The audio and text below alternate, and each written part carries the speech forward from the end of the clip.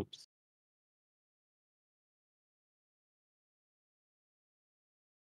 Okay. Back in live, I believe. We're at 245,000 plus 20,000 plus 12,000. Hell yeah. Get It's a everyone in lot. here. It's a lot of money. Okay, I think we're back. Hello, people. Yeah, you're live again.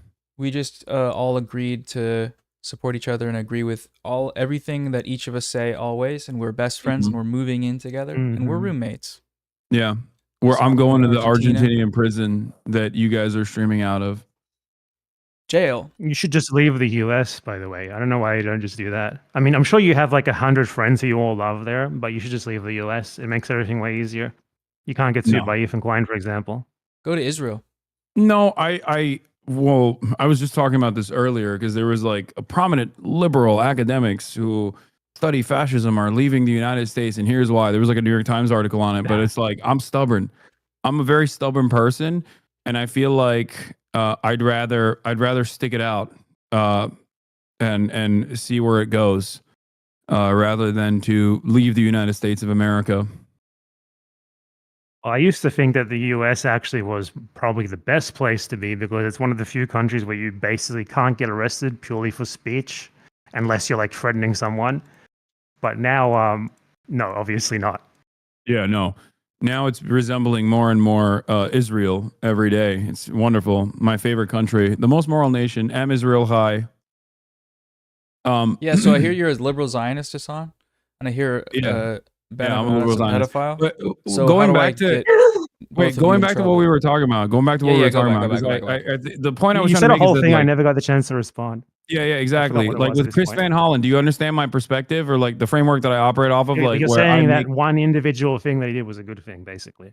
Yeah. I don't shy away from politicians unless they're like insane. You know what I mean? Unless it's like Marjorie Taylor Greene, I guess, and I'm gonna look like a fucking clown ass.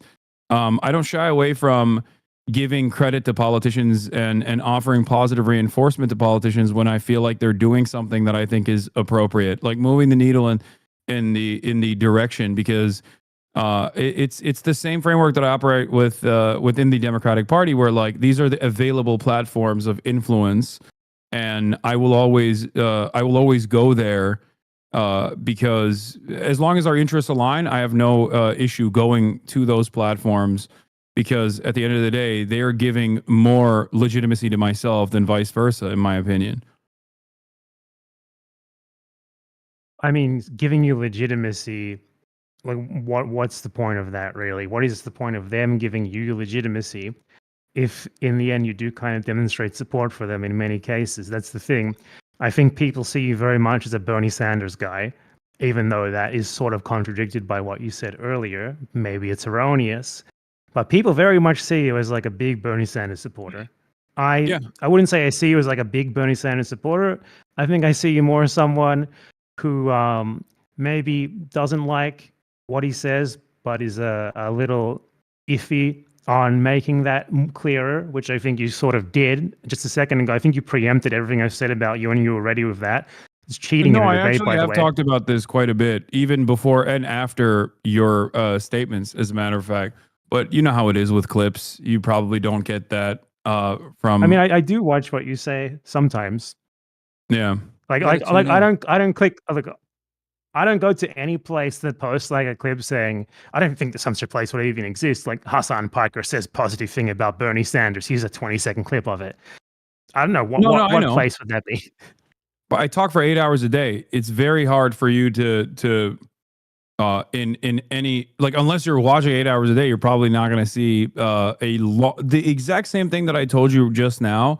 I've spoken about probably 25 to 35 times whenever some chatter comes in and annoys me, and then I go on a fucking long and convoluted rant about you should stop reading your chat, by the way. Yeah, that's part of the puzzle. That's part of how I do this this back and forth. But I like it's difficult just right now, real quick. What's up? Like BadEmpanada, you made like 1 or 2 or maybe 3 videos talking about the AOC Bernie interview, and then I don't know how much you watch of Hasan I talking think about it, but like just talking to each other now and clearing that up, do you feel like that clears up anything now that you see that he's kind of no, not has really, a because I think a lot of that, like there was the initial reaction of the interview, and there was like responses to people who want Hasan, responses to people like who want Hasan but were defending sort of like the whole idea of like engaging with the mainstream Democratic Party and like sort of trying to pull people to your side from them and stuff like that. And yeah, that was basically the whole thing there. It wasn't so much like I said something, Hasan said something, and I responded to it. It was more like that. Um, what I would say is that Americans are way too optimistic with their former politicians. And if there is something that you should preach, it's that these people are ultimately fucking useless, and you're gonna have to do shit yourself. Yeah, so what does that look like? here's the thing. I Heard of I Mario's understand brother? what? Sorry, go ahead, Hasan. No, I understand that like the modern Democratic Party is entirely useless. The Democratic Party is well, it's not entirely useless. They can be put to good use on select issues or across the board. Maybe one day it could, in a totally idealistic world, they could be a functional working labor party. Obviously, we're not there, and we might never get there. And I don't disagree with that, but this is I just wanted to offer clarity on the framework that I operate off of, because I think that you and I both will recognize that Americans don't have a semblance of class consciousness. And I feel like at this stage, the most important thing you can do is to pull people back from reactionary discourse, pull people back from reactionary ideals. And the best possible way to do that is by constantly reasserting the position over and over again that the Democratic Party has to have a class first politics, and also that these people that have been targeted as like vulnerable populations, marginalized identities that are presented as your enemy are not actually your enemy at all. It's simply a red herring, a distraction that the reactionary forces uses, and the Democrats are wholly incompetent at dealing with because they don't have this class first politic. Okay. First thing here is that the whole reason why you have this idea that you have to like you're sort of stuck into working with the Democratic Party. It's not your fault, obviously, because you aren't every single person in the fucking United States of America. But this is sort of like a self-perpetuating circular logic. And I mean, I'm not blaming you for having every American has it. It's like we have to work within the Democratic Party because it's the only thing that's there. And then you do not do anything, or you don't build an alternative to that. And you just keep reinforcing the initial premise over and over again. So Americans are stuck in this sort of rut where it seems like it's completely unrealistic to ever challenge the two-party system, so they don't try. And this is just sort of a self-perpetuating cycle. Because doing something like that takes a long time, takes a lot of effort, takes a lot of people. But this whole Democratic Party upright, people like Bernie Sanders as well very much reinforce this, even if perhaps at some point he didn't mean to, perhaps at some point he was really genuinely trying to challenge the status quo, and he only joined the Democratic Party because he thought he had to win the primaries. It was the only possible way. You know, as an independent, he had no chance. He probably didn't in that moment. But then there's also the fact that that logic gets you into this rut where you never ever try to do anything else. And there are many other countries where that had very strong two-party systems that in some cases lasted for like hundreds of years. The two-party system in the USA is younger than in some of those countries that broke it. And they very slowly worked from the ground up, like starting with local politics, building up to like the state level, building up to like the national level, building alternative structures, using the political capital they got from that, you know, not like immediately running for president, nothing else like the fucking Green Party or something. What a fucking joke that is. Like they do nothing but run for the main office. But what I mean is like, you have to start small. You have to build up from that until you can eventually challenge on the main stage. Now, the issue of this logic from me now is that it's too late. Honestly, I'm not sure that we have time for this sort of thing before the consequences of climate change basically take over the agenda entirely, and whatever political system we're trying to get into in this way just totally breaks down.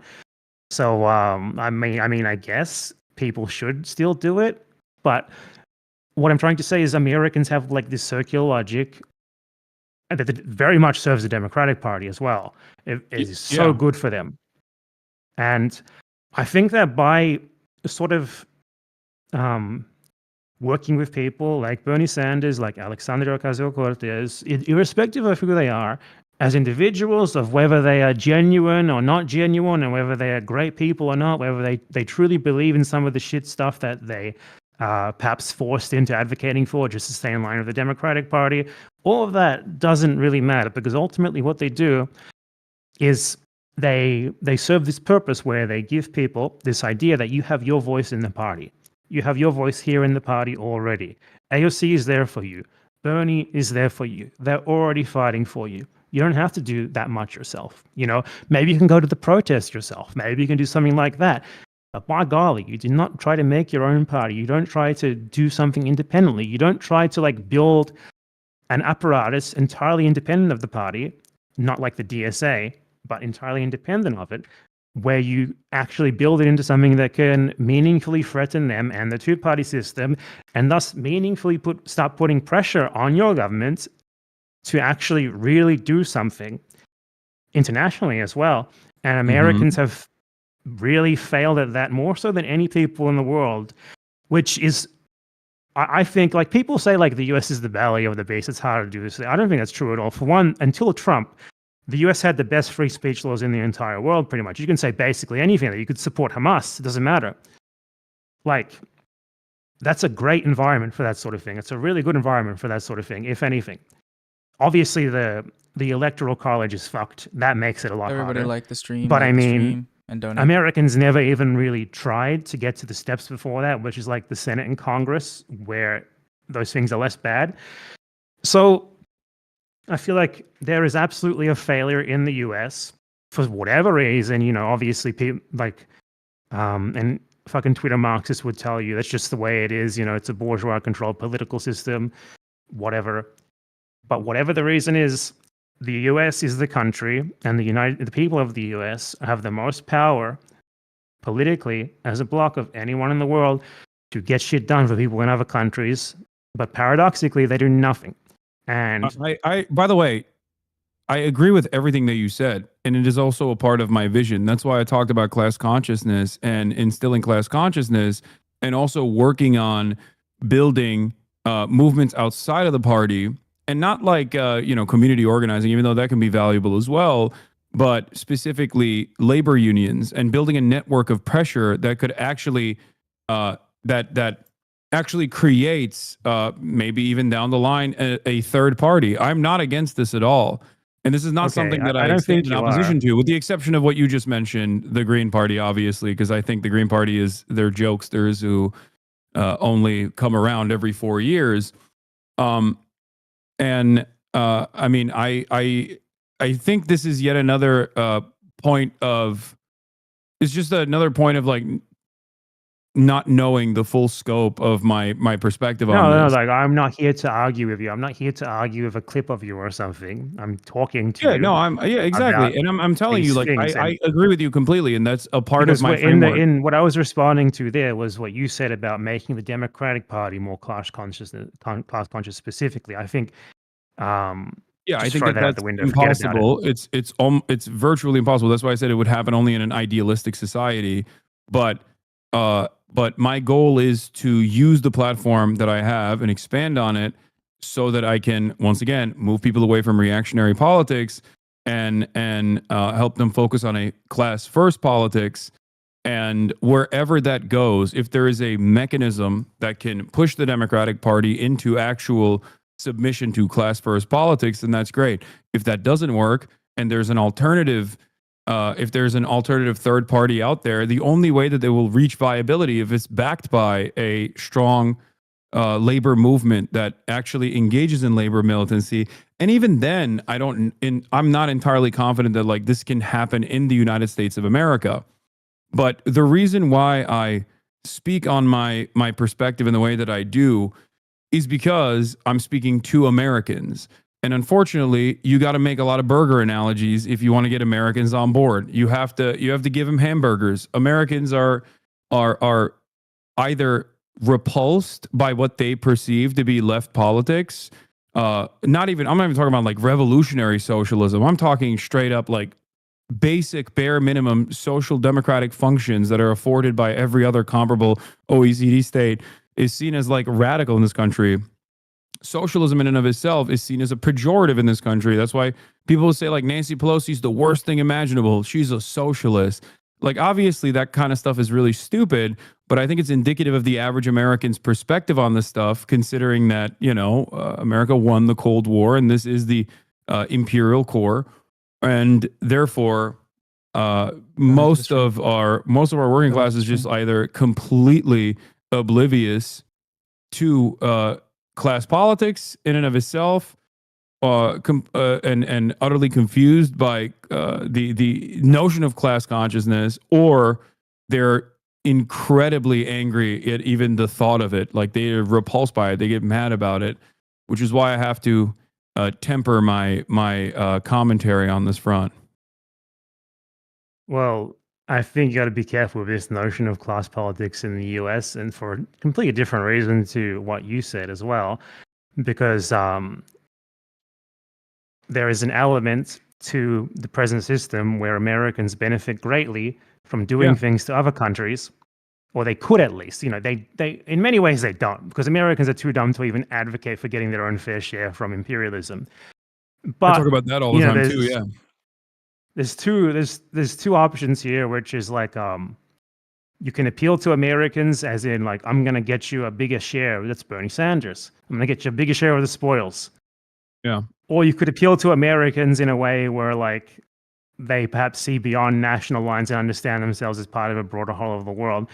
And I think if you like what you were talking about with unions, for example, the average American labor union is like it's basically like I wouldn't even call it a union, like in terms of like Race calls sort of things that you could them imagine. pig unions, which is not like cop unions, but like corporate unions or unions that are completely servile to the interests of the Democratic Party under the AFL-CIO. Not even just that. Like unions are themselves, in general, obviously narrowly focus on the interests of their members.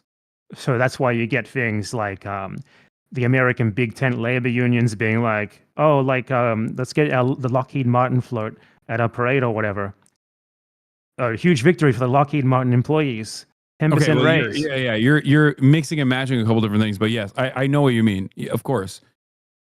Yeah. Well, what I'm saying here is that what you were going on about there was about class politics in the USA. I need to get people on board with this idea that socialism isn't bad. I think you're looking far too much into the future with that rhetoric, because I'm not even thinking about fucking socialism right now, and people think I'm like a radical communist terrorist.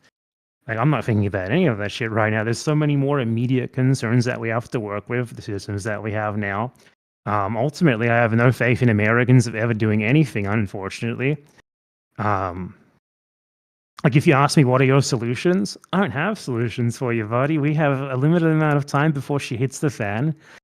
I would have thought previously that something like what is happening in Gaza would cause like a Vietnam level like cultural like schism in the US. It hasn't actually caused it anywhere, not even in Europe, where places. It took 20 years. And also there was direct involvement with Americans actually going there to fight, which I think is the reason why there was a lot more resistance. Americans are inherently very selfish people, and until they're drawn into the fight themselves in a way that is more meaningful with a draft, not just like the poverty draft, or not just necessarily like a bunch of people that want to get a communications degree for free going out there and getting their dicks blown off while defending some fucking poppy field in the Karengal Valley, but like literally a draft. Only then will selfish Americans actually get up to aggressively protest in a militant fashion in a way that would truly harm the overall interests of the American State Department. Yeah, I mean, that's true. It's the whole thing. It's the whole reason why we're in the place where we're in. The US does not have a rival anymore who it needs to compete with that much in terms of geopolitics. China, I mean, I don't know what your stance is on China, but China doesn't do shit. China doesn't want to do shit. China just wants to agree. mind its own business, and that is a huge problem, really. If China tried to do something meaningful regarding what's happening in Gaza, it would probably happen. They would be able to do something about it very easily. I talked about this just yesterday. I 100% agree. There was like a fake TikTok of like Americans dropping in aid that actually killed Palestinians, ironically enough. But they were literally recycling the American aid being dropped into Gaza, but this time like saying China was doing it. And they were like, oh my God, how wonderful that China is dropping aid into Gaza. And one, that was fake. China didn't do that. But two, if China wanted to, it's Israel's second largest trading partner. They could literally fucking say, hey, we are going to bring in our military and our NGOs to distribute aid on the Gaza Strip. What is Israel going to do? Say no to that? They can't fucking do that. China could do way fucking more than that. Like we saw with the tariff shit, how quickly Trump folded in the face of actual economic consequences from China. They could do something like that to the US if they wanted to. They could do it to Israel. Obviously, it would come at some sort of cost to themselves, but Trump would fold in 2 fucking seconds if China was like, hey, we're going to sanction Israel, or we're going to put tariffs on American goods or something like that. We're going to make your shit cost more.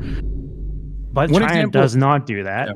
And the USSR was in a position, it wasn't in an economic position, but it was in like a military position and a geopolitical position where it could put a ton of pressure on. So now we have a situation in the world today where the US it's not totally uncontested, but it is way, way more uncontested than it ever has been before. And we're looking at that in Gaza right now, and I can't tell you what to do about it at all. I can tell you what individuals could do. It would get me banned, so I'm not going to. Yeah. But still, even if we all did that, I don't think it would change that much in the grand scheme of things. I don't disagree with you on anything. And also, like I said, this is the exact same shit that I say on my stream for the most part. I'll take it one step further as far as like China's lack of interest in undermining American footholds in its own backyard in the Philippines. I feel like if China operated in the same way as like America did, or even the fucking USSR did for that matter, they could just like arm the Philippine Maoists instead of working with the Duterte government as they did to disarm them and to actively work against them. That's a real destabilizing force in the country. And China doesn't even use it. Instead, they're just doing water spraying operations with their Coast Guard while simultaneously trying to set up an ASEAN security partnership where the Philippines are the only fucking party that refuses to sign on. Why do they refuse to sign on? Because they're comfortable being an unsinkable aircraft carrier for the United States of America. So they, like, I'm not, I live in America. You live in Argentina, as far as I know. So obviously, I'm not going to sit here and be like, Xi Jinping should do this, but that is my assessment. But clearly, whatever they're doing has worked so far, at least in terms of like positioning China as a global hegemonic power. But yes, I do recognize that they're being self-interested to a degree where no one seems to care about doing anything to stop the Nazi Israel government from conducting its live streamed child Holocaust. Yeah, I mean, ultimately, it's just materialism in the end. China is extremely good at using the global system that the US set up, so why would they want to challenge it?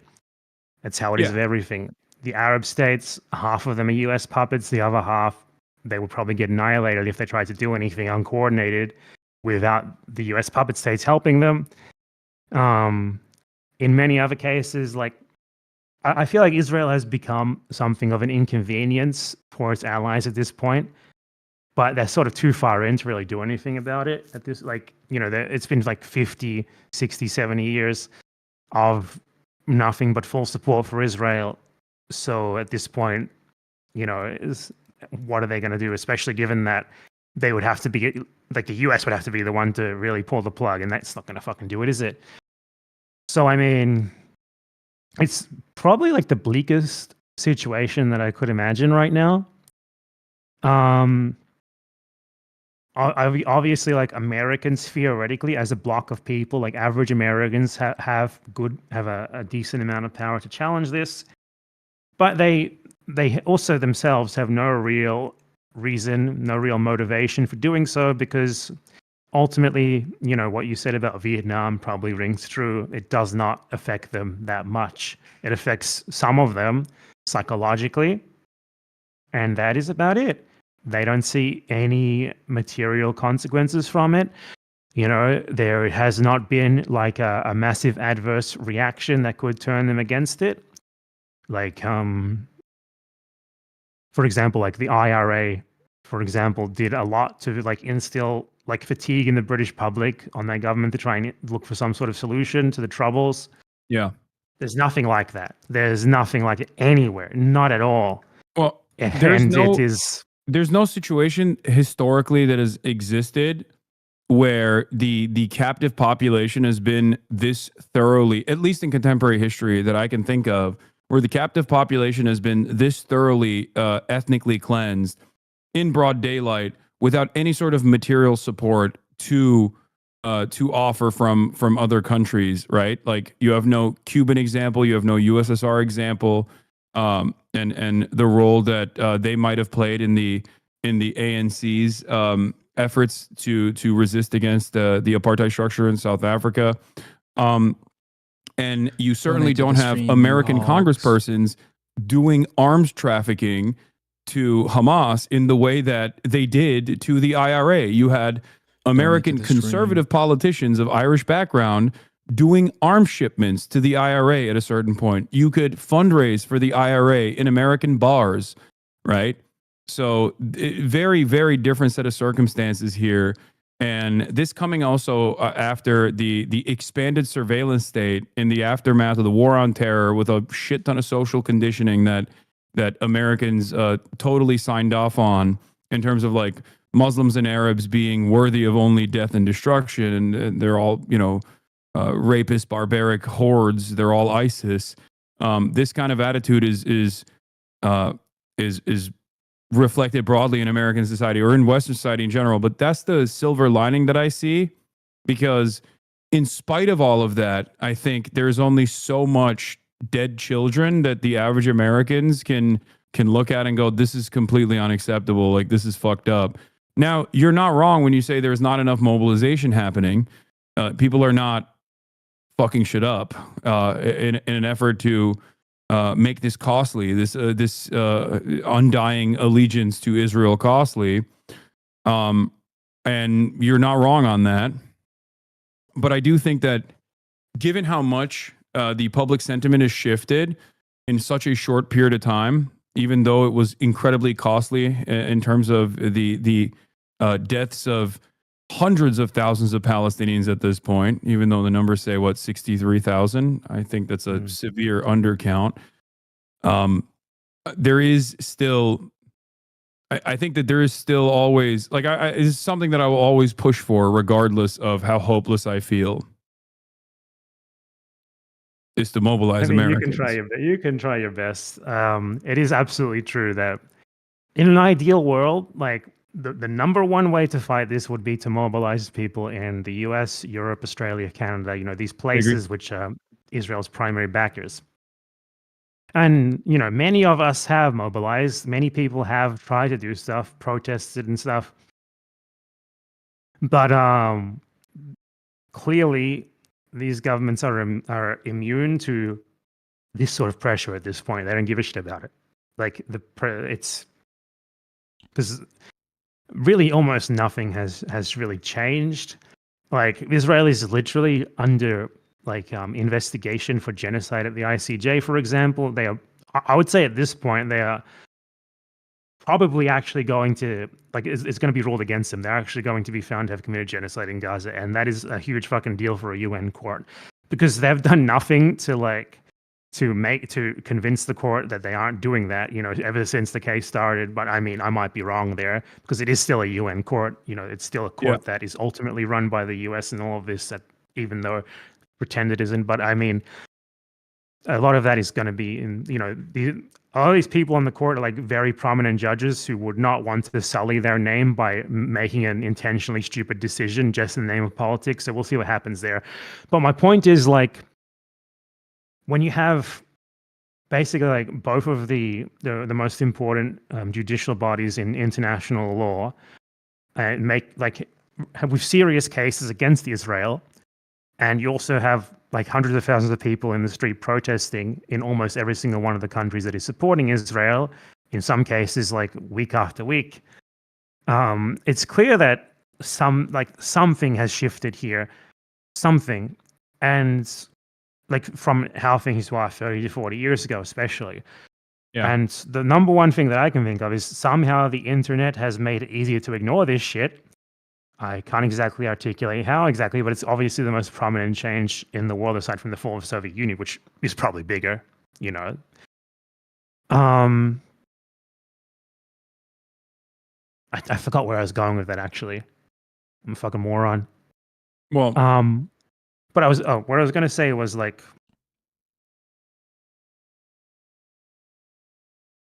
no, I don't know what I was gonna say.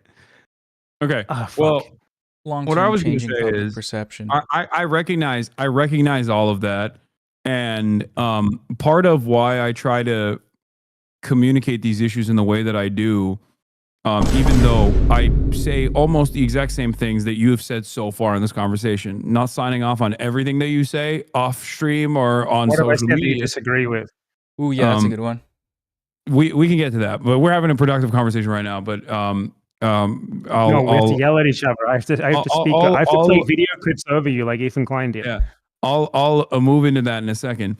But the reason why, for example, why did I broach the subject of Israel with Bernie on First Amendment grounds and the unlawful detention and possible deportation of Mahmoud Khalil? Because I understand Bernie Sanders' position. I don't agree with it, and I think it's ridiculous. It's a ridiculous position to have. It's repulsive to maintain the idea that Israel has a right to defend itself. 19 months into Israel's. Have you seen the videos of how Bernie talks to pro-Palestine protesters? Yeah, I have. From like 2000 and there's like one from like some of them are recent.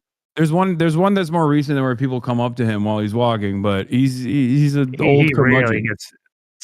Yeah, I don't know if I would call it that. I think it's the topic. You know what I think it is that he knows he can't talk about. You know what I think it is? I think it's what Bernie did to the average Democrat and the resentment that the average Democrat feels when Bernie is mentioned, because it shows their hollowed out nature of their politics.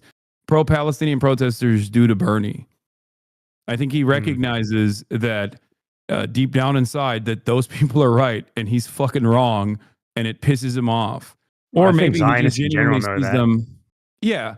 Or he just genuinely sees them as a hurdle, and that he has the right mind on this. But what I will say is this: when you go to those rallies where he has 32,000 people showing up, right, in red states, blue states, all around the country, the people at those rallies are far closer to the truth on the issue of Israel and Palestine than Bernie Sanders himself is, which is why I see that as an opportunity to talk to those people there. I see that as I see Bernie Sanders as simply a person that is capable of bringing all of these people together.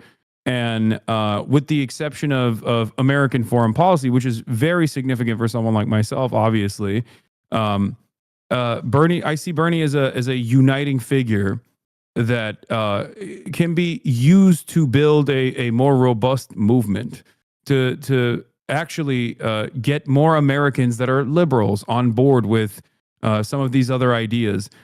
And I think imperialism plays a formative role in that politics, in the politics of the socialist left, of course, because I mean, the argument, the alternative argument to the labor aristocracy, like Americans recognizing their class position, but then also recognizing their class position on an international scale and how much they benefit from the unequal exchange globally. The alternative to that also is that every dollar spent on global war and the extraction of natural resources and all of that endless bounty that doesn't even translate to America's material conditions improving could be $1 spent directly on fixing the roads, fixing the potholes. $1 spent on a bomb could be spent on educational material for children, better schools, a better ISP system, more robust welfare states. So this is like it's such an easy flip once you get Americans to that point, I think. And that's why I, regardless of my disagreements with Bernie Sanders, still hold some respect for him for being able to put this kind of politics in the forefront in a country like the United States of America, where I feel like before his 2016 run, positioning himself against like the establishment Democrats, it seemingly was a rudderless ship heading down the same, I guess, like necro state that we have become regardless of Bernie running. But at least now there is like more leftist organizing in the country, whether it be a more robust PSL movement, DSA, and even more unionization, even though our labor union participation rate is pretty fucking low.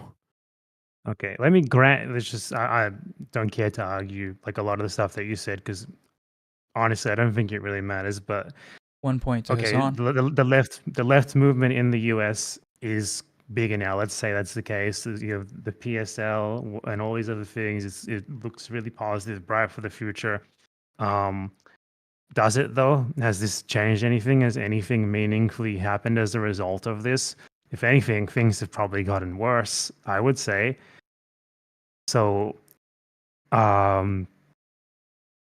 maybe me and your idea that the US is the place where something meaningful could happen is completely, utterly, and just totally wrong in reality. I mean, yeah, that's definitely a more pessimistic attitude, and there are definitely days where I feel that way, but I try not to succumb to that feeling and still push on, knowing full well that like, look, this movement is still marginal, is still tiny, but it grows every single day, and that's ultimately a good thing because who knows where we might be at. And at the end of the day, the least that the American left could do is like try to get concessions and to try to get America to step away to the best of our ability from the global stage when the decline of empire is setting in. If you want to get concessions, the best thing to do is to immediately, each and every one of you, break with the Democratic Party already now and get to work. You've had decades to do it. It's probably too late, but why not try? Because what you're doing right now isn't doing anything anyway. So what's the difference? You want a great example? I'm not against that. Precisely. I'm not saying you're not. I'm not arguing with you. I'm just saying it doesn't have to be an argument. Everything doesn't have to be a yelling match. Yeah, I think Bernie probably is the best possible option we had to do that too. I mean, there was in 2016. I even thought like he might be something special. He might have been, if he had been elected, he might have been different. He had the balls back then to call out obvious shit like, there was a coup in Bolivia, basic shit like that literally no one else in the US was saying. Yeah. Stuff like that. And since then, he's just sort of become a shadow of himself. I mean, he's old as well. Or even running as a major party candidate running to like the Democrats chose to lose rather than let him win. It's just a shame that after that, he didn't really do anything. Like, if anything, that experience turned him into more of an establishment guy than he was before. And that's just sad. But I mean, what I was going to say is that look at the Luigi Mangione thing recently. That is an issue that very directly affects many Americans. Many.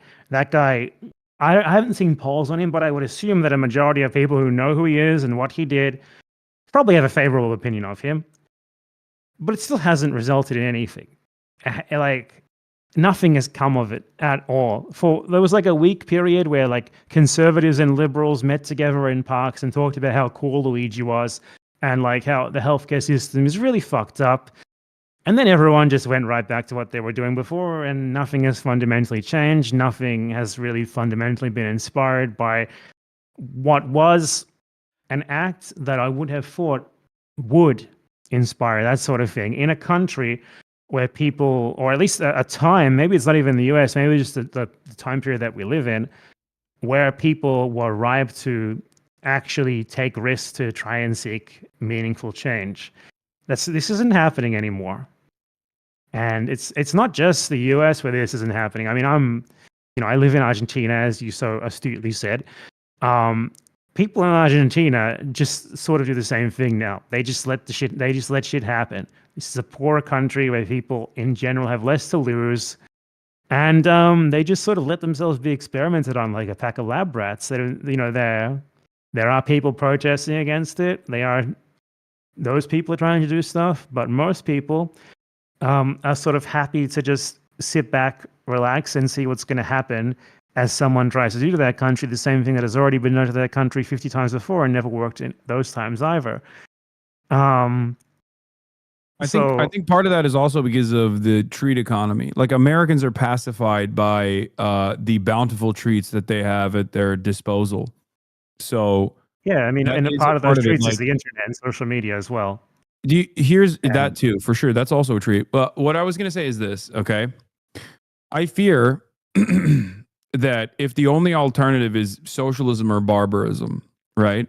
I fear that without proper political education, without any class consciousness, without any mechanisms of pushback, without any sort of like structural organizing on the labor front, that when all of this crumbles inevitably, and I do think it will, all we will have is a fascist movement, and that's already kind of happening anyway.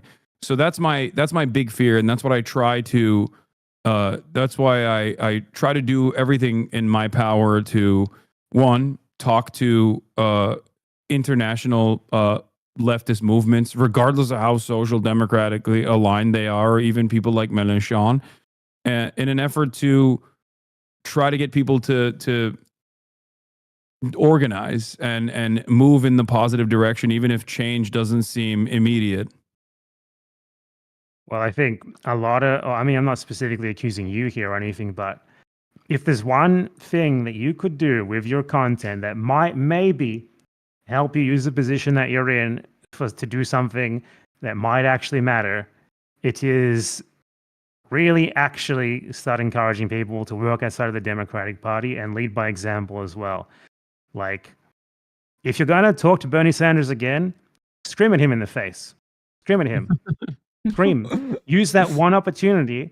Like, I mean, how many more chances you can have to talk to Bernie Sanders, really, right? He's very old. He is very old. Yeah, I mean, I don't think I'll screaming at him. Okay, I don't mean like literally scream at him, but I mean get combative. Put on a public spectacle of it.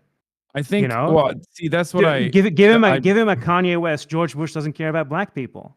Why not? I think Ash Sarkar had a really productive conversation with Bernie that people use all the time, where she presented some of these questions because she had a longer, like an opportunity to have a longer conversation with him. If I'm he not wouldn't have that with you, you're way bigger than her. Yeah, I think because he's had that conversation once already, he's probably scared. A little bit more worried. Or, I mean, I don't think he would run away from having that conversation with me either. It's just that I guess the planets haven't aligned. But yeah, no, I think that it's important to ask these questions. I don't think it's unproductive. That was never my. I don't think it's that important to talk to him about Israel specifically, because obviously he's steadfast in that. Well, I did bring up. I think the most important thing to do thing would be the third party thing. And no, I did ask him that. Did you? Yeah, that was the other. Because those were my two main questions. Was like, what kind of initiatives does he want to? The three questions I have for Bernie and for AOC in general, but like especially for Bernie, were. Do you think that, you know, we could build a robust third party movement in this country, and like what are the steps to take to do so? And then the other question was obviously going to be about like what are the direct actions that they want to engage with in terms of tackling the issue of like how this administration is using Israel as a way to undermine the First Amendment. because that is precisely what's happening. Like I am trying to frame it within. I'm trying to frame these questions or try to get people to ask these questions within the framework of American understanding, like recognizing the selfishness of the average American, recognizing American exceptionalism and American individualism. I think that those are areas that bear fruit. That's something that creates a lot of resentment for average Americans, because like other than that, they're like, okay, Israel's killing a bunch of Muslims over there. Sure, it seems kind of fucked up, but the way to get Americans, the way to engage Americans on this issue, the best possible way to do that is by, one, talking about tax dollars being spent there because they're very selfish, and that's something that pisses them off. And two, talk about how this foreign nation has an incredible amount of power over American politics, and that the current administration is using defending Israel as a way to erode civil liberties that Americans enjoy. So that's what I'm trying to do. I feel like if you appeal to people on the basis of their selfishness, then you're going to have to keep engaging with them on that basis. And, no, that's just to broach the conversation, to open up the door to. Okay, but you broach the conversation, right? So it's kind of like you're intentionally approaching it from a position that you yourself don't really believe is the right way to do it. And I think that makes things more difficult for you down the line as well. Or at least maybe not you specifically, like, this is how you engage as a broader movement, like as a intentional strategy among many different people in groups, engaging people in this way. Like, hey, Israel is bad because we spend a ton of money on it and we don't get enough back in return. Okay, then what happens if there is another instance of imperialism? Well, yeah, I know that's not what you mean, but that's sort of the message that you're saying to people when you're like, okay, we send these tax dollars to Israel. They could go to Medicare. In the USA, we could have universal healthcare instead of that, or whatever. Okay, it's that sort of thing. Like, you're appealing to the innate American selfishness that all of them are born with due to their innate Americanness. I agree with that part. So, like, you engage with them on that level, and I feel like you're starting from a position that makes it a lot more difficult for you to get through to them from there and get them onto like a right path where they might actually do something meaningful. And this is ultimately why you should give up on Americans and leave. I'm not going to do that until. You're gonna, who knows what'll happen? Who knows what'll happen? If my former podcast co-host gets his wishes, I'll probably be in fucking jail. I'll probably be under the jail expeditiously. They're going to be looking for you in the satellite images of Cesar. Yeah, he's hell bent on sending me to CCOT for sure. But I look, even the very fact that like the disgusting ways in which like many people here look at this issue from the framework of drama, like grievances between content creators, like that shit destroys my soul. It's soul destroying. Seeing that and seeing all these like right-wing reactionaries join in on the fun as well, after spending years and years of like saying anti-Semitic shit about Ethan and calling Gila Klein a horse. They've all now seemingly united. She's a horse, though. All of the okay. See, this is what I mean. I don't I don't do that. Okay, this is the. Maybe you should. Maybe you should be mean. No, I don't. Well, first of all, I am mean, but not as mean as you are, and I don't think that's productive. Oh, you want to talk about disagreements? We're both communicators, and our goal is to get people on board. Right? That's your goal. My goal is to make money. Shut the fuck up. Why don't you become transphobic and become like a fucking right winger? I have the niche. I'm expected to. It's like you have a nice bakery. You bake more bread. You don't branch out. Otherwise, you end up like Elon Musk with 5,000 different companies that all fucking blow. Okay, but at a time when no one is fucking eating bread and everyone seemingly wants to eat donuts, if you already had the equipment, then you would make donuts. And I think you and I both know that there's a reason why you don't make donuts and you keep baking bread. I don't know. I mean, I am honest about the things I say, and people for some reason want to see me say them to some degree. So it's like, okay, I already got it. I don't need to branch out. I don't need to start screeching another about point the you gangsters. I think you and I both know where this line of questioning is heading, and that's why you're saying what you're saying. Where is But it heading? I think, I look, wasn't thinking that far ahead. okay, I'm well, I Greek. think We don't think that far ahead. We don't I think have you're like very foresight. smart, and I think you're very well read, and I really like a lot of the YouTube videos and the thought and effort that you put into crafting your YouTube essays. I think they're incredibly well sourced. But And No, what? say thank you first.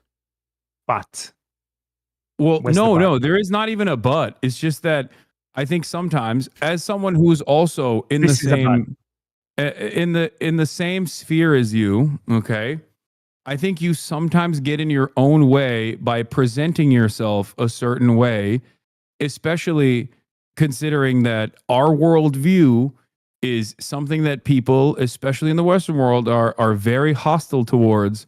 I think sometimes you get in your own way a little bit with the way you act. You act like a left book guy in a world Okay, where like, can I have an example? So many examples. I think you are you take a tone sometimes that is perhaps a little too mean for the uninitiated, that most likely shuts them off from actually seeing your commentary. You troll I a little think a too lot much. of those people are already not open to being initiated. See, I think I that's think you have too defeatist. much faith. I think that's defeatist. Well, I don't think it's defeatist at all, because I think perhaps we can win without them. I think we do not need to appeal to like Burger American, Asmongold viewer number 8,002 million. Asmongold, by the way, I think his audience is way more indicative of the average American than yours, sadly. But for sure. Yes and like no. I'm also not American. I'm not really trying to like appeal to a specific audience at all.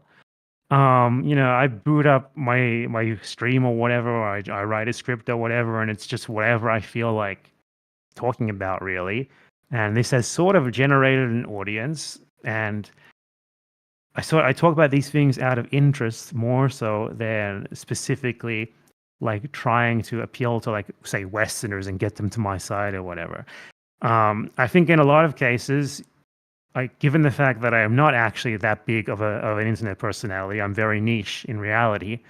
I think that exposing people to, like, even if it is by accident, like exposing people to like sort of uncompromising, just tell them what I really think about something, and like be a cunt about it sometimes, might be more effective than you give it credit for, because ultimately, when everyone else is walking on eggshells, maybe having someone who can cut through or is more willing to like just be blunt about it is needed sometimes. For sure. I don't even think that you and I are in disagreement on any of the major points that you've brought up. I guess maybe the only one would be like the framework of like I work with like liberal Zionists or something, which we can talk about, but let's shelf that for a brief moment. The thing I'm thinking of is like they say, what I'm saying to you is so silly for me to say, because that's exactly what people say to me all the fucking time, right? But I don't think the people that say that to me you can are throw anything you've heard about me, throw it at me. I love it. It's fun for me. Yeah, no, Getting I into specifics is good, I feel like, because I've talked to him about it before, and I'm like, I heard this thing, and then he's like, well, this is what happened, and I'm like, oh, okay, that makes sense. Yeah, no, I guess like some What's of the the worst thing that someone has told you about me? No, I know like the fucking the pedophile stuff is like fake. I know all that shit. I know that's not real. Like Not a pedophile. The tweets. The fake That's tweets an indicated. endangered species these days. The fake first of all, pedophiles are not an endangered species. Holy fuck. There was not a apparently No, I mean pedophiles. someone who's not a pedophile, I mean. Oh yeah. Okay. But this is also like somewhat of an unproductive conversation to have from my estimate from the way I see Well, it because we're here to fundraise. We're not here to have productive conversations. no, I Ultimately, know, but whatever you it's say still, here will it's be still. I productive. don't want to ever come across like I'm just like scolding you. Like, do whatever the fuck you want to do. You know what I mean? Like, I don't care. You can Ultimately, scold me as as long as much as you want. no, Go because for I'm it. not. I'm not scolding you. I just want to make that clear that because I think a lot of people get parasocial, even in your audience or in my audience as well, and that fucking annoys me to no end. When people are like, BadEmpanada said this, or I'm sure my fans will come into your chat and be like, I fuck mean, you. I hate it as well, where it's like, I don't know, like I was streaming the other day and people were like, yo, Hasan's talking about you, and I'm like, who fucking goaded him into doing that? Yeah, it's just it's annoying because like you're not someone that I consider to be an ideological enemy at all. Which is why I don't even think it's like productive to be like, you did this, you did that, because it comes across as scoldy and silly, and then people will use that against you or use that against me in the future as well. But I guess like it's shit. Like I understand the point that you were making when you were doing the El Flood game on Steam that you were playing. Like, I understand the broader point that you're making. This game was something that my chat wanted me to play a long ass time ago, like far before October 7, because I think it was out, or a different version of that game was out in the past, where it's flipping the script on Call of Duty, right? Because like it's totally fine when you play Call of Duty. Nobody even thinks it's political. They think it's apolitical unless there's a woman operator. But when you flip the script and you give the guns in the hands of like Hamas operatives or Palestinian resistance groups, then all of a sudden it's considered to be completely unacceptable and very dangerous. But like doing the doing the Al-Aqsa flood thing while also like looking for Hila Klein by name specifically, you have to understand that didn't happen. That part didn't happen. That I never mentioned her name. Secretary. Ethan, That's no, what- let that's me what I- let me that's explain what what I- happened there. Okay. So Ethan he misconstrued a clip where I was in that game, and the AI in that game is it's either the AI is very good or it's very bad. And by that I mean I don't know if the designer intended for the opponents to be really stupid or not. So like my first experience in that game is like I walk up to two Israeli soldiers right next to them and they don't react. And I said, are these a bunch of Ethan Kleins on an Ozempic binge? Like as in, are these fucking morons? Are they high on like drugs? And Yeah, Ethan Klein took that and he's like, he was saying this is me. He was saying this is me and simulating killing me. That's the sort of thing that he was referring to in that. I think you can understand how that could be misconstrued, considering that the entire thing that you're engaging in is already considered like. I think it was hilarious. You're laughing, don't lie. Well, No, some parts are true, love but then it. it Some gets, parts are cleared clear. up. I'm just saying that like when you you talk to do each other. that, when you do that, people are going to, so many people that would otherwise like listen to the bountiful information that you are presenting on your normal YouTube essays are going to be like, this is a scary guy, and I don't even know if I can entertain this at all. And I feel like that's like a hypothetical guy, though. Like you saying so many people. I'm like, yeah, maybe some, but like how many? I really? think, look, if someone is put off by me playing a video game where you kill IDF soldiers and they think about like, they see Ethan Klein saying some shit about me, like, oh, he tried to kill me in the video game or whatever, and they just take it at Ethan's face response value and they sounds write kind me of off funny, forever. but that's what I'm smiling they just about. write me off forever because of that.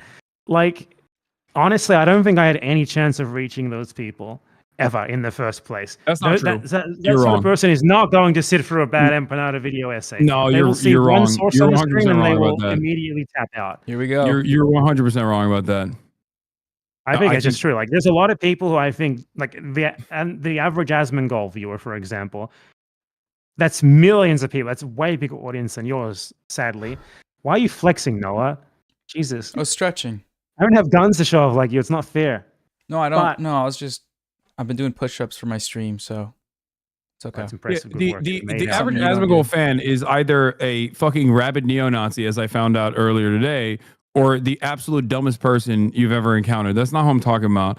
And I'm not even saying like, oh, engage in like civility politics. I'm just saying that there's, I think, a broader audience that you absolutely could inform and potentially even radicalize if you were to soften your approach a little bit more. That's all I'm saying. But then again, Maybe, but that's why I always say, like, look, I've also grown a and I fucking don't. ton recently, so I'm not And sure. also, Thank you, I always say, BadEmpanada and I don't disagree on our ultimate goals. We just disagree on methods, and that's it. So I'm just telling you, like, that's I would I think in maybe not response do to some of that those one things. specific point, I think when you water down your rhetoric in a way where you were kind of talking to people and advocating for things that you might not actually believe in yourself, just as a way of getting their foot in the door, you are sort of bringing people into wrong ideas and the things that you yourself know are wrong as well, in hopes that maybe later on you'll be able to get through to them with something that is right. And maybe that isn't the right way to go about things. Not necessarily. I think you and I think you're I think you can make a much more coherent and clear point about how, like, I'm not even saying don't play the game at all. I'm simply saying that, like, you're not broaching. The game isn't like actionable on YouTube. You're allowed to play this game totally No, fine. I understand. What happened is Ethan literally sent an email to his own personal YouTube rep and got the video taken down. That's what happened. Yeah, he definitely is not the biggest free speech defender, as we've found out. In general, though, I just want to say this, like, on stream, don't be afraid of him, because I can tell you he has been doing that with every single one of my videos, every single. I'm not afraid of him at all. You're gonna pay him a legal fees, not right, you, Hasan? not you. Just in general, to anyone watching who might make content about Ethan or Hasan? this. Ethan complains about your videos to his YouTube rep Hasan? every time. And the only time it's ever worked was that one video, and it just got taken down. I didn't face Why do any you think that consequences video? for it. Why do you think that video worked? Because, like, he made the argument that I was simulating violence against him. That was why. And that's my like, point. that was the one case where his YouTube rep was like, okay, we'll give you this one, man. Like, I think you'd be a beneficial voice to have on Twitch or even on other platforms, but there's a reason why you can't get unbanned on Twitch, even though honestly, I think your attachment to Twitch is erroneous. You should be on YouTube primarily. It's way bigger. Yeah, but that's a different subject. I mean, it's also better for free speech. You can say Zionist here. I know. Well, shouts out to the ADL for that one. Okay, well, can I just pause here what you were saying to make that? But to be argument fair, to you? like, they did withstand a fuck ton of pressure, and I wasn't banned. If we're being real, YouTube can't be pressured like that. That's the difference. YouTube is not vulnerable to that sort of pressure because YouTube is a way more international platform than Twitch is. Way more. It's like they have actual business operations in most countries in the world. They have their financial departments are more independent in different continents and stuff. So they are, if the ADL runs a campaign against you for YouTube to do something to you, YouTube will just ignore it. Twitch really can't. Twitch is in a position where they have to. No, I know. And then they run it up the chain of command too. I know that they pressure Amazon directly. Yeah. It's really gross. Like the shit that like Ethan and the sex pest community that he is like aligned with have done in terms of like mass brigading and email campaigns and like literally running it up the executive branch all the way to Amazon is completely and utterly psychotic. Yeah. To the point where border agents are now asking you Ethan Klein talking points.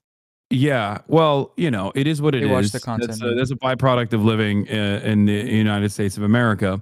And I am aware of this issue, and YouTube salivates at the prospect of me going there to live stream there. Trust me, I know. So have they contacted you? Or you probably don't want to talk about that if they did.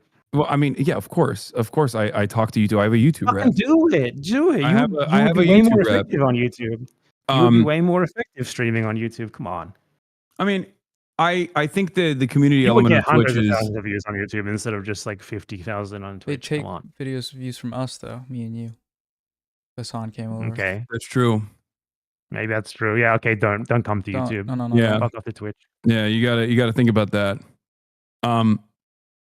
But where were we? What were we talking about? Oh, just like, we have disagreements here and there. I ultimately don't care what you do. I understand it. I have also a lot of people whose commentary I enjoy that say a lot more insane shit than you do, even, you know. That's the thing though. Like I have this image where I'm like a wanted international criminal, and to be honest, I find it really funny. So I kind of play No, it's into because it a little bit. you have a old left book ass attitude. You're like Mr. Troop Exploder. You know what I mean? What is and left it's like book? Troop Exploder. left book is just I've like only ever heard that old term used communists by on Caleb Facebook. Maupin. Old communists on Facebook and Facebook groups would just like post the type of shit that you post. Well, I mean, do you think that U.S. troops should be a protected class who, you know, like actually an interesting thing about YouTube rules is you're allowed to call for the deaths of soldiers. Yeah, you can't do that in Twitch either. Twitch, that's part of the reason why I got banned initially with the 9/11 stuff. Wasn't because I said America deserved 9/11. It's because I shit on Dan Crenshaw, who's a veteran and therefore was a member of a protected class. Oh, Isn't that crazy? A fucking American congressperson who was advocating to, at the time, continue giving weapons to Saudi Arabia, which that's the other side of this conversation that's so funny, because that was me yelling at Dan Crenshaw because he was telling Joe Rogan, like, we got to keep giving weapons to fucking Saudi Arabia, actually, you know, because these guys, these terrorists, they hate us because they ain't us. And I was like, bro, these are the guys that did fucking 9/11, and you're advocating to give them weapons that end up in the hands of Al Qaeda in Yemen, fighting against the fucking Ansar Allah, the Houthis. So it was a mind-boggling situation. So was that the America did 9/11 context? Was that the America deserved 9/11 context? Yeah, that was the context. Makes more context. sense now. Like you were saying they caused it because they gave the Saudis the weapons, basically. No, it was just basic blowback. Like that's what I was saying. Not that you know, Americans deserve to die in the fucking Who do you think Twin did Towers. 9/11? What? Who do you think did 9/11? A little bit here, a little bit there. I have a button. I think it's extremely disrespectful to imply that to imply that Al Qaeda and Osama bin Laden didn't do 9/11. I feel like it's taking a lot of credit away from them in their operation. Oh no, I think that. Well, I think it's a joint partnership. You know, I don't think you get to fucking work inside. I don't think you get to literally be a known CIA operative and also get to learn how to fucking fly a plane and tell your flight instructor you don't need to learn how to fucking land the plane. And then also then end up doing 9/11 without a little bit of government oversight or lack thereof, I guess. Oh, like when you put it that way, the world like from before is totally unthinkable. Like I would like get black bagged if I tried to enter the US. Probably it's probably been like that for like the last 5 years. No, I mean not that I want to. That's the best thing about it is like people make fun of me. Like, you would get. I think you'd get arrested if you tried to enter the US. It's like, why would I want to enter the US? Do you guys think you're like a place that every single person wants to go to? Why would I want to go there? So does my family now, so it's a little bit harder. Yeah, I'm talking about me. Yeah. No, I understand. People in the US think that are you a Cypriot, by the way? Are you asking this because of Drew Pavlou? Are you a Cypriot Australian? As far as I know, no. What is your? I don't know much about my background? Greek family history. What's your ethnic background? Greek something? Why are you asking? What kind of Greek? Greek Italian. Oh, what? No. Which islands? As far as I know, Anatolia and then Athens. Okay. So you're not Cypriot. What are you asking? Like Drew Pavlov. You know what your people did to us in Anatolia? What did you do there? Am I unlocking epigenetic memories right now? Yeah, right. I have intergenerational trauma, just like the Israelis. That's why they get to do genocide. So I get to do genocide too. And you're Turkish, so you should come to America. Yeah. I know the reason why I say this is because like you got two sides of the same coin. You got the Drew Pavlov and you got BadEmpanada. Drew Pavlov is hilarious by accident. That's the problem. He thinks he's funny, like not by accident, and I can't let that stand. Yeah, no, he's repulsive. He's disgusting. I don't know. You've been over his story on your stream, haven't you? Is it worth going over it again? What, his dad yelling at him? Like the Drew Pavlov origin story? No, not that. The Drew Pavlov origin story. Like he was like a pathetic. Like he actually contacted me 4 or 5 years ago. Like, hey man, I really like your videos. Blah blah blah. He was trying to frame himself as like a left critic of China during the Hong Kong protest era. And I was actually like I wasn't like against the protest. I was like sort of, let them protest. Why not? there's no need to do this. The Chinese system is strong enough to withstand protests. You shouldn't react in this way. Was my sort of criticism of it. And Drew Pavlou saw me as like an ally because of that, which disgusts me. And he started DMing me. And then like within a couple of years of that, the anti-China grift, when that's your whole personality, inevitably leads to just the far right, basically. Because where else is that going to go when that's the only facet of your personality? Like the big Western enemy, I'm against that. Firebomb the Chinese embassy or something? Well, allegedly, he was in the UK. I don't know why. He was in the UK for some reason. And a bomb threat was called in the Chinese embassy from his email. And he got arrested for that. And then I don't know what happened after that. But, from his email. How do you get out of that? Damn, the Atlantic Council has incredible connections.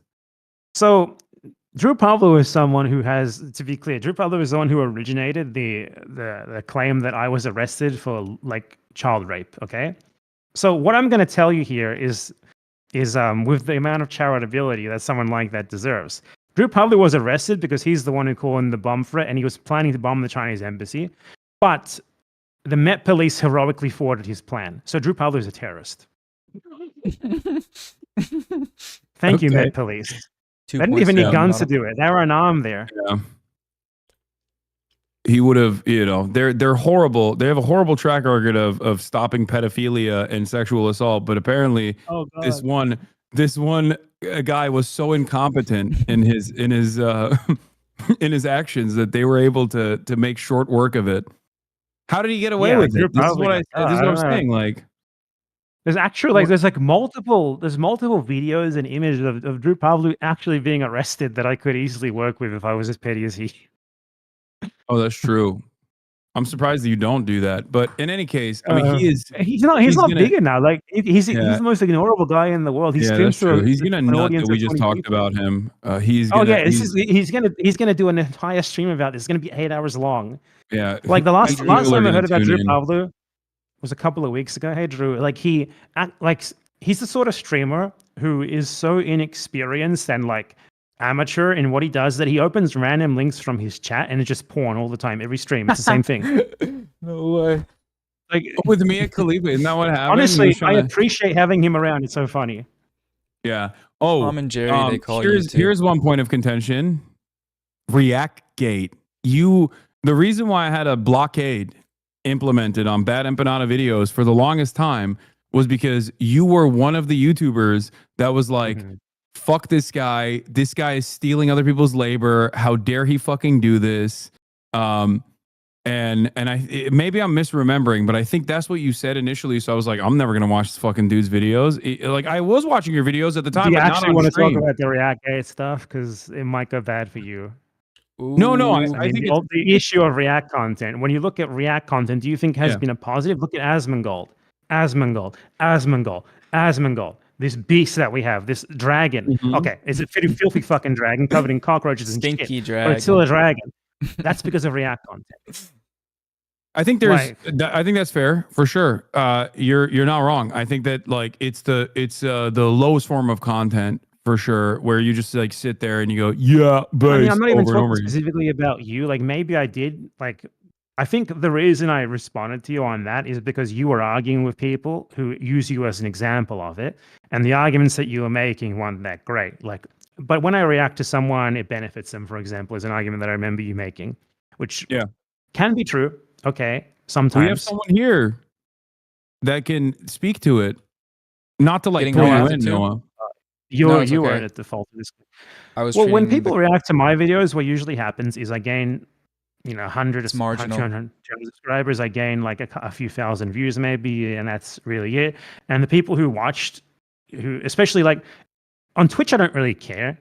I don't care if someone reacts on Twitch, but if you react and you actually upload the clip, it should be enough of like a criticism or like so that you add enough to it that at least constitutes legal fair use. Asmongold does not do that, for example. Like maybe you're a bad example of this.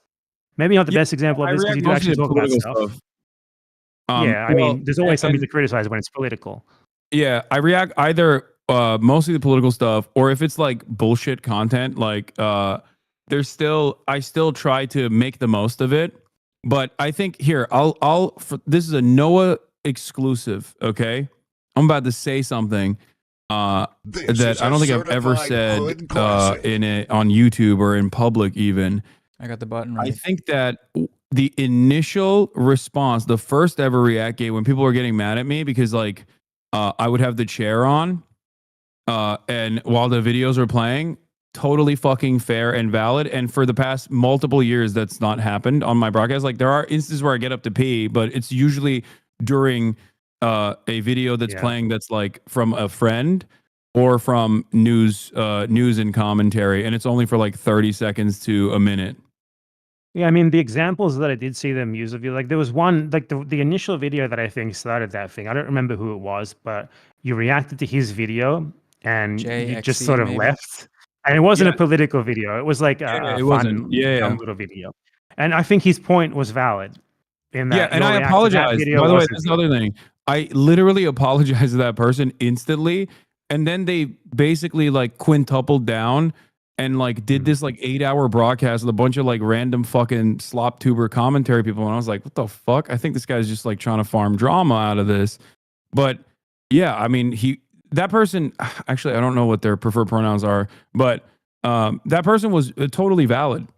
And I immediately apologized to them, which got lost in the sauce. And then after I saw the 8-hour back and forth, I was like, oh, this is just like a farmer.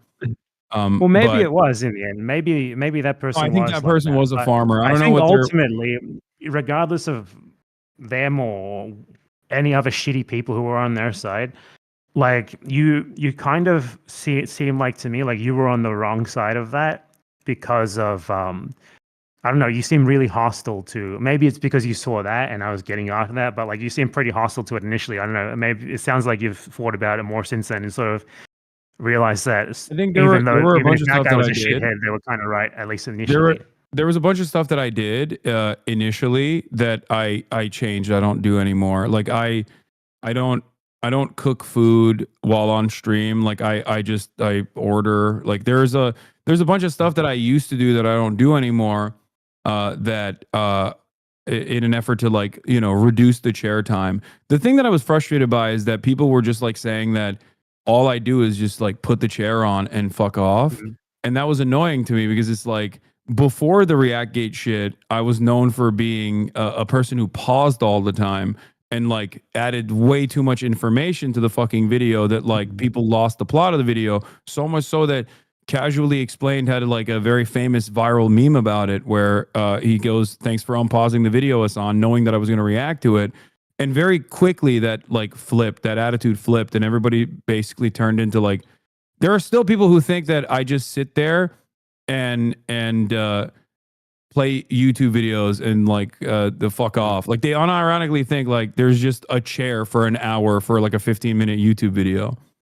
Yeah, I mean, I'm sure like in your case, you're right. It's just that in that one specific instance, that guy did have a point. And I think maybe that negatively polarized you a bit to the point where like you saw me talking about it and you were like, fuck this guy, whatever. But I think fundamentally a lot of the people who expanded on that, even though some of them are cunts, like Dark Viper AU, he hates you. He's a huge cunt. But his video series on React content, he's right. He's really right about it. Like he's a really interesting guy. He's a weirdo. I mean, he's weirder than me, okay? Weirder than me. Yeah, what's up with the Australians? Yeah, what's going on down there? What a shithole. But like the fucking Maoists are the most insane YouTubers I've ever encountered. Yeah, what I was gonna say is just like I don't think your content is like the level. Like React content is totally fine as long as the person reacting or criticizing or whatever actually adds like something to the video that is beyond just making a face in the corner like Asmongold does, and then re-uploading the video and getting the money off it. And that's basically the whole message of it. Like Dark Vibe AU has an entire video series where he talked about that. I think he uses you as an example in that too much and unfairly, but I mean, it is what it is. It doesn't really take that far away. He compared it to rape. Oh yeah, that was a bit much. But ultimately, I didn't like when people focus on one little thing about the argument to discredit the entire argument. Because that guy made like 10 hour long video series about it, and everyone just focused on that one little thing. That was And a I feel little like bit of it's a unfair. crazy argument, I think. Yeah, it's a crazy argument. It's a crazy argument, but it's not. It's it's a dumb thing, dumb way to make his point. Ultimately, Yeah, he's no, still he's still ultimately in the right in the broad strokes. Yeah, I also, like I said, I've taken the notes from all of the people that shit on me for years over that, which is part of the reason why you don't really hear too much about people saying that I'm like reacting unfairly or whatever. I don't even I rarely ever react to like an unknown channel anyway nowadays, and it's mostly just like news and commentary that I'm adding additional commentary over. But that's just something that I wanted to explain, because I was like, that was the initial reason why there was a blockade on BadEmpanada videos on the broadcast, because I heard you were like, I mean, I've said that before as well. Like, it's so insignificant. Like, it's Ethan keeps bringing that up. Like, oh my god, you said you wouldn't watch BadEmpanada, and you did. Like, okay, to be clear, even if you didn't used to watch me for the reason that he tries to claim, like he tries to claim you said I was anti-Semitic or something. Obviously, that never happened. But even if that was the case, it's so insignificant. Like, what a ridiculous talking point. Like, you watch a YouTuber who I don't like. How dare you?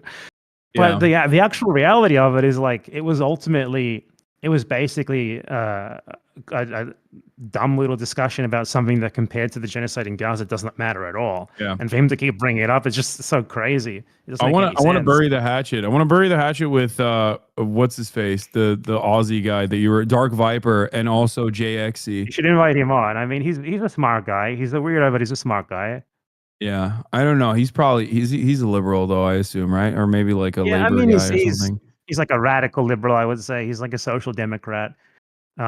He mostly just hates dumb right wingers, and I mean that's generally good enough for a YouTuber. Yeah, I mean, I think there's, I respect that. That's fine. That's a good entry point into the conversation. You should get him to watch this and get him to come on your stream, get some content. Yeah, no, I don't really care about that. Fundraiser like ours, we just hit 300K. Just so you're aware. Doesn't that mean you have to like shave your mustache or something? Yeah, 300 is, I think. I can't believe that. 275 was shaved mustache. 300 is, I don't even remember. How much is that? I haven't been looking at the stream because 268 was the main one, and then there's two others. One of them's 12,000. One of them's about 20,000. So added together, that's somebody do that. I think it's 300. BadEmpanada is profitable. They're definitely not here for Hasan. Don't tell me otherwise. Of course not. So, controversial figure, man. Yeah. I was going to say, like, what do you think about the fact that Ethan Klein made 30 minutes of your debate, like, to be just asking you random questions about me? Yeah, I mean, somewhat expected, I guess. I assume that he did not want. I mean, it was very clear that he did not want to talk about like the main point of contention, which was that he was doing propaganda at the behest of Israel and also trying to deplatform pro-Palestinian advocates, which is what he was doing and has been continuously doing. It was very interesting that he conceded. What? A staunch advocate for the Palestinian people. Yeah, no, a stalwart ally, as he said. I still haven't even watched the second half. I know you made a reaction video that was like, how long? Once I'm gone, you should stay on here and do it here. How long was your? Well, I have to pee and go to sleep, but I'm planning on reheating the second part of it. But how long was your reaction to YouTube to Context Nuke? I don't know if you've watched on your stream. I don't think you watched like the main one that I did, but it was like 4 hours long. And I mean, that's long, but a 4 hour long response to an hour and a half video is extremely short. That's really short. Because mine on the first hour, because I ended it at like 1 hour. Mine was 8 hours long.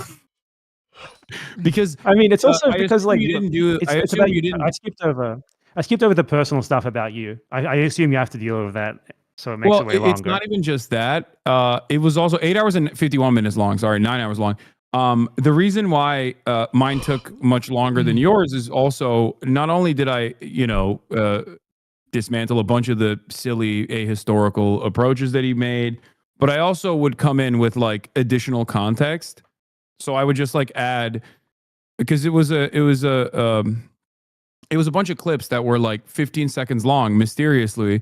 So I would just like expand the clips a little bit, like go directly to where he got the clip from, expand it a little bit, and show that the context actually was like virtually the exact opposite of the thing that he was presenting. That's also the average thing with the average anti-U video that I've watched from these right-wingers. And yeah, Ethan's a right-winger, obviously. Like, the main way that they argue is they just play a clip of you, and then I watch the clip, it finishes, and they don't actually tell you what's wrong with it. Yeah, And they just do that over and over again. Ethan did that a lot. Like, most of the clips that he played of you were like 3 seconds long. This obviously the worst one was like, doesn't matter if rape happened on October 7th, and what you were saying is completely different to what he implied as. And now like you have fucking like Barry Weiss's media outlet writing articles about you saying that and sourcing the Destiny wiki. Yeah. Interesting, right?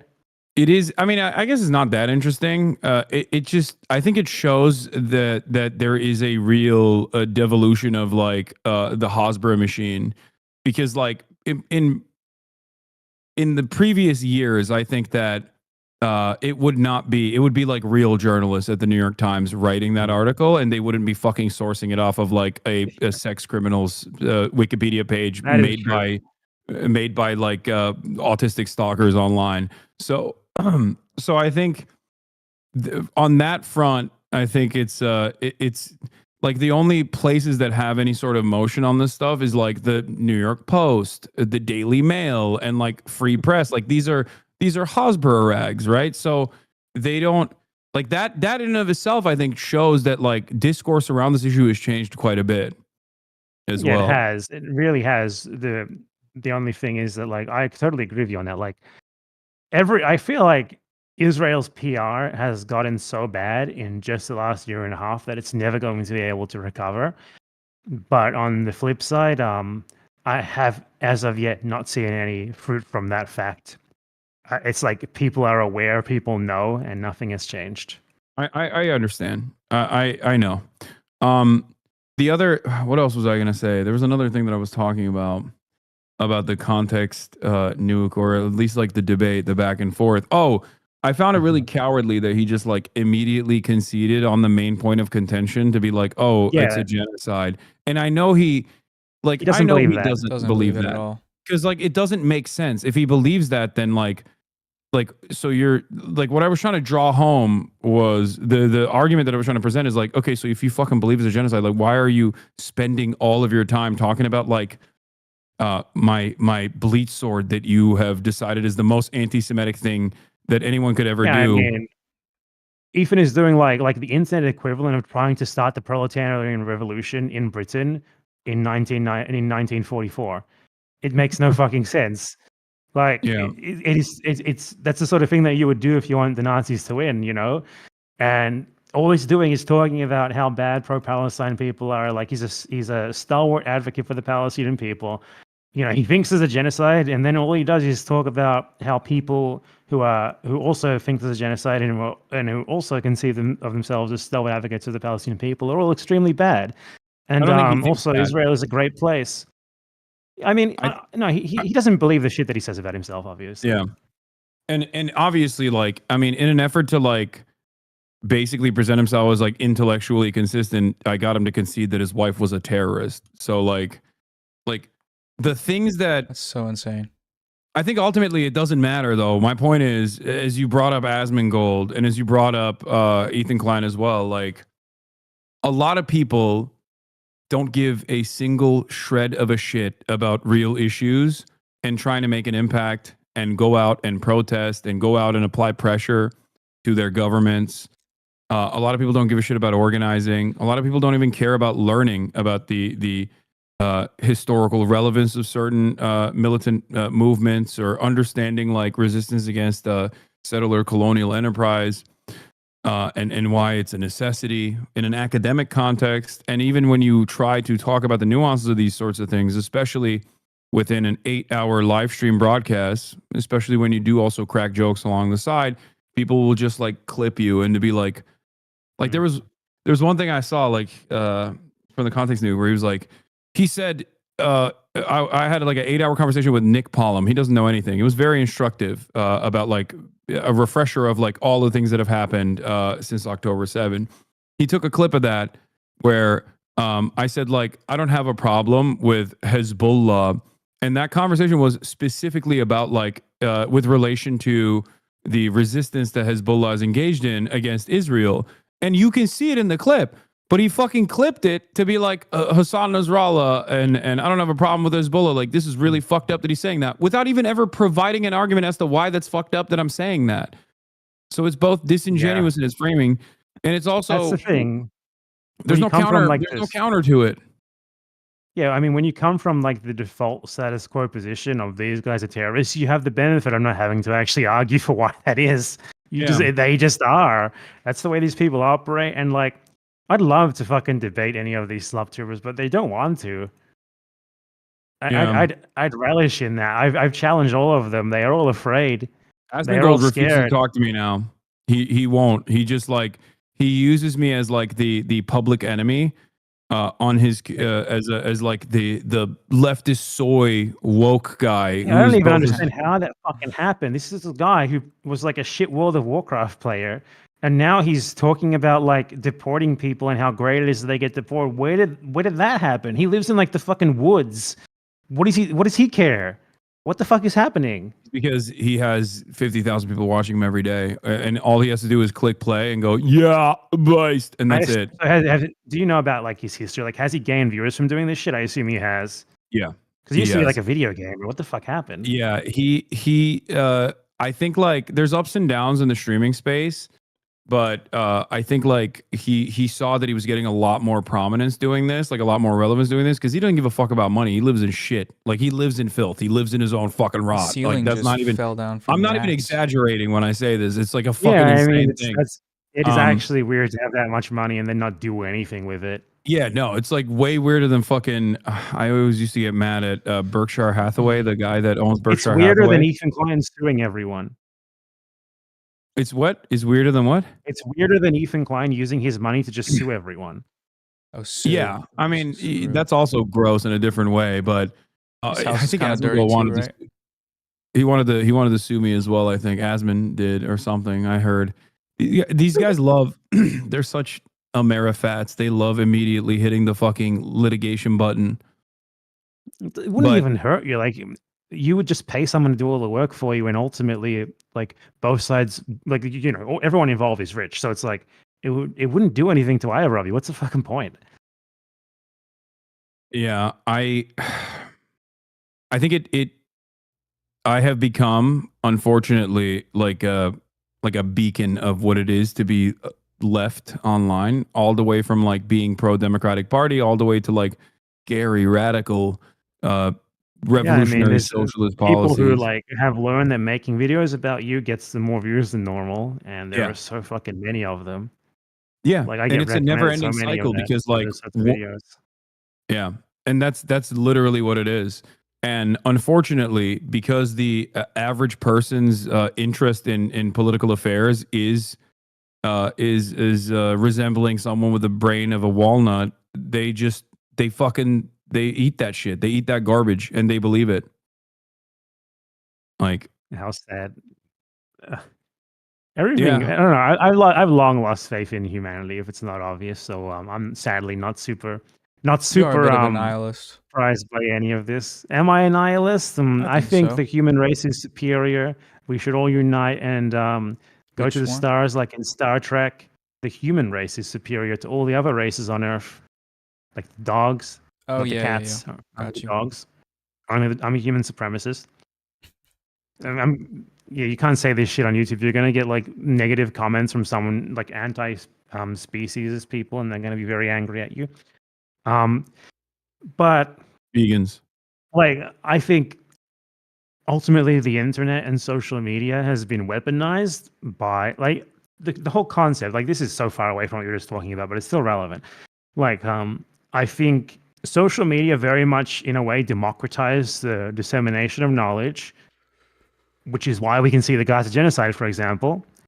But at the same time, it created like this massive arena that every single person in the world is always constantly using. Not every single person, but most people always constantly using, and it makes it so much easier to reach them with shit that turns them into a horrible person.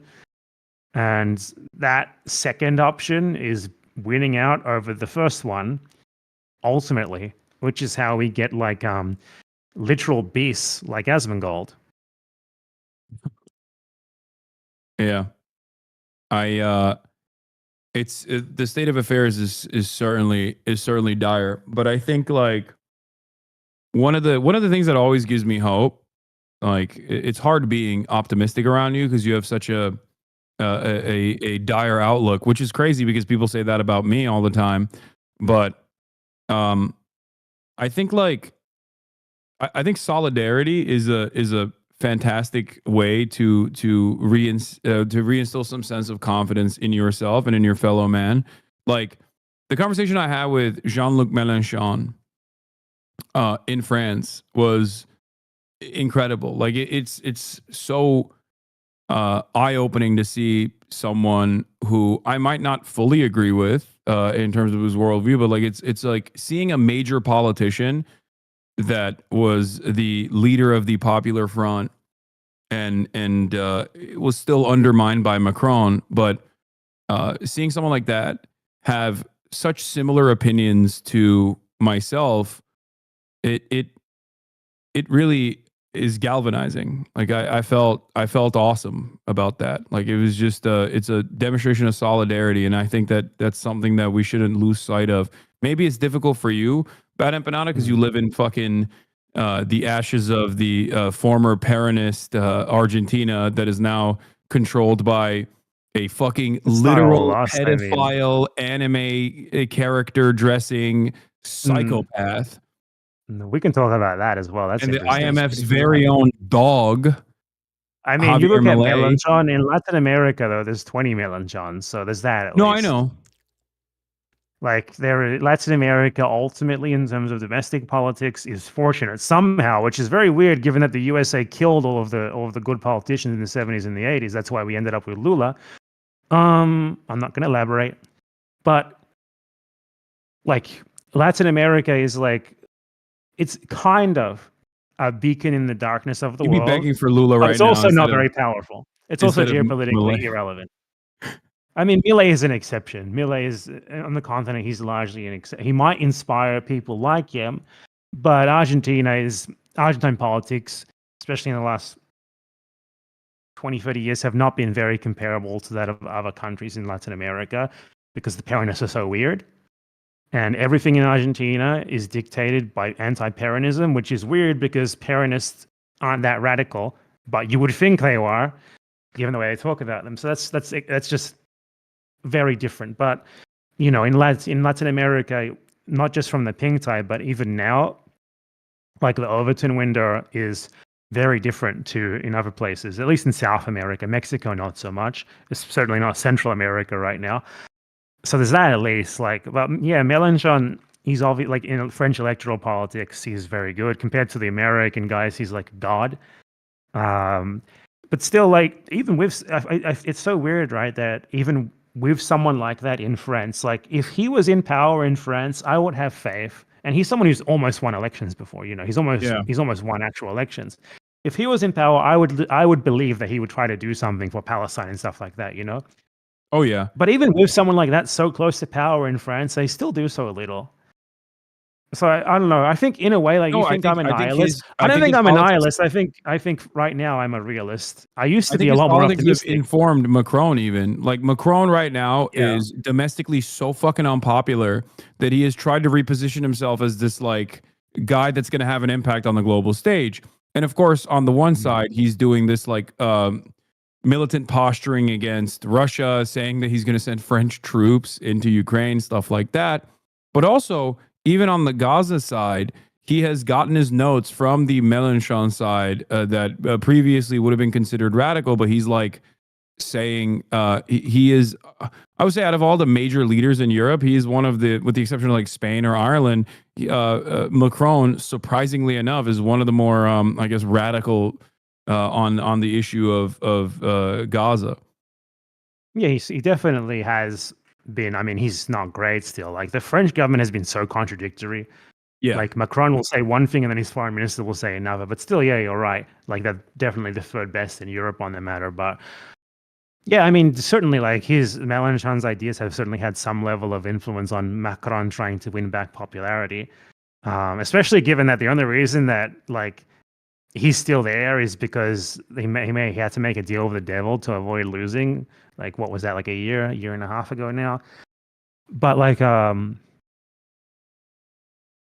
I mean, it just like this. We got to this whole thing because it was like I'm a nihilist. I'm not naturally a nihilist. Okay, I have gotten my outlook has gotten less Materialist and less nihilist. rosy as time. My outlook has gotten less and less rosy as time has gone by. If you Yeah, watch like videos that I made 5 years ago, like I made a video like the world needs Bernard Sanders. What a fucking moron I was. What an You idiot. smiled I don't a think you lot. were wrong to make that assessment. I think you were right. Maybe I I think wasn't wrong. at the Yeah, time, but I I think mean, it was a okay, maybe necessity. I wasn't a moron. Maybe I was right at the time. But now it's like we're here 5 years later and everything's only gotten worse. It's so fucking funny that Trump is the president of the US again. I'm sorry. That's so it's especially funny because it's like Trump now is what they said Trump was last time.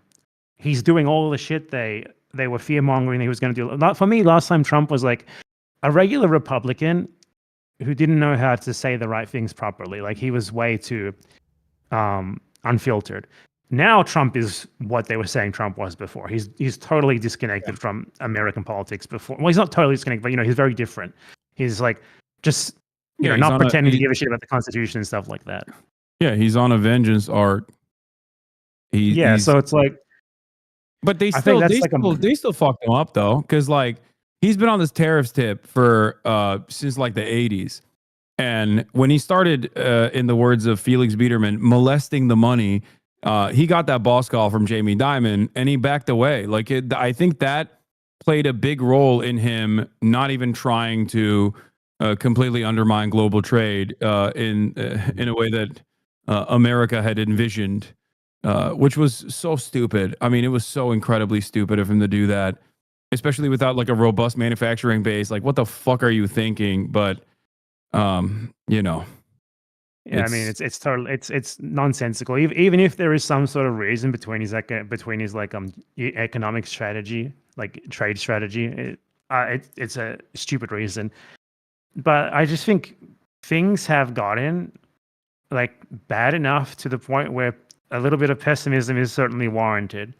And a lot of my pessimism, though I don't say it a lot, it comes from climate change because we don't talk about it enough, and it doesn't matter if we talk about it at this point.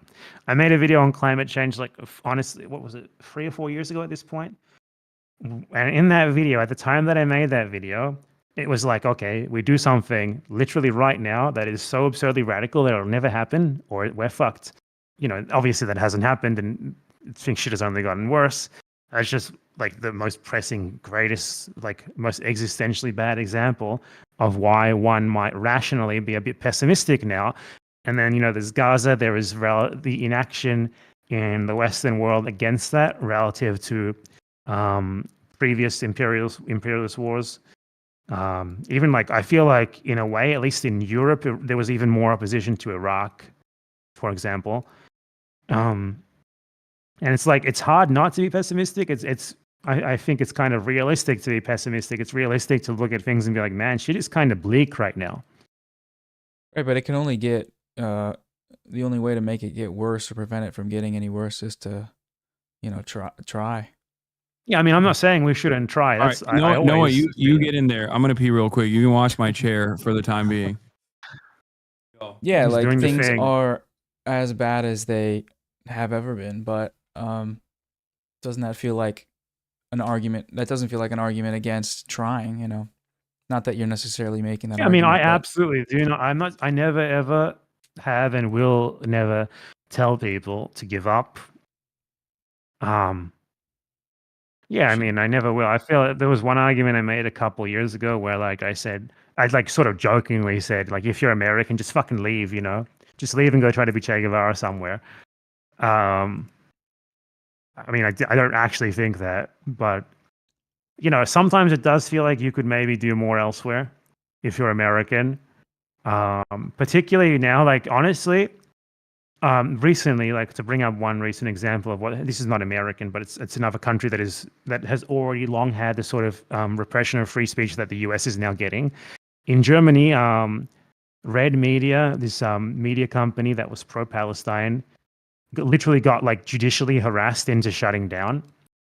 because they reported on like multiple journalists, like links to Israel and Zionist outlets and stuff. And as a result of that, like they got reported to the cops, they got sued, all of this stuff, to the point where like the founder is now facing like a 3-year prison sentence for literally just like calling out German journalists for supporting like Zionist propaganda. And when that is the sort of environment that we're in right now, and that is also where the US is going, I don't even remember what I was initially talking about. I just really wanted to shoehorn that in there because I forgot to talk about it on my stream this week. Pessimism But, like, versus optimism, I suppose. Yeah, like I used to, like, the US used to be so much better on that sort of thing. Now it's, man, what do you even say about this? Yeah, But it brings a little now more it's like, context. Oh, go ahead. yeah, I was just gonna say, like, that sort of thing is a great reason to be pessimistic, because like the crackdown on pro-Palestine speech is not just a crackdown on pro-Palestine speech. I feel it's not everywhere it's happening. It's going to be extended to other things as well. Yeah, it's an entry point into the conversation, because Israel and Israel advocacy groups are they have a stranglehold. Like, they have very powerful advocacy groups. They have a really powerful influence peddling operation that's very sophisticated. You're going to get clipped. Wait, why? Clipped anti-Semitism. Well, it's just okay. Yeah, I know it's just true. I'm just saying. Yeah, and I think that because of that reason, like these are all advocacy organizations that masquerade as like Jewish advocacy organizations. They act like they are entirely predisposed with combating anti-Semitism, and they have a lot of institutional prowess. They have a lot of institutional prominence, and I think Trump recognized that, or at least not Trump necessarily, but the Heritage Foundation, American Enterprise Institute, like the guys that did Project 2025, also had a write-out for this called Project Esther. The New York Times actually reported on this, surprisingly enough, the other day, which was weird to see. But they detail this. They talk about how the goal is to basically undermine the First Amendment by using the pre-existing liberal adjacent and firm liberal organizations to make this point of attacking the First Amendment for non-citizens and then potentially citizens alike, and create a new legal precedent. The starting point is Israel, but it won't stop there. It will turn into whatever they declare is terrorist, whatever they declare is like material support for terrorism, and that could be something as stupid as like fucking saying Teslas suck. You know what I mean? Yeah, I mean, I honestly, like, just this is sort of not 100% a response to what you're saying, because I don't disagree with it, but like, you can see, like, I don't think Trump cares much about Israel. I think Trump cares about Israel insofar as he sees it as useful to the USA. Not he's not like an ideological Zionist or anything. No, like Joe Biden was an ideological Zionist.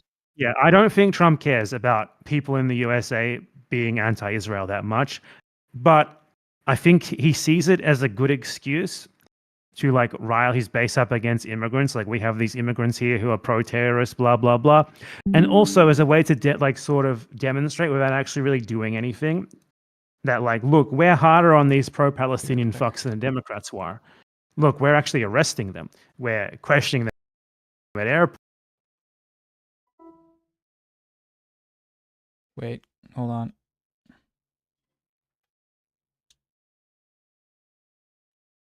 You're muted. And this other stuff. That's the Tesla stuff that you mentioned is a great example of that. Like, you're attacking Tesla, somehow you're attacking the government. I don't even think Elon Musk is like a part of the government anymore. Hold on one second. You're back. Yeah, I can't even hear Noah. Can you hear him? Wait. I can hear you now, Noah. Yeah, sorry. Yeah. I turned my headphones off and then the whole thing exploded. Keep going. Okay. Okay, what was BadEmpanada was saying a bunch of anti-Semitic stuff, and I bravely defended I hit the button. Israel. Yeah. Yep. Yeah. Hasan actually called the ADL, the ADL cop cars on the way to my house. I won't be seen again soon. Just Yeah. like the South African activists who they helped disappear back in the 70s. Look it up. Yeah. In the 90s, they got prosecuted for it. In the 90s, they literally got prosecuted for it because they were caught. They were caught So they spying got on. prosecuted as in like they got convicted, or there was just like an investigation? I think there was an investigation I remember reading about, but in the 90s they were like outed as directly spying on black protesters, of course. That's par for the course. That's a double Monty. Both Israel and also apartheid South Africa hate black people. But what was funnier is they were also spying on Jewish student groups that were also against apartheid in South Africa. So the Apartheid Defense League, as I like to call them, was spying on Jewish Americans at the behest of apartheid South Africa. Fantastic stuff. This is it's because of the like South Africa Israel similarity and alliance, they just can't hide it, can they? There are a lot of like organizations in Western countries that have like this veneer that makes them like untouchable sacred cows of, we fight anti-Semitism. And sometimes they do, sometimes they do actually. Like the ADL does actually have like for example, like resources on its website, like that accurately describe a lot of stuff in regards to anti-Semitism and like just in general Nazi stuff. Like look at this like Nazi symbol or whatever. Okay, useful, great. But that is not the primary function of this organization. The primary function of this organization is the Israel advocacy. They have to do that so they can do the nefarious Israel advocacy. Because if they were just doing Israel advocacy, they would come across as ridiculous. Like people would be like, "The fuck? Aren't you supposed to be like combating anti-Semitism? What are you doing?" And I think that's or maybe it was initially in its inception. I think it was because of the famous incident. Yeah, it was like a guy got lynched or something. So they exactly. Like I think in its inception, and somehow it became this. Yeah, in its inception, it was like a genuine. I suspect it was a genuine like a genuine way to combat anti-Semitism. And then it very quickly got swept away by Zionist interests.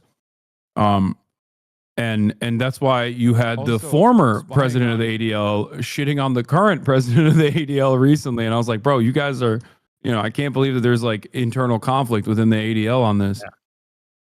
Yeah, just in regards to like the contradiction between like the ADL and the anti-hate speech image and then the Israel advocacy. I don't know if you ever seen the Tucker Carlson clip where he calls them out on that, and he's like, the ADL says that Israel should take measures to maintain the Jewish demographic majority to make sure that Palestinians can't take over.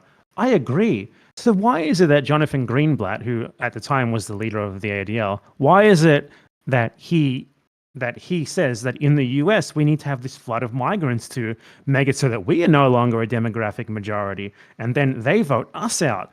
And it's like, Tucker Carlson is a piece of shit, but he's not wrong in that he's a fascist talking to another fascist, and he's saying you're being a little hypocritical to the other fascist.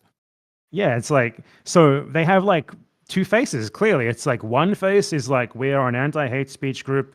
Yeah, Black Lives Matter. And then the other face is, but no, Israel, we're going to do all the shit that we rally against in the USA, in Israel, and we support it 100%. And you can't say anything in the United States of America against that, or else you will face severe repercussions. I feel like at least this is one of the reasons why I said that like you got to be a little bit harsher, is because this sort of thing, it is actually kind of eroding. Because a lot of the Zionist harassment, not all of it obviously, because they do actually have institutional power where they can do real shit to you that is not just interpersonal. But a lot of the Zionist harassment and doxing apparatus only really has its power because of the social pressure. Like, a social media harassment of an employer, and the employer is like, look, they come up to you one day and they're like, look, you're not a bad worker, but I have 200 people sending me messages on Facebook. I don't know what to do about this, so I have to fire you. The Ethan Klein method. Yeah, and then I think it's absolutely possible for us at the very least to fight against that to the point where it no longer has any power, to just laugh in their fucking face when they try to do that sort of shit, and try to educate other people on like, how like equating anti-Zionism with anti-Semitism should not be allowed to work anymore. And a part of that is, pushing back against what I call Jewish exceptionalism, which sometimes, sadly, you do engage in on your broadcast. Oh, great. This is a Oh, good here we point go. of contention. I don't think Here we go. so. You disagree with me, or you think you don't engage in it?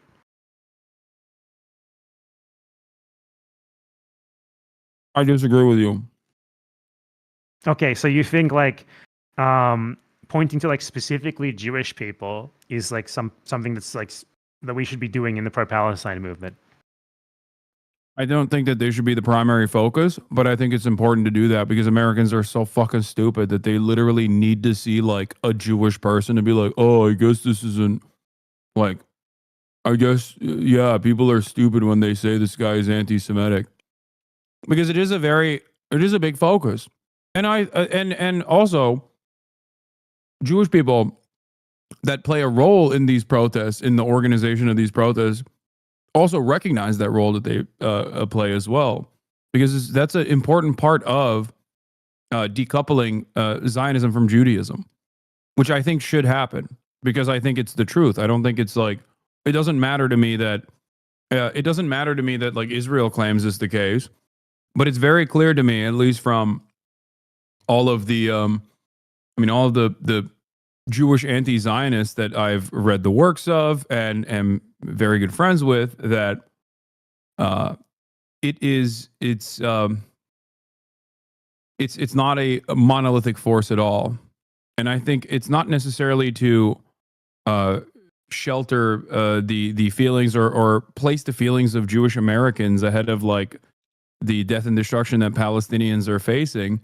But I think when I'm doing this argument, when I'm doing Hasbara, when I'm telling the truth to Americans about the situation, I think it's important for them to also recognize and to decouple Zionism from Judaism, because I think the other scary side of this is that there is truth to the canary in the coal mine, regardless of the fact that Canary Mission has like bastardized that term, that anti-Semitism is like a primary marker of fascist ideology for the most part in the West. And I worry that the only thing that will come about this is the death and destruction of the Palestinians, and then the resentment towards Israel will not stay towards Israel, but will just simply turn into hating Jewish people and It's already attributing doing that, them right? to the actions of Israel. That's And why there will be no progress Blazarian, there. all those guys get so big. Yeah. This active process. And it's also something that the ADL and all these other like Zionist groups in the United States of America actually benefit from. Like, because I always say this, like there's a reason why they come after me more than they fucking come after Candace Owens. Why don't they come after Candace Owens? She has a massive audience. I'll tell you why they don't It's come about after Candace Israel. Owens. What? Because it's about Israel. Because of what? Because it is about Israel. No, Candace Owens also is anti-Israel, but she's also And anti-Semitic. she's not anti-Israel in the way that they care about. No, it's because she's anti-Semitic and anti-Israel. So they can always point to Candace Owens and say, you see, this person is anti-Semitic. That's why she doesn't like Israel. Or same with Dan Bilzerian. This person is anti-Semitic. That's why he doesn't like Israel. But someone like myself who combats against anti-Semitism with regular frequency am a major threat to groups like the ADL or any kind of Zionist organization because they can't pin me down as someone who is simply anti-Israel because he's anti-Semitic, and that plays a big role in getting young American Jews to also move away from the. I mean, ultimately, move like away this from is this. all. This, we can't prove either way why they come after you, but I think the reason they come after you is totally different. The reason why they go after Candace Owens, they don't go after Candace Owens so much, is because she's not going to call Israel what it is, because ultimately she's someone who upholds the sort of structure behind what Israel is, which is, like a settler colonial ethno state. She doesn't really give a shit about that. She's an American nationalist. She's that sort of person. She's never going to call out like the superstructure. She's never going to call out what it is at its base. You will. I think that is way more. That is way more important as to why you are targeted, deep down, and then just this. But you also denounce anti-Semitism thing because they have no problem hiding that part. Like they never even talk about that part. Honestly, like No, they don't talk about you it. would never know the way That's they the talk major about reason. you that you say anything about it. Yeah, but I mean, the point that I'm making here is that you are more of a threat to them because of that than it is because of, you also couch your denouncements of Israel with announcements of anti-Semitism sometimes.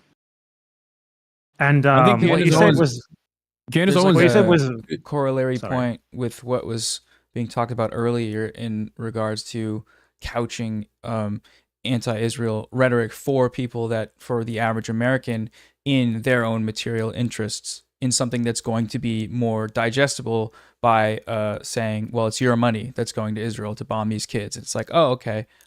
In the same way that if you bring up the fact that some Jews are against Israel, it's like, oh, okay, that must mean something, right? Yeah, it gives Even though people that's not the confidence. center of the conversation, and it shouldn't be. It's could also it's a respond to them in tactical a different decision, way, though. right?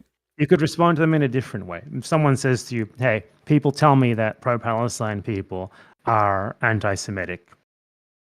What is the better response to that? Is it to say, my friend here is Jewish and he's pro-Palestine. What are you talking about? Or is it better to say, well, I'm against, I'm against states like Israel, which is states that are run by Do both. one group for one group, regardless of who they're for. And this is why I'm against Israel. It's nothing to do with anti-Semitism or Jews or anything like that. And I think fundamentally you should understand that's the problem here. You're No, talking to I an do American, both. though. I think I The do first that as one well. is nice and quick. Yeah, you do. But when That's you my also friend, I also judge point that to Saudi in Arabia. this, I will be and like, my friend told me it's okay, then the implication there is that what if enough of your friend, of people of the group that your friend is a part of, have the opposite opinion? Would that mean that there is, something legitimate to this state? Obviously, you don't think that. So No, of why do course we not. keep making this argument? I told you it's only complimentary, but the reason why I also make that argument is to make sure, because look, the reality is, if I were to, I care about anti-Semitism and not spreading it and making sure that people understand that this is an Can I just issue that should interject be. here for a second with something that will get me clipped on the H3 podcast subreddit? What? I think you care too much about it. Too much. I don't think so. Think about, okay, what are Jews in today's Western society? They are basically slightly less white people. That is no, the they're reality. white. Jews are, Okay. for the most part, firmly a part So, of the white class. Yes. The incredible singular focus on anti-Semitism as this special kind of racism that is above all else specifically exists to legitimize Israel, specifically exists to put a chilling effect on anti-Israel speech. And you are sort of legitimizing that idea by putting such an emphasis on it as well. No. And here's why. A big part of the advocacy for Israel revolves around constantly tangling it with Judaism. That is what I'm targeting. That is what I'm also trying to dismantle. Because I don't care about just simply saying I don't give a fuck if I mean there are times the reason why that has so much power is because of this idea of anti-Semitism as some ever-present singular special kind of racist threat that's always there, no matter what the social position that Jews actually do have at the present moment in time is. And what I was trying to say is that you legitimize that idea when you talk about it so much, and you always make sure to put disclaimers in your speech about it, when ultimately, for one, not only does it not matter that in regards to whether Israel is right or wrong, whether Jews support it or not, but two, when you sort of play into that terms there, which is that there's always this endless threat of anti-Semitism in the USA, which is something that they specifically play up so much nowadays, especially because they don't really have another angle to defend Israel, and the best thing that they can do is to act like pro-Palestine people are causing this great anti-Semitism crisis. So when you legitimize the idea, I'm not saying you do it on purpose or whatever, I'm saying maybe by accident, but when you sort of play into that yourself by constantly denouncing anti-Semitism by being a crusader against anti-Semitism singularly. And I'm not saying you shouldn't be against anti-Semitism. I'm not against anti-Semitism. I call out actual anti-Semitism way more than most people on the left do, which is worrying. But I don't think it's like this super singular issue that we always need to be conscious about. I think it's something that once you learn about it, you know, you can spot it, and we don't need to like always be couching what we're saying in like disclaimers and all this sort of thing to make sure that they don't think we're anti-Semitic. Because by doing that, we very much legitimize the Zionist framing of the issue, which is specifically that anti-Semitism is super important. The problem here is not that we are not against anti-Semitism because we aren't. The problem is that very idea that anti-Semitism is presently this massive, like, overbearing threat that we all should be super concerned with, because that idea legitimizes Israel, and it's not true. I do both. And that's the reason why I said I don't agree with what you're saying, is because I don't know if you see this or not, but I spent a great deal of time talking about precisely what you just mentioned, as far as like how this is weaponized, or how this is like classified as like a specific form of bigotry that is oftentimes bastardized. You're saying like Jews by and large in the United States of America like are classified as white and are in an exceptionally privileged circumstance in comparison to like the Palestinians, right? That's like you're saying. So like therefore, I'm saying in comparison to other Americans, for example, as well. Or even in comparison to other Americans. Sure, fine. I understand. I understand where you're coming from. Having said that, it's still a real bigotry, which is why I think that it's important to make sure that people are not taking their eyes off the ball. And I worry that because Americans are so wired towards bigotry, that the only way to make a convincing argument for them is to literally entertain anti-Semitic conspiracies. And that is why I think it is not a mistake that some of the largest voices that are seemingly anti-Israel in mainstream political discourse, including but not limited to, is the likes of Tucker Carlson or Candace Owens or Dan Bilzerian. All of these people who are basically they're incredibly popular, partially because they don't necessarily care about Palestinians. They don't give a shit about Palestinian emancipation at all. They're just using this as a popular. They're using this as a way to drive home more nefarious discourse about the ways in which Jews are controlling American media or whatever the fuck. And I think it's wrong too. And I know you agree with me on this, especially on the front like of the whole Israel controls America. Like there is an incredibly sophisticated and very expansive influence peddling operation from Israel into the United States of America that has solidified its like favored client nation state status. But ultimately, America still, if they wanted to, could just as easily make one fucking phone call and stop this in its entirety. Yeah, I think the Israel lobby is allowed to exist more so than anything else. Yeah, exactly. So you and I both agree on that front, and so I'm not necessarily doing this as a way to say like Jews have this special status in America. Let's only care about them. Their opinions are more important than the opinions of like Palestinian Americans, for example, or anything like that.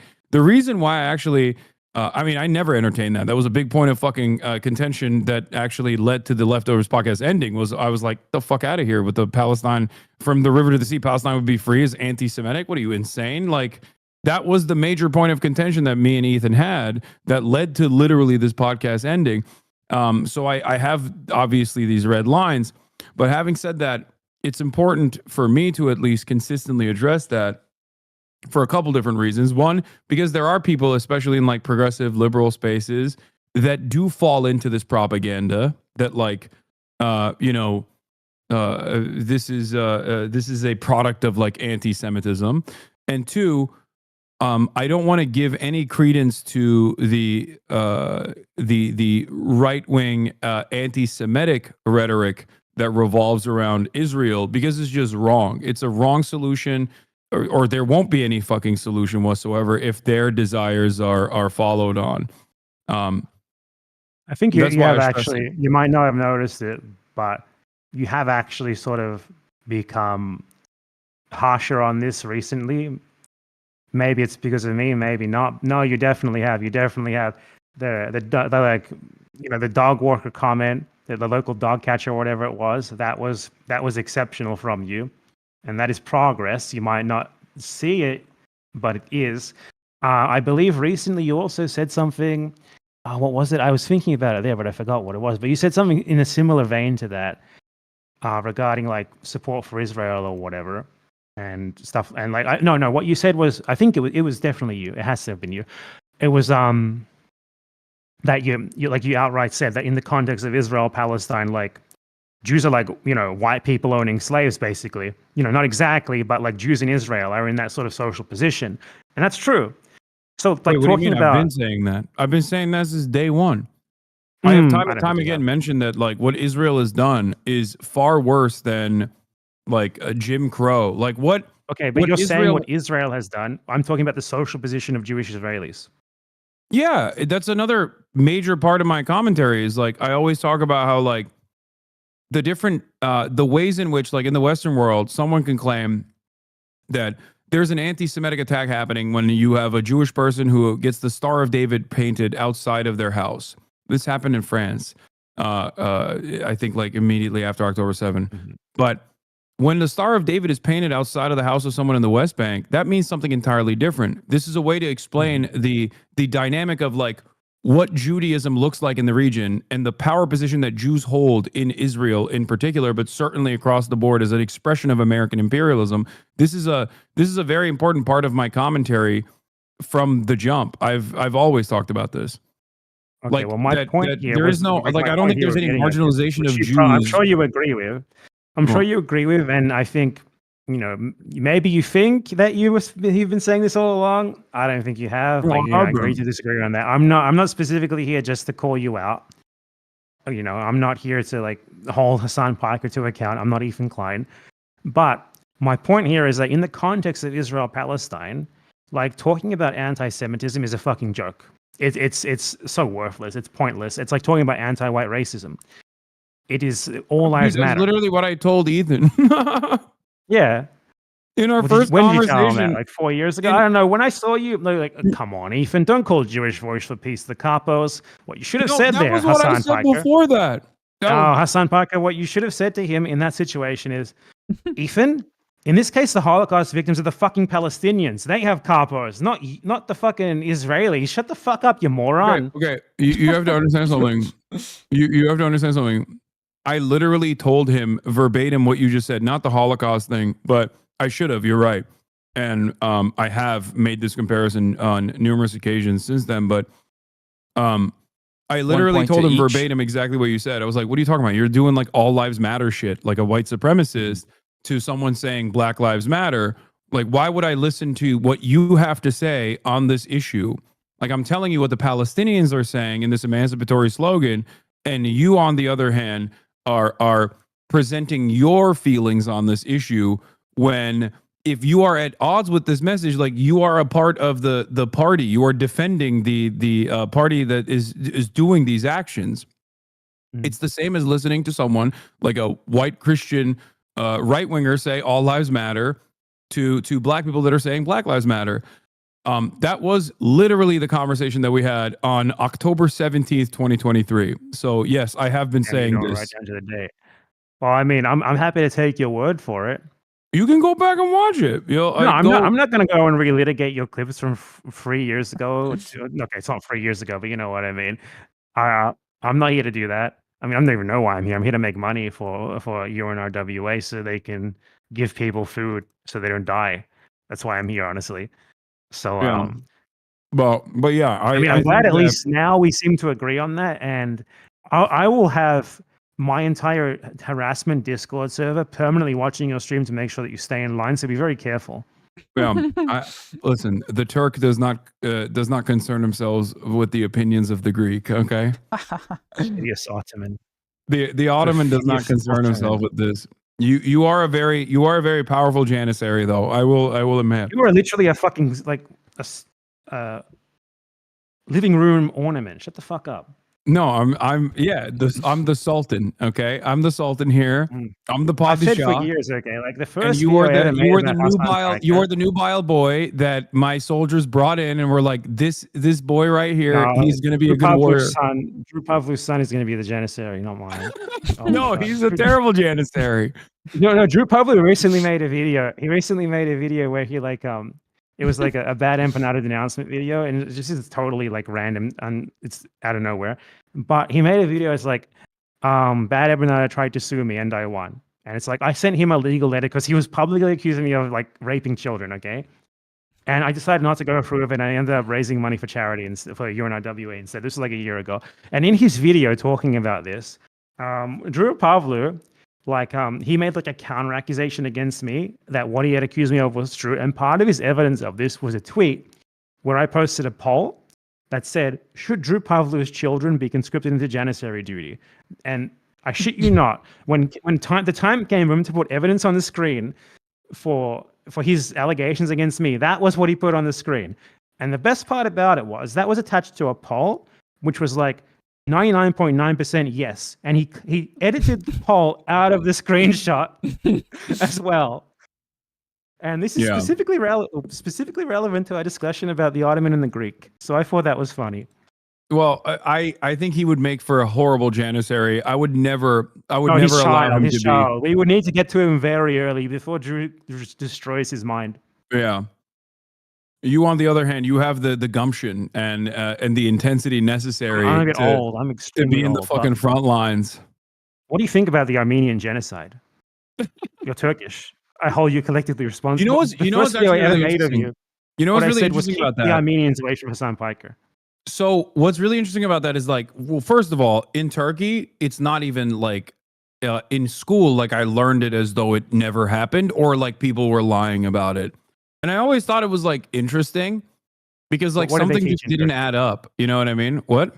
So they just don't talk about it at all? No, I don't know what it looks like now in like current curriculum, but yeah, when I was growing up and I went to I went to middle school and high school all the way up into high school in Turkey. It's like kind of embarrassing to kind of admit this, but like System of a Down kind of played a role in me going, maybe there's more to this, like to this narrative, which is such a strange thing to admit now, like, you know, decades later. But yeah, that was my first like introduction into perhaps the overarching narrative that the state was presenting as true was maybe not true.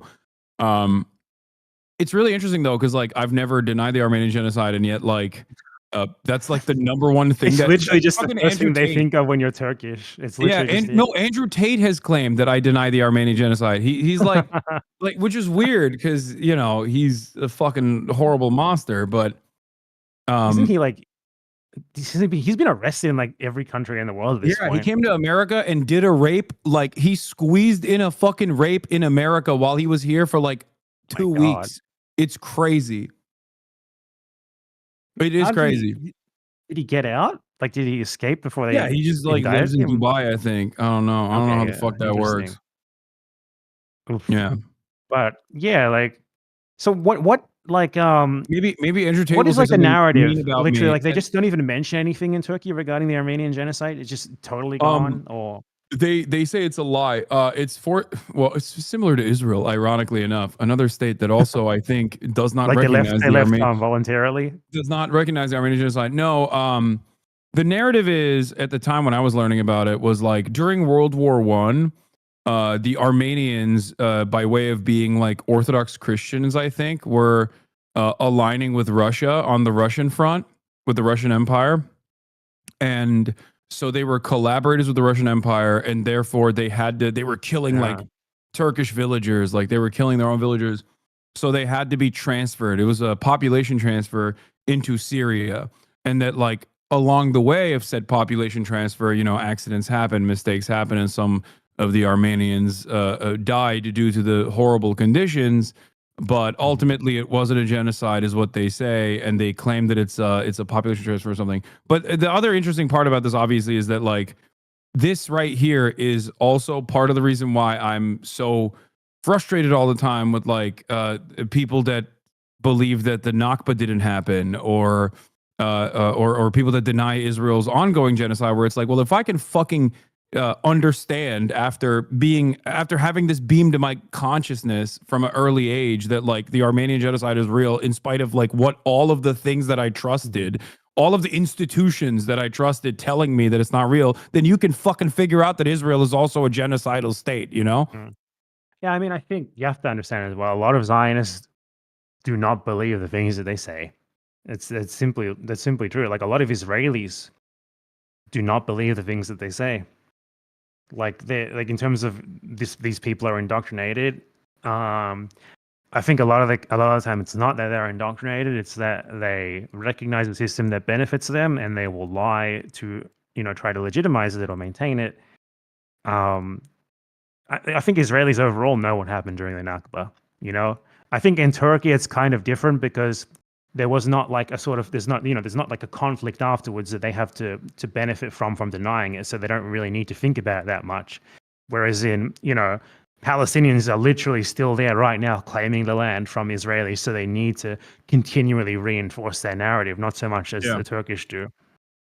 Yeah, no, that's definitely true. I mean, it's like in America, once a long enough time passes, like no one talks about or cares about the indigenous genocide of the Native Americans. Biden literally went and just apologized to Native Americans, and everyone forgot about it the next day because it's just now they're comfortable talking about it because there's no consequences for talking about it. Yeah, exactly. And that's my biggest fear, is that like this will be relegated to the dustbins of history, and then like Israel would do like fucking disgusting land acknowledgements 100 years in the future. You know what I mean? I just like thinking about that makes me so angry. I don't know. I don't even know if Zionists would do that. I don't know. Zionism seems like a particularly bad settler colonial ideology that might even reach that stage. Probably not. Yeah, because I hope that there will be a dismantling of Zionism across the board, and that there will be a single solitary secular state. Inshallah. Yeah, I mean, on its own, Israel will collapse probably. It's probably unsustainable. However, clearly, Israel is presently trying to just get rid of all Palestinians. Like they're trying to do that. The problem is for them, they are kind of a small country without basically no geopolitical leverage anymore. Like whatever usefulness they used to have in terms of fucking up fucking around in all the politics of their neighbors, they're kind of beginning to outweigh that in their just blatant and overt genocide that now everyone can see, and even their own people are having trouble denying. So I don't know. Maybe there is some case for optimism there in that, Israel is not going to be able to carry out their goals as much as they would like to, and they might try they might like explode under the weight of trying to, because Israel is not like the colonial United States, where they could just do this shit with literally zero consequence at all without any help from anyone. It is a country that is totally dependent on the rest of the world to even have a slight chance of existing. And for it to do what it wants to do, while its allies can also somehow sell the idea that they are for a two-state solution, all that sort of stuff, I don't know, it seems untenable, but they're definitely trying anyway. Yeah. I mean, we'll see. I think they have a grand design in the region, and Israel plays an important role in this. And I think that there's going to be more. Israel's going to play a major role in going against Iran as well, because I think the ultimate goal for America is to go and decouple the rest of the world from trading with China, move them to like India or other secondary markets for manufacturing, only so they can more easily go to war with China. I mean, I think Israel has been super important to Middle Eastern strategy for the US in particular. I mean, you can see the result of that right now. The reason the Arab countries don't do anything about Gaza is in large part thanks to the role that Israel played in just totally fucking up regional geopolitics to the point where the US was able to capture their governments. It's Yeah. it's No, for been sure. amazing at that. But then there's also like even though like there's a normalization between Israel and Saudi Arabia, Saudi Arabia and Israel are like going to be rivals at some point because their own interests in the region is kind of conflict. The Saudis want to be the hegemon. Israel also wants to be the hegemon, and at some point that's going to come to a head as well. So the U.S. like aligning with Saudi Arabia also sort of puts, I feel like a time limit in Israel's existence, honestly, because it doesn't matter. The US can't control Saudi Arabia. They want you to think that they can, but they don't. They support it. Saudi Arabia is way more powerful than Israel will ever be. And I think Yeah. that creates a situation where eventually Israel and the Saudis will get into a spat about something, and that will probably balloon into a conflict between the two. It's just will the Palestinians be dead before then? I hope not. I mean, I think if the Saudis were thinking that far ahead, they would already also have a foothold in the resistance to a certain degree, in the resistance against Israel, at least to make sure that there's like decent relations if that time ever comes. Yeah, I mean, I feel like they're too cocked. I mean, the Saudis are cocked to some degree. I sound like a serious political analyst, don't I? By No, they are the US. servile dogs to American interests because primarily they want to diversify their investment portfolios. They want to get a stronger foothold in Western capital. They want Western capital to come into the country, and they care about those things, and they know that. And also, they like the weapons and possibly get a nuke. And all I of think those if they things, Donald wanted a Trump's going nuke, to they give would them. already have it. No one's stopping them. I think Donald They Trump's might going to already give have them. it, honestly. I don't know. I don't know if they already have it or not, but by the end of Trump's presidency, no, I don't know how long that'll be. They probably will have one. What do you think the openly. world will look like at the end of Trump's presidency? Nah, dude, I have no fucking idea. I don't know. He's the great peacekeeper. Did you see that Dan Saltman? This is totally unrelated. Did you see that Dan Saltman called you out because it's possible that your interview was 50 minutes instead of 2 hours? What do you have to say to that, Hasan? It comes out. Yeah, dude, that was really funny because like I think he openly admitted that he's like lying, and it doesn't matter that he's lying, and that what I matters need is to like the question you narrative. here. I need to, this is your entertainment, okay? I'm a CBP Okay. officer. I'm All Iraqi. right. Uh-huh. Saddam was a lion. And also, Saddam was a lion. Yeah, though. he was a Baathist. Every Iraqi I've ever met has told me that Saddam was a lion. And also, so how long was the interview? Oh, I don't fucking know, dude. I have no idea. He's I think they did a I mean, you probably weren't counting. they did like a timeline assessment, and I think they like added some time to like when the plane landed or something. I don't fucking know. Like, who gives a shit? So, I mean, I don't know. Like, it's like Hasan Piker was only interviewed for 30 minutes. Okay, so what? I mean, they Like, interviewed you like in the point of place where they contention- take the non-citizens. That's yeah, the whole the problem. point of contention there isn't like the length of my interrogation. The point of contention there is the fact that they asked me about like what my loyalty is to Donald Trump or Israel. People were trying to frame it like this is normal. Like this is something that happens to everyone when you internationally travel. No, when you internationally travel and they ask you questions, like they were comparing this to like, oh, you get asked when you give them your passport, and is this business or pleasure? They think it's the same fucking thing. Yeah, no, you it were was literally not. pulled aside for like an interview that they usually only give to like foreigners. Yeah. To ask you about basically whether you're a terrorist. But also what's funny about it is that like the Department of Homeland Security admitted that it happened. So I don't know why they're like still running this narrative that like this did not happen actually, because like the DHS openly was like, it did happen, but it's routine. He's lying for likes for saying he was politically You want to know who targeted. did lie about something? You ever hear of Ethan Klein's skulls? Yeah, that's what the interviewer asked me, and I was too afraid to admit that. Yes, he was. Oh, he said, "Hey, it says here that you have a sword that Ethan said was a swastika, but also admitted wasn't a swastika. What do you have to say about this sword? Where did you purchase this sword?" At least the DHS guy was 10 times smarter than these motherfuckers, and he just immediately recognized that Rashid wasn't a Houthi. Yeah, that's why I thought I lucked out with the fucking Iraqi agent. But you I would think that was- someone who works for them would at least know that sort of stuff anyway, even if they want Iraqi, you know? Or maybe not. No, I think the reason why they gave me the Iraqi guy was because I assume I don't know too much about They the thought you were an background. Arab. No, not because I'm an Arab, but the line of questioning was going to pertain to like Middle Eastern stuff because he asked me if I traveled to the Gulf and shit too. So I think they have like different agents that are more knowledgeable on certain issues. So they were like, oh, like we'll give the Iraqi guy to question this dude. Yeah, Because probably like, that. because I was coming back from France. I wasn't coming back from the fucking Gulf. Like I was coming back from a family vacation with from France. But that was the other reason why that was suspicious. Why are you asking me about Israel Palestine? I'm just traveling back from France with my family. Interesting. I mean, they just saw an opportunity to like potentially get you. That's really all there is to it. Yeah. Like if you had said the wrong thing, then I don't even know. Like, how would they arrest you though? Even if you had said, "Yeah, I love Hamas," it's the USA.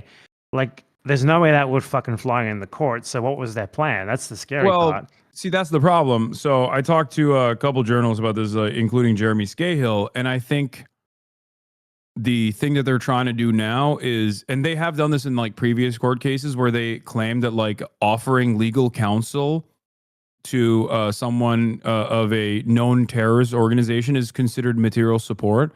And that's an expansion on what previously used to be considered material support.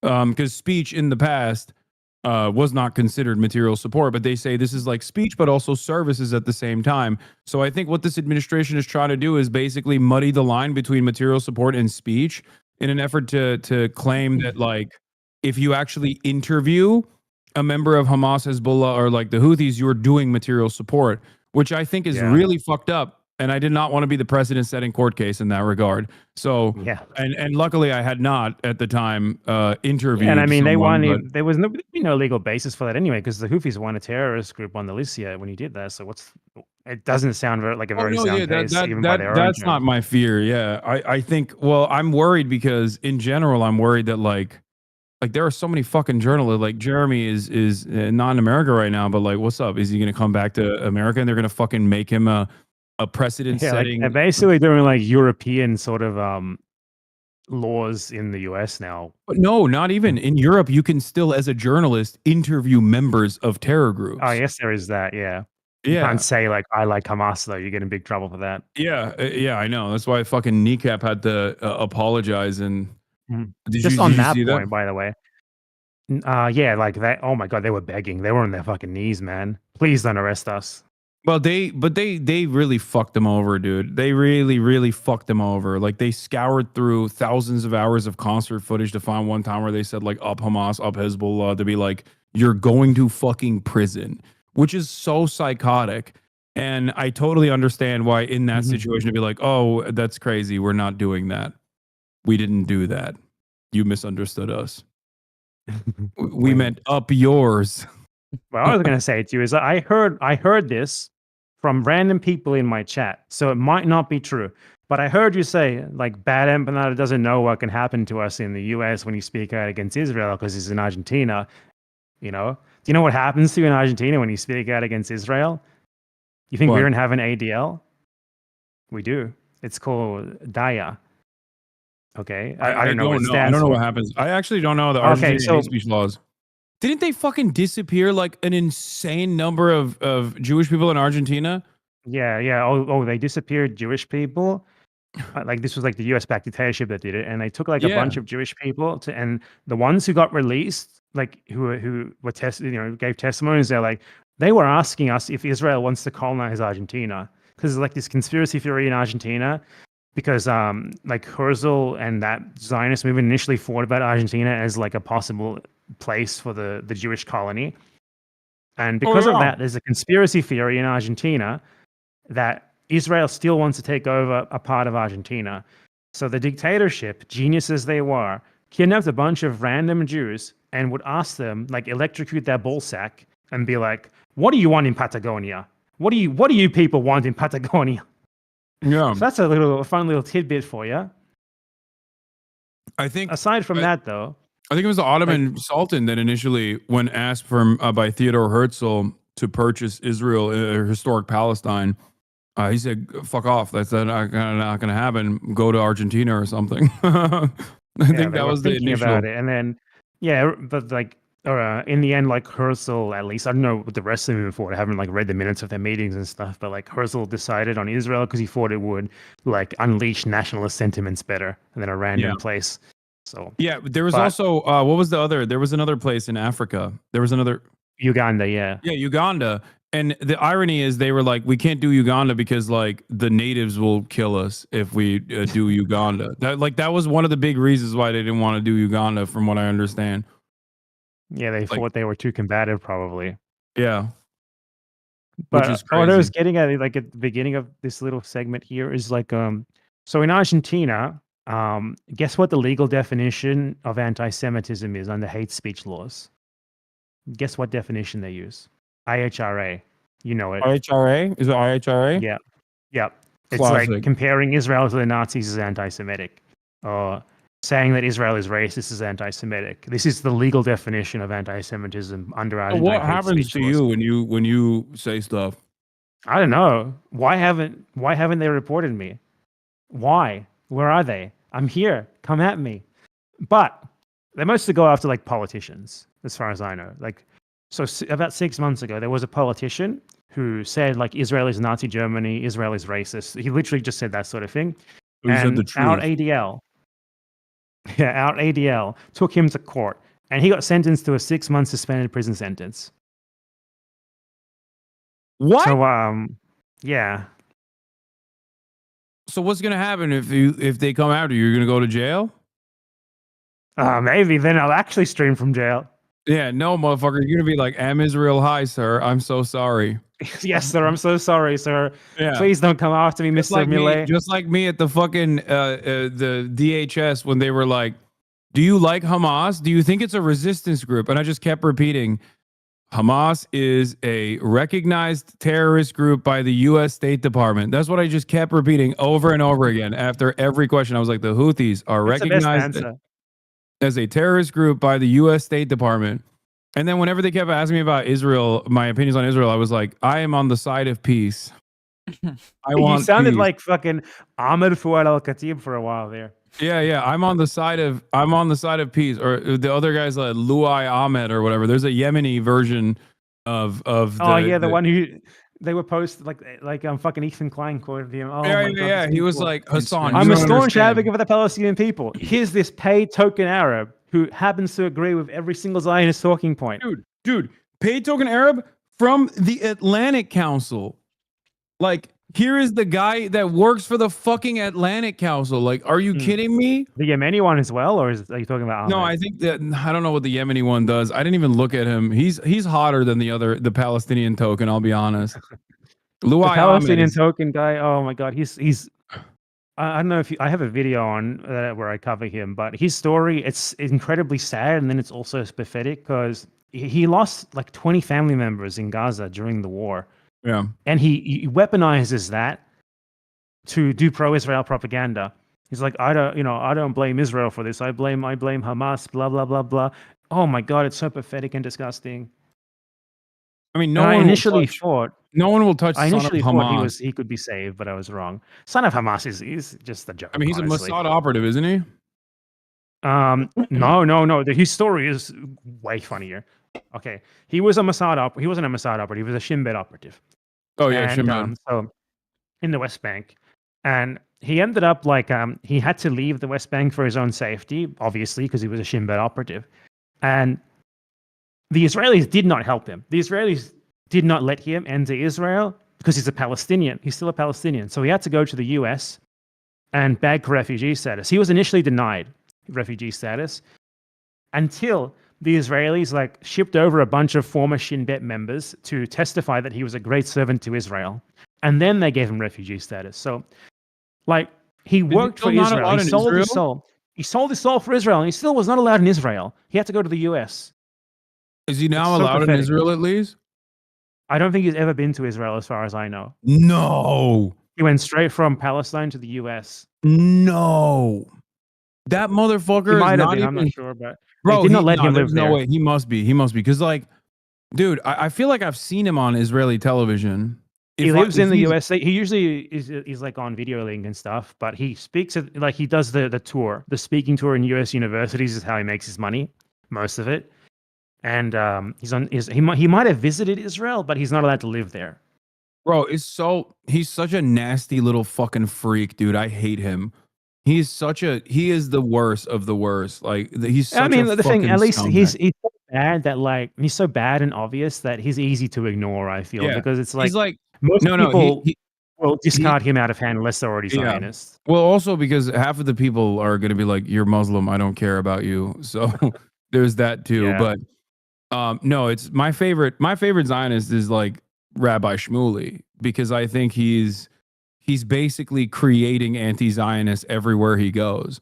Like you could have motherfuckers who are like, listen, I went to Jewish camp. Like I grew up loving Israel. And then the one time that they stand next to Rabbi Shmuley, they're like, I'm done. I'm over. We have to dismantle the Zionist I don't know entity. anything about him. I mean, I've mostly heard him because I've seen anti-Semites talk about how much they hate him. So you're anti-Semitic by association. I'm sorry. No. I think that he is not he's gross, but I don't think he's like, he doesn't anger me. I think it's like funny is what I'm saying. He went on Piers Morgan and said on October 7th there was 400 bloody breasts that were cut off of women. Yeah, and they played stuff soccer. Like that. They played. He said they chopped off Jewish women's breasts and played soccer with them. 400 of them as well. Man, that's where Ethan Klein gets all the shit that he makes up about himself from Israel. It's like they mailed me the skulls, they cut off the boobs. It's the same sort of shit. I don't understand what any of that. See, that's the other thing. Like, I don't give a fuck about the drama stuff that happens to Ethan at all. So, like, that was also really weird when he was like trying to fucking pin this shit on me. And I was like, did you ever get evidence that like someone called CPS? And he was like, no. That's another thing. Like, I have not seen him provide any evidence that it even happened. And I mean, we're talking about the CPS shit. They're going to be so angry about it. I don't know. I'm not going to take anything this guy says at face value. He doesn't deserve that.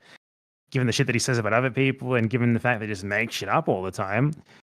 But I just don't understand how this is like pinned on whoever the fuck he seemingly is beefing with. You know what I mean? Yeah, I mean, he's someone who was backed into a corner. I feel like he knows deep down that he can't. He's defending something that is indefensible, and when you're in that situation, you scream victim, and that's what he's been doing. Even if the CPS call did happen, like creating a victim narrative out of that is insane. It's just like a little checkup on your kids for a day or two. Like, give me a fucking break, dude. He treats it like he was raided by SEAL Team 6 and the concubine guy took his kids to be like his janissary or something. The concubine guy, if you don't know, is the guy is SEAL Team 6 the one who killed Osama bin Laden? Yeah. I'm going to pretend they are. But one of them, to a bunch of twinks on Twitter that without social media, you're talking about Mick Booyah. That's my reference. Yeah.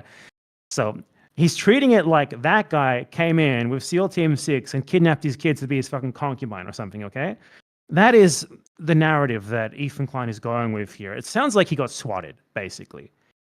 And dude, it's just a visit from CPS. Should someone have called him on you? Like a random viewer? No, you shouldn't give a fuck about this guy and his kids enough to do that.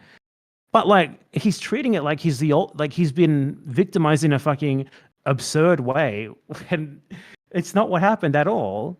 And he's been doing this more and more and more. He's a victim of harassment. Everyone's harassing him. People called Hila a terrorist. There's no discussion of whether, by his own definition, she merits that label or not. Which is, by the way, how I got involved in this in the first place. Because I saw what he was saying about Rashid, and it fucking offended me that he sees a Arab teenager when, by his own logic, his wife fits that definition that he was using. So, think a little bit before you say dumb shit. Luckily, this fucking CPS agent certified. CPS or not CPS. Sorry, Customs and Border Patrol, CBP agent certified. Rashid al-Haddad vindicated. The American government's official position is that Rashid al-Haddad is not a Houthi. Okay, I think we could put to bed these claims, because I would otherwise be in jail right now, I guess, and be a precedent-setting legal case that undermines free press and free speech in this goddamn country. Yeah, I mean, and then are the Houthis terrorists? Aside from by that definition, you don't comment because they might arrest you. In my opinion, they are not. Because Oh no, I mean, I what have told they him that. done? I did tell him that. I was like, I think. Oh, you shouldn't have done that. That's a bad idea. No, I know. I told him I did like the softest approach. I was like, I'm of the mindset of the Brookings Institute when they wrote a report in 2020 that Donald Trump's assessment on his way out of the administration to declare the Houthis a terrorist organization was actually quite problematic because it actually rendered aid. It stopped the rendering of aid. And it actually had zero impact on the Houthis because they had no financial incentives tied outside of Yemen. I told him that. Yeah. And I mean, the entire reason that people are calling them terrorists is because of the blockade. If they Yeah. weren't doing the blockade, none of these people would even be talking about them. Like, Yeah, I Biden don't took them know enough off. about what the Houthis have done aside from that to say that they haven't committed terrorist attacks or not. But that specific instance is not terrorist attacks. That specific action that they're taking isn't terrorist attacks, you know? And people just harp on that. Like, if this guy was actually a Houthi, if he had actually helped to hijack ships, good on him. Yeah, I this is the thing like that I tried to explain to everyone that doesn't listen because I think that they care more about like a gotcha in their minds. But I was like, I don't care if he's a fucking Houthi, dude. I thought he was before I interviewed him. I interviewed him. He has no reason to fucking lie to me. He said he's not a Houthi, and then we moved on to other shit. Like, but even if he was a fucking Houthi, it's not going to stop me from interviewing him. And I've stressed this so many fucking times, and people literally don't understand. They're like, "Nah, we got you, bro. You admitted he was a Houthi, and then you lied and you said he wasn't because you're scared." And it's like, no, I'm not. I think it's my constitutionally protected right as an American citizen to actually fucking conduct an interview with a member of the Ansar Allah administration if I fucking want to. Okay, I will have a Al Houthi family member if I want to. Like, what the fuck are we talking about? I saw some of the slop tubers set up the argument that you shouldn't have done that by saying like, well, you know, Osama bin Laden was interviewed, and that's not necessarily something that, you know, shouldn't be allowed to happen. But in Hasan's case, it's actually different for actually no reason at all, just because. No, it's the Hasan reason doing is it. because they say Hassan glazed him. He asked him about fucking One Piece and shit. You talked That's about what it an is. anime. Where they're so stupid. It's like, yeah, they I didn't did. talk I asked about fucking- anime with Osama. I asked a bin Laden, 19-year-old Yemeni teenager who, even if he was a part of the fucking Houthi movement, I would not consider to be like an enemy of America. Or even if he was an enemy of America, fucking good. We deserve to have a lot of these fucking enemies. Like, what the fuck are we talking about? What are they supposed to love us? Like, we did a fucking man-made blockade that created massive famine in the goddamn country, and we weren't even brave enough to do it ourselves. We let the fucking Saudis do it with our goddamn weapons and our fucking Air Force and our munitions. It was Boeing rockets that blew up the goddamn school bus in fucking Sanaa and shit. And oh my god, I can't believe they're walking over the Israeli and the American flag. Like, suck my dick, dude. They can do whatever the fuck they want with the American flag and the Israeli flag. I wipe my ass with the American flag. Fuck this. Hell yeah. Do you? But You might get arrested for that soon. I know, but it's like, I mean, this is the shit I do say all the time, and then people will clip it and be like, look, he's so radical and he's so scary. And it's like, yeah, let's not investigate why people would be so resentful about America. Let's just simply talk about how Hasan only says America bad. You know? Look, the next Yeah, I time mean, someone like, yells at you about that in and they most of clip you, these you should be like, situations, it's true. hey, send them to me and tell them to debate me. Not because I want to like be your champion or something, but because I need people to debate because I destroy them and they're all scared. And I need someone to send them to me. So could you think about that? Okay, I'll ask them to debate you in the I future. would be the biggest fucking debate, bro, but I can't fucking find people to debate. Like, the people who debate me are like random Reddit commenters who like send me emails and they're like, hey man, I'm an Ethan Klein fan and I wanted to talk about this thing that you said. And it's like I respect that you're willing to debate me, but I prefer to speak to someone who's like a YouTuber or a Twitch streamer or something rather than a random guy. It's not going to happen. The only reason why they do it to me is because, one, I have a lot, like, no disrespect to you, but you are in the filth all the time. So like, it's very hard to tackle your image in that way. Like, it doesn't matter if they clip you out of context. Like, Yeah, I mean, and then also on top of that, and be like this.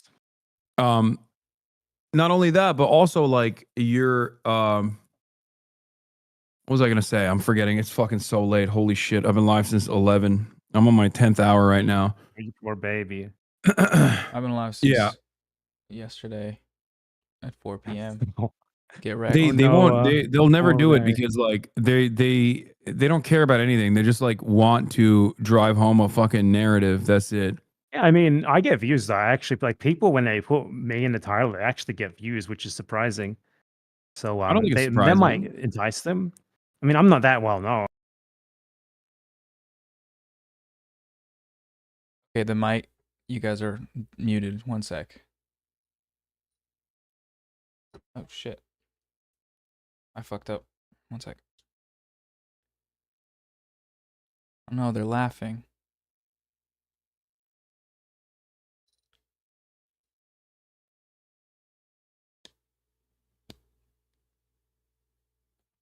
They're sharing so many laughs anti-Semitically.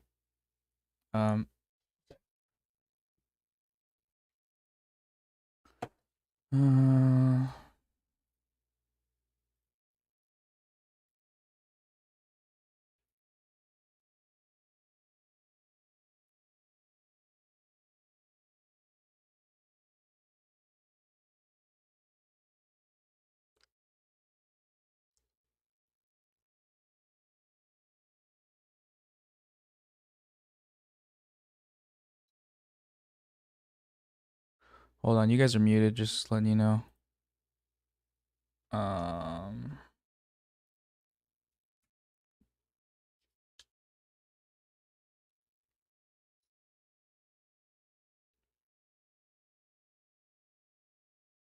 Saying Ethan Klein debate me.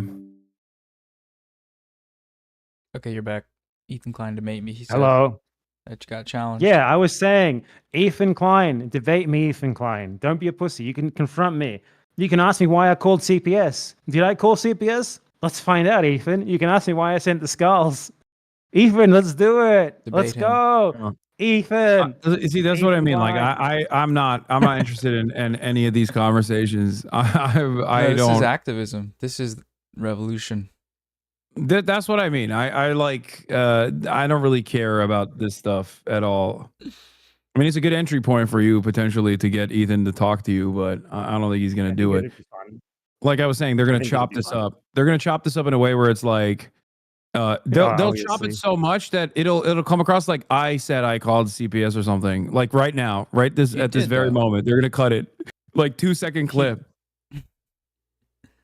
And his fucking audience is so stupid that they will believe it. That's what pisses me off about everything. Like, sure, we talk about politics, we talk about the pessimism that we feel, but goddamn, there's nothing dumber than a fucking slop tuber enjoyer who unironically has an inflated sense of fucking intelligence from watching some of the dumbest people on the planet try to talk about complex political issues. There's nothing that breaks my brain more than like having to fucking entertain a guy who can't even string 3 fucking sentences together, being like trying to repeat the talking points that they got from the likes of Ethan fucking Klein, who a couple years prior they would have openly recognized is a dumbass who is only predisposed with goofs and fucking gaffes. Or has been what told. about Ethan Klein's like original, like the way he gets the talking points in the first place is from like a game of telephone from his 5 staff members in ChatGPT.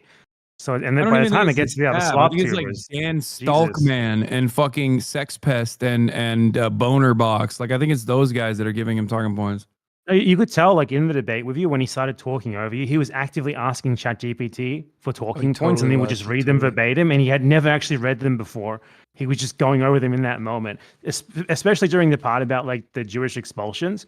Yeah. Holy shit, that was the most obvious ChatGPT moment I've ever seen Dude, in my life. I don't think it was ChatGPT. I suspect it was Boner Box that gave him like he clip chimped Avi Schleim, dude. Mhm. That was I'd do so that. fucking devastating. I was like this is such a disservice to hundreds of thousands of people that are gonna fucking watch this and believe you. Like you are deluding Yeah, I hundreds mean, of thousands of people. It makes that me debate was so such a mad. fucking shit show as well. Like literally just talking over you, reading like an entire thing that someone else sent him while you're still speaking. Like, oh, holy fuck. That would be my debate with him. But the thing is, I would like scream back at him. I would scream louder and I would win. So it's okay. Yeah, that's not how that works.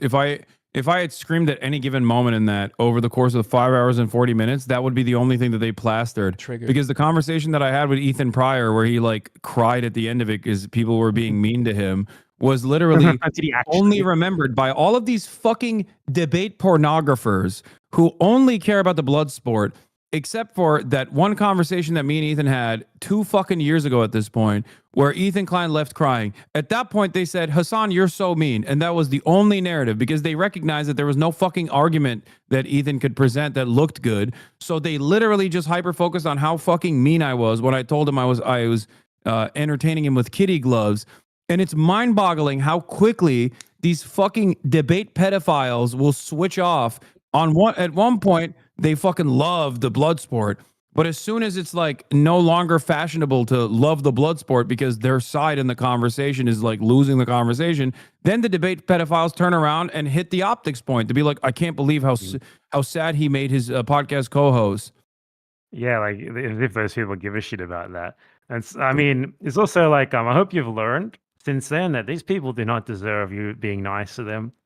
These people either directly support or tacitly support child murder, mass child murder. That's ultimately what it is. This is the main point of contention. Be mean to them. If they feel bad, if they feel harassed, honestly, great. I don't give a fuck. Fuck them.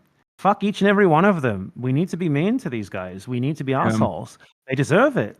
They really do deserve it. I think that there's no winning over the fucking slop tuber audiences.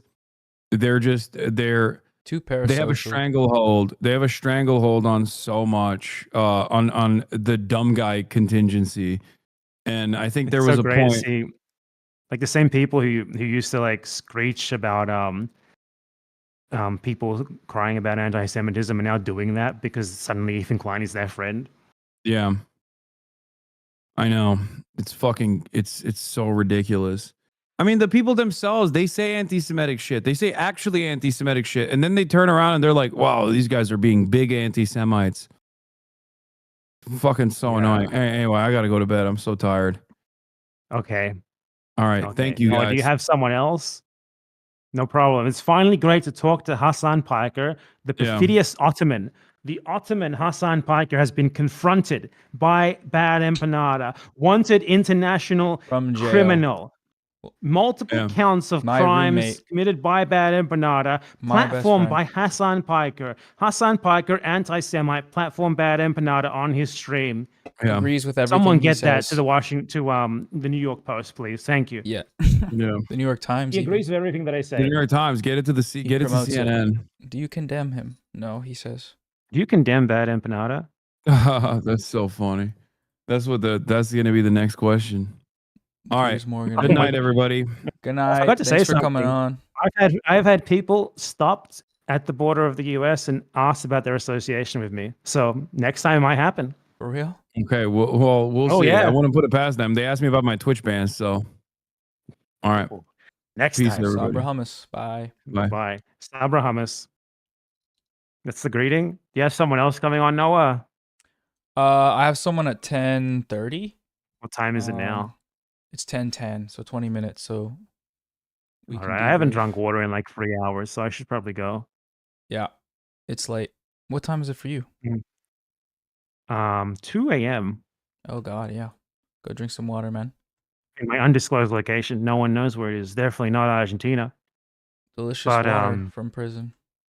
You own that guy's ass, dude. I'll give you permission to put one of my videos on if you want to take a break until your next guest comes on. Yeah, I'll do that. The one about the lies they told about South African apartheid. I think that's a good one to show all the people who are still here because of Hasan having been here. Yes. Free promo. Also, you said you don't want me to get a tattoo if I hit 500K of your logo? Not of me. Channel logo. Not your face. Not your face. I just linked the video. Like you just play that for the next 20 minutes if you want. It's about that long. Sure. And wait. But please don't get a tattoo of me. I don't know what you should get a tattoo of, but not of my logo. I'm probably going to change my channel name and logo at some point because it's childish and what a fucking name. Bad. What the fuck? I don't want to be known as that. Fuck. Yeah. BadEmpanada? No, please. I need a real name. Not that. There's a lot of, you're carrying a lot of baggage with the name. Yeah. Just change your name. No, not Change your because of that. It location. sounds like what is that even? It doesn't mean it's so BadEmpanada. stupid. It's pretty stupid. The empanada is bad because it smokes cigarette and it has a backwards cap. Do you get it? What was I thinking? He's Worst mistake of naughty. my life. Naughty empanada.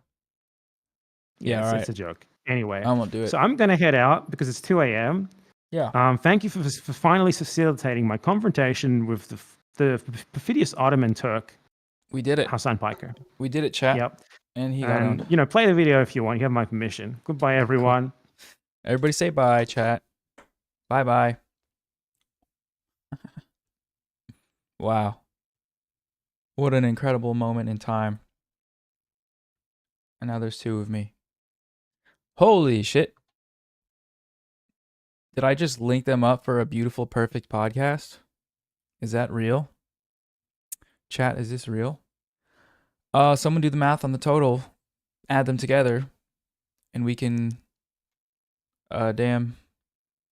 send this dono off. Wait, let's see how much actually there still is to do. Okay. I have to wax my leg. I have to shave my mustache. And I have to bleach my hair.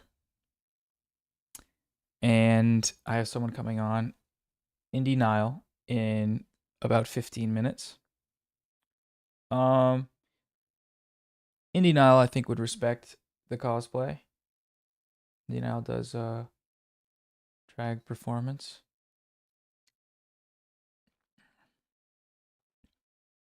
Everybody donate before you leave. Before you go back to your little Hasan head hidey holes. What do you guys think? I thought that was a great time. They played so nice. Now that BadEmpanada mentioned it, are you gonna have Big Joel on? I think Big Joel was in the chat earlier. I messaged him a few weeks ago when I was gonna do this, but I had to postpone it. But I will ask.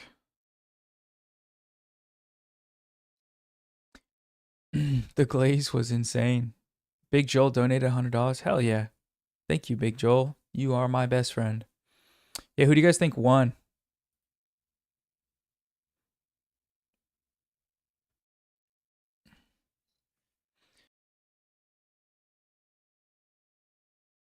Please donate. Please donate. W Big Joel.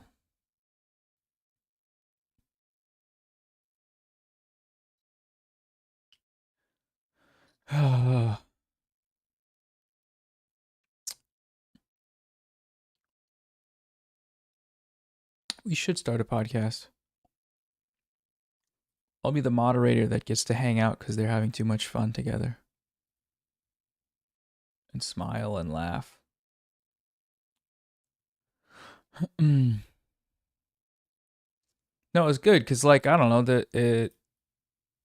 the way that they talk to each other before is BadEmpanada makes a video showing something from Hasan's stream. Hasan talks about it or acknowledges it and says something to the effect of, I like his videos, but he's crazy. And then BadEmpanada, it just kind of, that's what happens, and it's no big deal. But it turns out they have more, they understood each other on most points.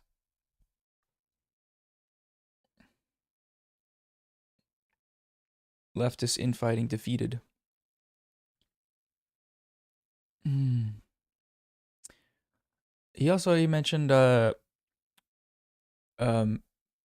he doesn't really talk about climate change except in older videos, but that was to me kind of an interesting tidbit where it contextualizes some of the nihilism when you perceive the world to be fucked, which it is, and when that's on the front of your mind, I feel like it makes sense a lot of times having a more I guess abrasive approach, because it doesn't really matter in the end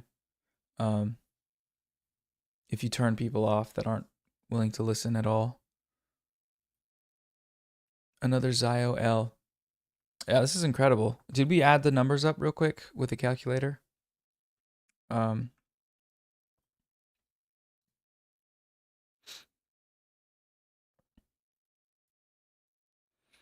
B is a doomer. Hasan is a bloomer. I don't know if he's a doom. Maybe he could be described as a doomer, but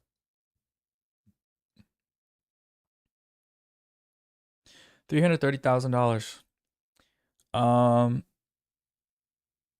350. The goal for that is actually very cool and chill. It's gonna be a cute tattoo. What do I do with 20,000 live viewers? Oh yeah, I interview someone. That's on my to-do list.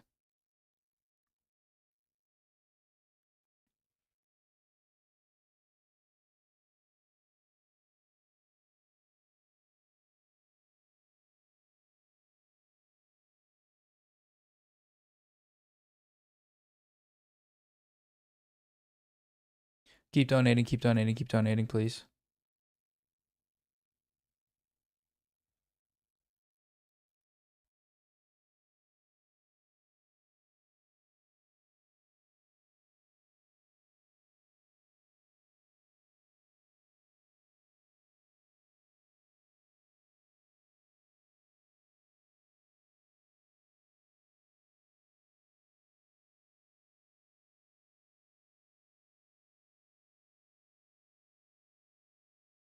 Keep donating, don't stop. Keep donating, don't stop. Yeah, I'm curious what people will say about the stream. I hope Ethan watches it, and I hope they clip the part where we were saying he's silly. He's a silly guy.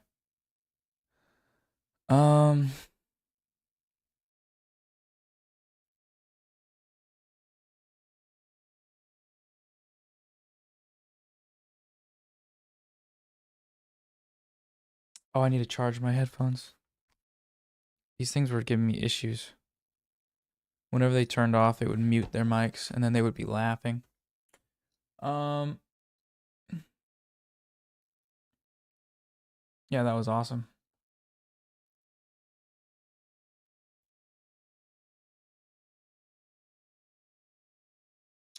Nile confirmed. Zoom opening.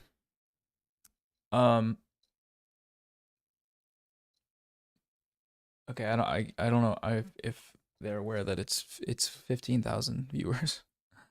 What the hell? Title change, good call. Title change, good call.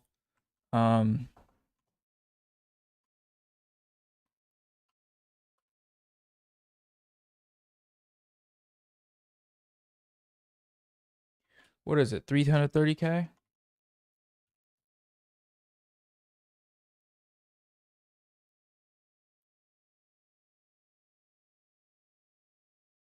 Why am I getting chat revenue? Isn't this supposed to be some type of fundraiser? Yeah, it is. Okay, cool. Goes to that.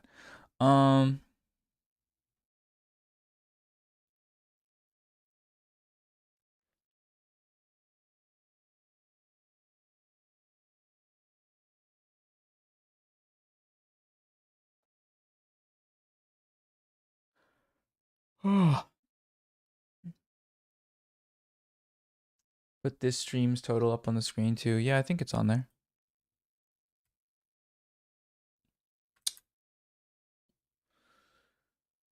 Oh.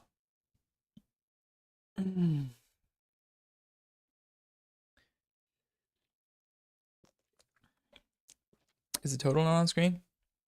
The total's on the screen because I have to add these two things together.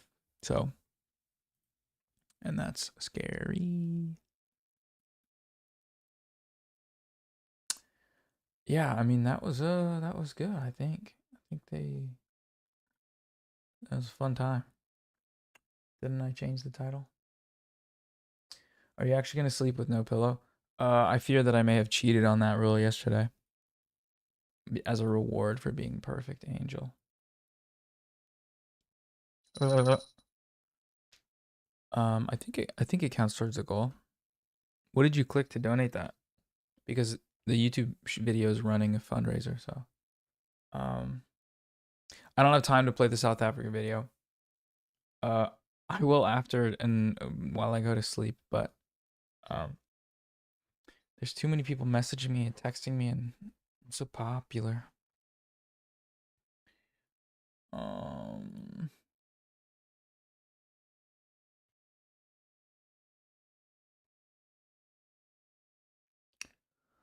When you restarted the live, third total started, so it's 11 to 12K unaccounted for. Oh shit. Okay.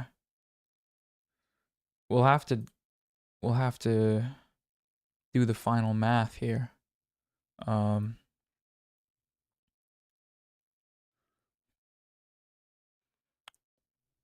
Who won? We did.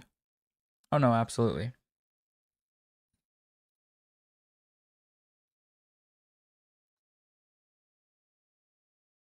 Hmm.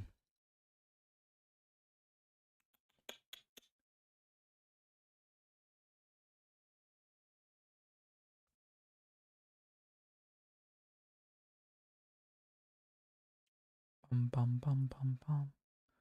Bum bum bum bum bum. Dun, dun, dun, dun, dun. Uncivilized is a great channel. I love that channel. Amazing videos. Let's see.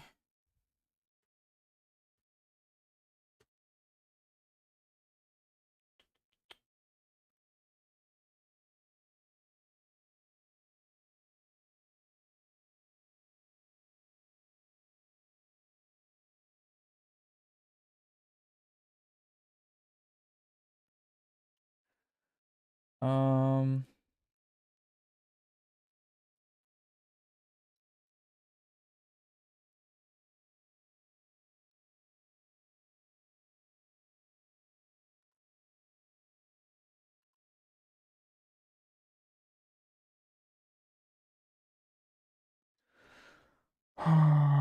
I am begging for no coexist tattoo is insane.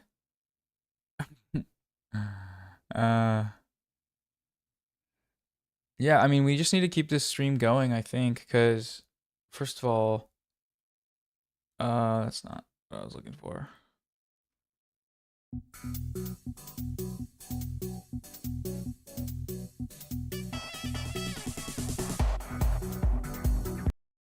So there's that.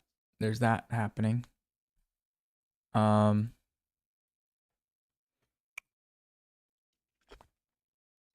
I like Hate Sabra though. I like that.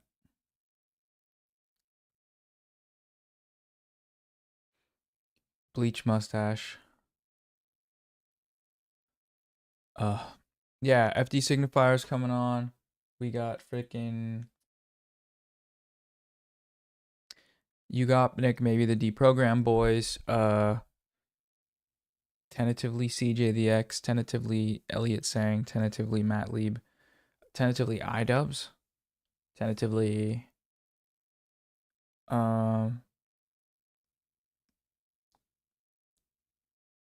Westside Tyler, who I still have to message back. But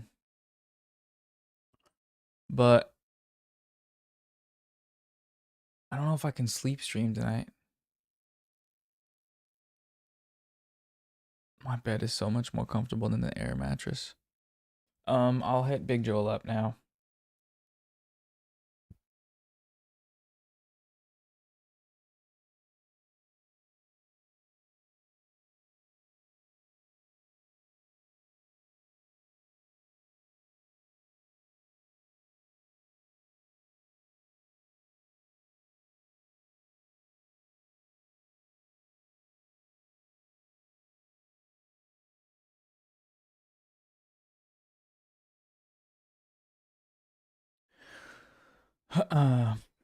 Big dogs, Norm Finkelstein and Gabor Mate. Can you imagine? It was not a monkey. Let him rest. I don't know. I slept all right yesterday. I got Mike from PA. I'm in contact. I'm not sure what time or day. I need to split it up. I was supposed to play video games. Secret radical Big Joel. I need to eat. Now I'll be good. Otara Mooney on Monday.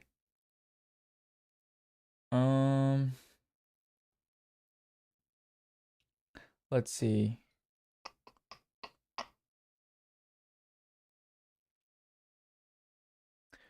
No, I had some midway through the debate. I had some goddamn Some type of kebab. We're damn in there, brother. What is this?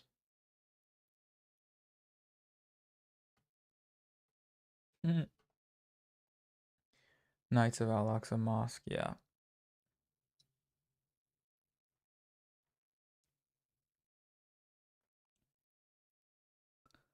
I'll do bleach hair and shave. Nah, yeah. I'll shave my mustache tonight, then I'll go to bed.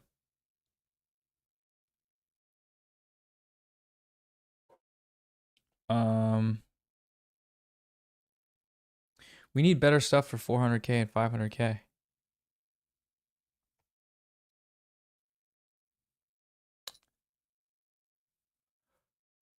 Oh.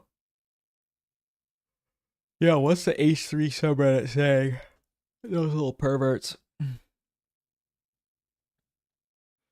Dude, the Chris Kunzler interview was this morning. That's so crazy. And it went so well. Chris Kunzler cooked. I feel like Chris Kunzler and BadEmpanada talking would be great. I should link that up. Because Chris has a very, it seems like a very sort of optimism or sort of energy to him that to me gives off an optimistic view. Optimistic but still materialist, as in knowing what's happening. He's young. Yeah, he is young. I don't know how. Yeah, he was. BadEmpanada was joking around and goofing though, which was cool.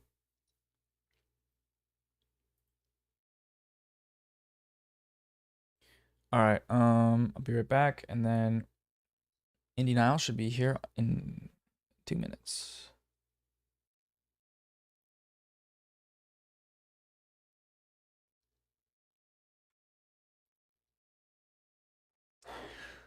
Oh.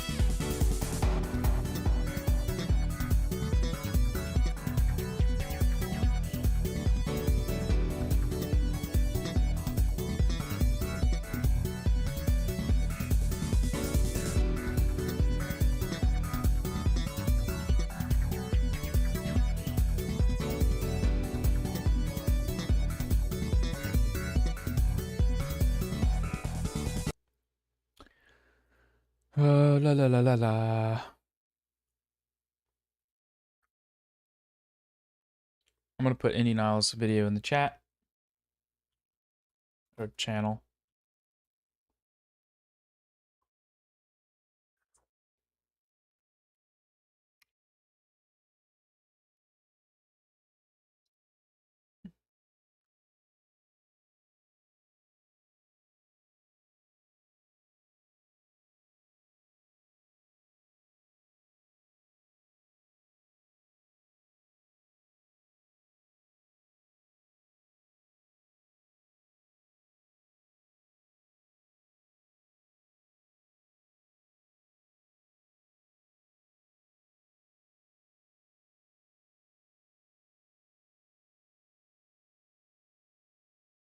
La la la la la la.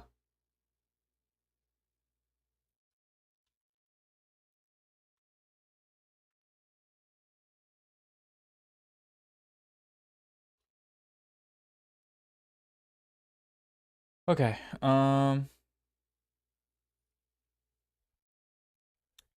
Yeah, we haven't ended this stream. And we are not gonna for a little while.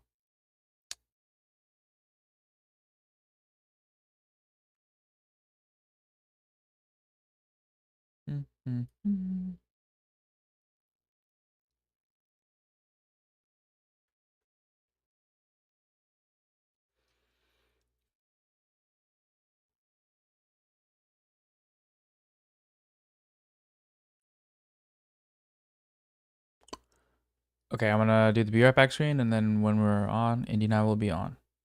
I'm gonna try this. Be right back. See you in a moment.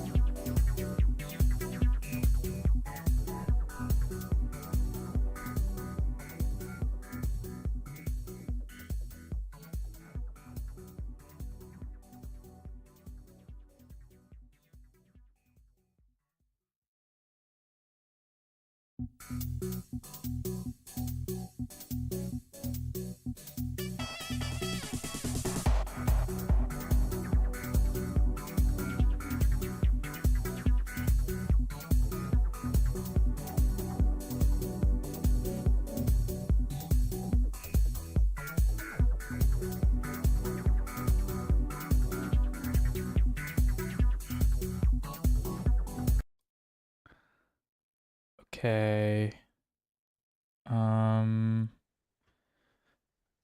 Chat, can you hear me? Can you see me? 1 second. We are live. Chat, welcome into the show and the broadcast. Indy Nile. Hi, How everybody. how's it going with you today? This day. Yeah, It's day where you're at, right? Morning? it's actually 7:30 in the morning, so it's pretty early. Oh, nice. Yeah. You usually get up this early? Yeah, and especially if I know I have something on like this, I have like this internal alarm clock. So I already woke up an hour ago. I caught the last bit of Hasan and BadEmpanada. Oh, yeah. Yeah. So What'd you think? that was fun. I mean, I love anyone who speaks up for Palestine, right? But I always find it very interesting, like when it comes to like big names like that, it becomes like a content thing rather than Palestine. I'm always like, Oh, totally. Yeah. Yeah, which is why I love how you spoke up in your last video that you kept bringing it back, even though people were talking about you, you kept bringing it back to Palestine, and I was like, yes. Yeah. I mean, yeah, like the way it was rationalized in this past conversation was like we're fundraising, so it doesn't really matter what we talk about, which is, I guess, in some way true, but also it does. I mean, what you're saying is 100% true. That No, it's it, great. I don't mean to be like, a buzzkill. Of course, it's great. Whatever. I love them because they speak up for Palestine, and I like Bad Empanada's unwavering, like just he's completely uncompromising. It's pretty intense and amazing. Yeah, that's interesting because I've been he's one of those figures. I don't know how like engrossed at all you are into like leftist tube or like YouTube progressive tube. It's because you're not. It's interesting. You have a positive view of him, but that entire space is very.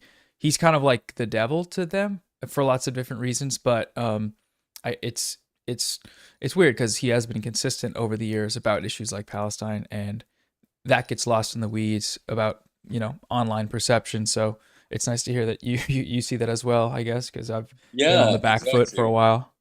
Consistent is definitely the right word for it. I love that he's obviously a very honest person, and yeah, I Yeah, love that's that. But indeed, like this whole like reducing Palestine to content, I was having this discussion yesterday with a friend of mine, like a friend that I really care about, and I've been getting a little bit upset when people discuss Palestine, like again, like it's content. When they tell me, "Okay, you've consumed enough. Now it's time to put it down." I'm like, "Babe, but that's not. It's like it's not a. It's not an app, that I can just put down. This is real life."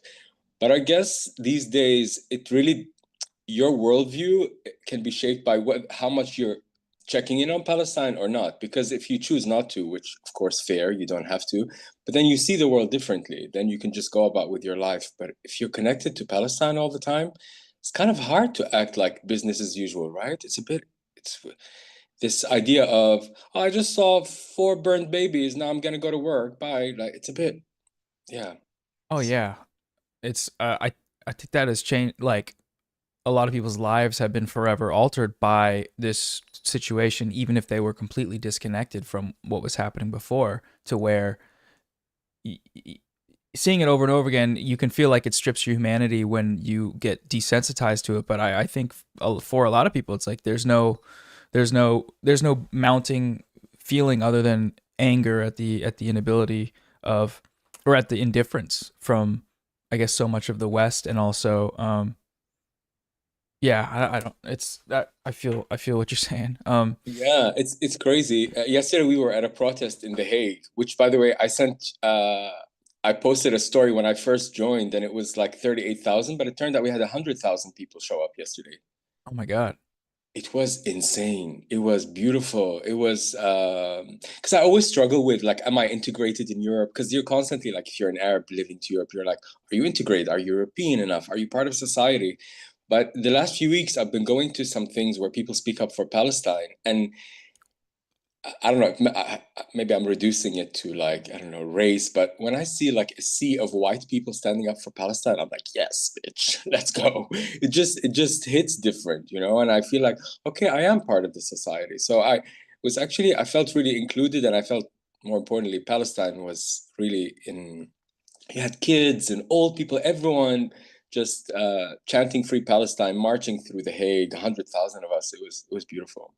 Mm. It was because The Hague is that where the not the Yeah, it's international the seat court, of the the government. international Like Amsterdam is the criminal court. capital, but it's Yeah. the seat of the government, and also it's where the International Court of Justice and the International Criminal Court are, Yeah. which Israel has shown means shit at this point. Right. Yeah. Yeah. I mean, sorry, I completely lost my train of thought. You live in Amsterdam? Yeah. How long have you yeah. lived there for? Huh? How long have you lived there for? Yeah, well, on and off. I've been here. I moved here first in 2012. I was in a relationship. I was living here with my partner, but then I moved back to Dubai, which is where I grew up for a few years, and then I came back. So I came back right before the pandemic, and I've been here for like a good 5 years, which is when I actually started drag and YouTube and my whole new life, if you will. Yeah. Within the last 5 years, you said? Yeah, 4.5 years. Yeah. Yeah. I mean, I saw your first upload was about 4 years ago, but drag started around then as well. Yeah, I was Wow. I was a serious documentary filmmaker, very like kind of very no wigs, none of this. Like, look at me, I was like hiding and like a full-on drug addict, to be honest. Weed, smoking, wake and bake kind of a thing. And then something changed in the pandemic. I don't know what it was. I think the years of therapy suddenly clicked, or being in isolation, or I was like, you know what? I'm just gonna start making. Yeah, that was the other thing, because in film is very competitive, right? And it's really hard to make it. And I was struggling getting my films out there. And then during Corona, I was like, why don't I make my own films, short films for YouTube? And then, yeah, it took a while because I was first only lip syncing. I was afraid to speak with my own voice. I would just lip sync other people. And then I started speaking with my own voice, and I realized YouTube does definitely reward you, putting yourself there. And YouTubing. I'm like, okay, so Yeah. this is working.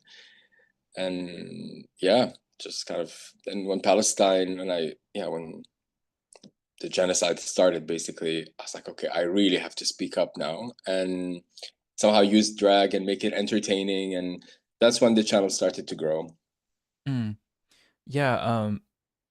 I mean, it makes sense. Had you considered making what sort of films were you making before that? Was it Pretty political at serious all? stuff. Like my last documentary was about, euthanasia and physician-assisted suicide is legal here in the Netherlands. So I was following a psychiatrist as he was helping this woman end her life.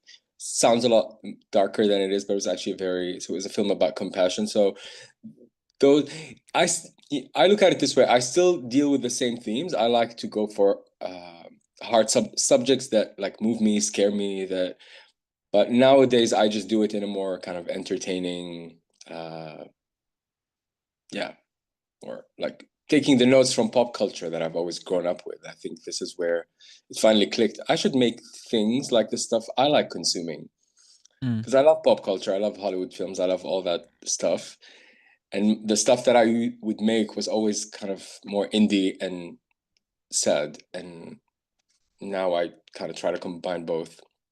Yeah. I don't know.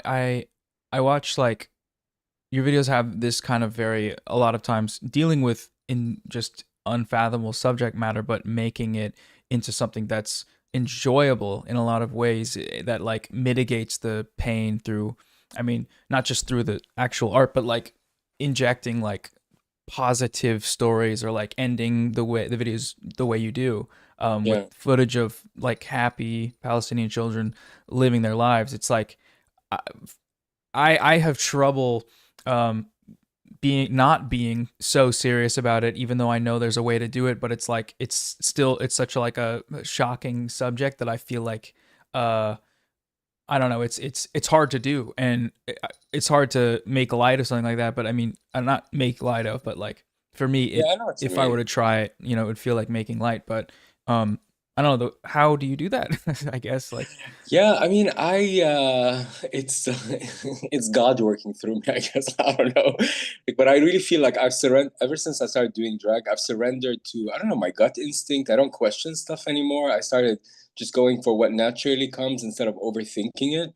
And again, as I said, I feel like I've been a student of Hollywood for so long, and I feel like now I'm using the Hollywood playbook, the Zionist playbook, against them. I feel like this is my mission in life, is to expose the Zionist lies using the tools that they, always like injecting fun and entertainment and sex and all those kind of things that they use to brainwash people with. I'm like, okay, I'm gonna take everything I learned from you and use it to dismantle your bullshit. And as for the hope of like ending on a note of hope, it's because I call what I do drag therapy, which started as a joke, but it actually really is, because I'm really giving therapy for myself, because I find it difficult to consume all of this stuff. And I feel like, okay, it's a privilege to, like, I don't have the luxury to sit and be sad. I think people and Palestinians on the ground, they're allowed to do whatever they need to do to cope and process what they're going through, but we have an obligation to do something with this. And I think to keep the spirit alive of the resistance and that pulse of life, which is what we're fighting for, right? That people remain alive, because we forget it, like families being together, being happy, enjoying, giving birth, like playing with children. And I feel like this is what we're fighting for. And I try to end every video on that to always bring it back to that. Yeah, there was something that stood out to me in one of your conversations with, I believe it was a Lebanese woman, and she was a therapist. Yes, Lara Sheikhi, yes. Yeah, it was an excellent conversation, and something that stood out was talking about the sort of inward pull of witnessing tragedy, and that like crippling your ability to continue to advocate and continue to speak out, viewing that as, even it's an understandable feeling, but also that is ultimately allowing that to keep you from acting is ultimately an individualistic kind of something that you are doing on your own, as opposed to thinking about it as a collective. And I think about it all the time, like ever since I saw that, because I don't know, that's something so many people feel, and I wish more people could hear that, to say like, well, we feel whatever we feel, but at the end of the day, there's one thing we are trying to achieve, and there's a lot of people involved with that. And who are you to sit and, yes, elevate I love that you your bring own up that experience? conversation. That was actually my favorite conversation to have, because ever since I started the channel, I've been wanting to link up with a therapist, right? Because this woman that you're referring to, she's a Lebanese therapist, and I was going through the names that we all hear about, Gabor Mate and people out there, and I'm thinking like, why am I still like, why is my mind still colonized, that I need like the I don't know, the validation of like a Western therapist? Like, why don't I reach out to an Arabic therapist? Not that I love Gabor Mate, I've lip synced to him, I adore him, all that's wonderful, but I'm like, why don't I like feature my own people? And because this whole journey this past year has been about also reconnecting with my heritage and trying to free my mind of what I grew up thinking, that there's something wrong with me because I'm Arabic. So I love that conversation for that reason. And also she really taught me exactly what you said, to bring it back to the collective, rather than,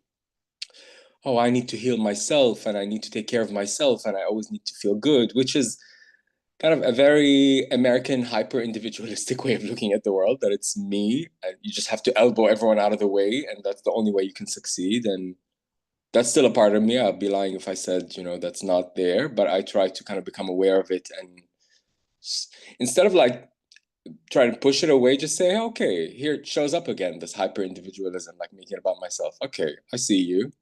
Let me try to remember this conversation with Lara. So yeah. Yeah, I guess, yeah, that's I don't know, I've been to therapy like a few times when I was younger, but the idea of like allowing yourself to feel that, but then clocking it every time it happens and being like, Exactly. hey, I'm going to interpret this not as something that I'm just experiencing, but as something that I'm aware of and can, I don't know, I think that's really valuable. I wanted to ask about like your own personal, I guess, journey with anti-Zionist politics, and how a part of your life that's been over the years, and how it felt to start making content about it, I guess. Yeah, I mean, I'm Palestinian. Well, I'm half Palestinian, half Lebanese. So I guess I'm like Israel's worst nightmare in that sense. And what's interesting, I'm also like queer, and like I'm not someone who you could typically call a terrorist. So they hate my type so much, because they can say, oh, look at that Arabic terrorist man, which is something I'm like kind of now starting to explore with my drag, take on that identity and put it on stage, wear it, using the meta-ness of it. But anyway, my father was from Palestine. He was from 48. He was born in Palestine. He was born in 46. So when he was 2 years old, they were kicked out. And he grew up in refugee camps in Jordan, and then went back to refugee camps in West Bank, and finally moved to the Gulf, Saudi, Dubai, where he met my mother. And we grew up.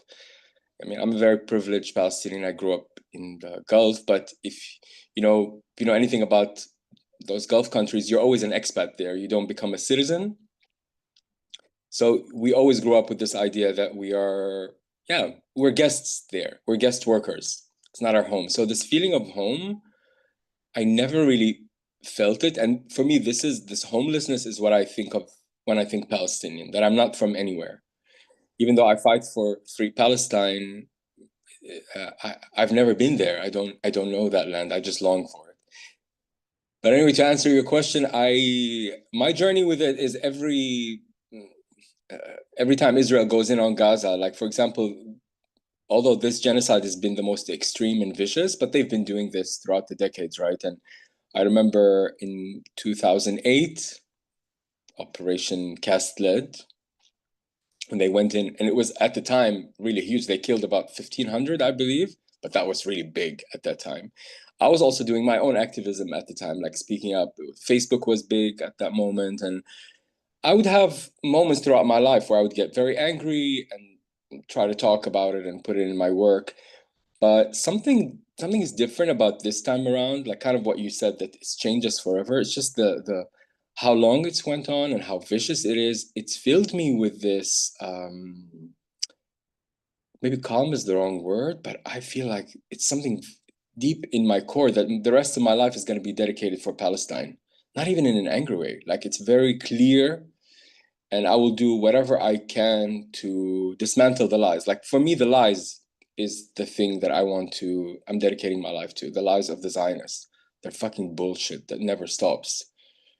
Which is, it's become more clear, more people see it, but somehow they still can lie to people and themselves. And it's really astonishing how they can do it. And I want to just keep poking holes in this armor and that they have. And yeah.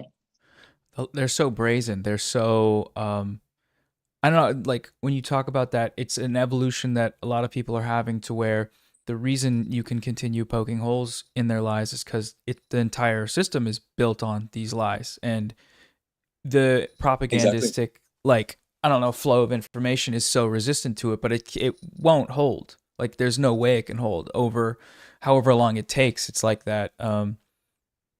Yeah, I don't know. That was because very the well said. foundation is a lie, right? The whole thing is a lie. The project Yeah. is a lie.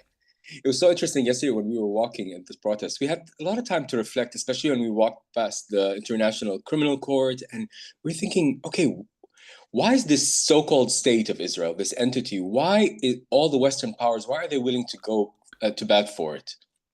Like they're willing to break international law, dismantle like democracy, freedom of speech. And you think, surely it can't be about protecting Jews, because we all know how much the Europeans love the Jews. Let's remember. So, but it's incredible. Like this state of Israel means so much to the West, because I think it's their representation in our part of the world. It's like a piece of them. It's like almost, it's their son, it's their baby. Like regardless of what it does. And I don't know if I fully understand it, or many people are debating what is the nature of, Israel's relation with the US and why is it so important? I think there's so many factors, but this state clearly means so much for the West on so many levels. Like it's their face over here. And and that is one of the things that's also becoming clearer over the last 19 months. It's like, what the fuck is going on here? Like I have so many examples of, like, for example, my therapist, right? I started seeing my therapist last year, and he's a Dutch guy. And every time I would bring up Israel at that point, he's being professional. He doesn't say his opinion. And he was like, oh, okay, I didn't know this and this about Palestine. But then this year, when I'm talking to him, he rolls his eyes when I mention the word Israel. He still tries to like not express his opinion, but I could see him like having a physical reaction. I'm like, okay, so more and more people, and I know also from my friends, like in my drag family, the drag queens who really don't really give a fuck about politics in any way. But even now, a year into this, they're like, what is this thing called Israel? What the fuck is happening? So the tide is shifting, but I don't know. I hope it will actually mean something will change. I don't know, in this diplomatic support that these governments provide, but we'll see. I don't know how much of this last conversation I had that you caught, but I think there's an air of nihilism that kind of pops up in a way that's like, okay, we want to fight for these things, but like what Israel has done to Gaza, it's like it's just irreparable damage. It's pain and hurt in a scale that is like it's infinite, essentially. Like every single life affected in such strong ways, and like how much does that crop up? And like you said, I guess earlier when you said the message is clear, like what you're ready to dedicate your life to is clear, and it's not like ambiguous, but also I don't know, I guess I hear people be nihilistic, and it's in a different way than overwhelmed by the footage. It's more like seeing the reality on the ground and saying like it's a time of mourning almost for what happened and for what is still happening, but I don't know, perhaps mourning is the wrong word. It's definitely mourning for sure, but I also feel like another thing that's growing inside of me, and I heard Loki say it a couple of days ago, and it really gave me goosebumps. He was like, we have to stop fearing death and prison. I was like, oh fuck, I wish I didn't hear you say that, because that's kind of been in my subconscious. Like, I think that a lot of what stops most of us is fear, right? That our lives will be disrupted, that we'll go to jail, because the Zionist entity will kill anyone in its way, not just Palestinians, anyone who stand up. There's a long history of them assassinating Palestinian artists that live in the diaspora in exile throughout the decades. And by the way, they go after artists and poets and writers and thinkers in a very targeted, surgical way. And I feel like slowly over the past 19 months, I've been realizing that I'm actually part of that lineage. And that sends chills down my spine, because I feel like the bigger your name gets out and the more of a threat you become, they have no problems like taking you out. And I feel that's growing in me. Like, okay, no, regardless of the consequences, I'm going to keep speaking up for Palestine. And I'm not like normally a very brave person, but I want to be brave for Palestine. I want to, I want to do what's right. And that's kind of an inner, I don't know, thing that I keep battling. But thanks to Israel, in a very fucked up way, they're making everyone become almost, brave, and like, we don't give a fuck. We're going to stand up to you, because they're so vicious. So their strategy seems to be like backfiring. They're making people activists in a way. It's really not sustainable. It's not exactly for the project. I mean, I guess it's the inevitability of something that is built on a foundation of subjugation, is that it can't hold because only one party is willing to fight forever to right that wrong, and the other party is very easily complacent. I mean, I guess October 7th and post October 7th, you can see that, and the world's reaction to what's happened, even if it's not, if the governments are by and large supporting it or doing nothing, the people, things are changing. Things are absolutely changing. But definitely, especially when you see children and kids, and also young Americans and young American Jews, I feel like we're all planting seeds for the future. Unfortunately, it's not helping Gazans now who live in Gaza at the moment, but this is definitely creating a better future for sure. And this is what, to go back to what you're asking me before, like, how do I keep ending my videos on a note of hope? Because this is what I feel what we're working towards is something in the future. And there's actually a very famous proverb from Palestinian farmers. They say that if you plant a pine nut tree, you have to be okay with the idea that you're never going to taste the fruit of that tree in your lifetime. So I'm like, okay, fuck. So actually, it doesn't matter. Again, it's not about the individual. It's not about the short term. I'm part of something bigger than myself. And it's a liberation that I may not see, but future generations will see. And this is what all Palestinian activists throughout the decades have been doing. They know that they're not going to go back to Palestine in their lifetime, like in the 70s and 80s and 90s, but they kept going. And it makes me very proud that I'm in small part, small way part of that. Actually, I want to mention to your listeners a great person. His name is Najil Ali. He was assassinated in London in 1987. He used to be a political cartoonist, and he drew this very iconic. His name is Handala. This little boy with his back turned to the world. I don't know. You might have seen it somewhere. People use it. People even tattoo it. It's called Handala. Handala. Oh yeah, I've seen this. I'll put it on Yeah, the screen for this story. This Handala is a 10-year-old boy, which is the age that Najil Ali was kicked out of Palestine because he was born in 1938. And his idea was that Handala will remain 10 is because until Palestine is free, he's going to be, just frozen in that age. And obviously, he never got to return to Palestine. But this guy's very, very, it's an interesting case because he's like, a cartoonist, so he's not really, you wouldn't think of as a threat, but he grew so big, his name. They assassinated him in London in 1987. They used 2 double agents that were working for the PLO and the Mossad. And they angered the British government so much that Margaret Thatcher had to kick out the Israeli diplomats out of London. This was back when the Western powers weren't bending over for Israel the way they do now. But when I've been researching these kind of characters, and I'm like, fuck, I am proud I'm Palestinian, because I used to be kind of, sorry to say, but ashamed kind of my Palestinian part because of, I don't know, all the Hollywood movies that I watch, I guess, and in the past year and a half, I've been like, yes, this is the Palestine that I belong to, even though I don't live on the land. Do you have any? I mean, you said your relatives and lineage. Yeah, a lot of them are in Jordan, Dubai, Lebanon, and but I don't have immediate family in Palestine. But yeah, I do know a lot of people, of course. And in the past 19 months, I've developed a lot of friendships and people that I talk with on the ground. So it becomes even more personal. I don't know. You know what it's like if you talk to someone there, becomes, I hate the word humanized, but I guess it's humanized. Yeah.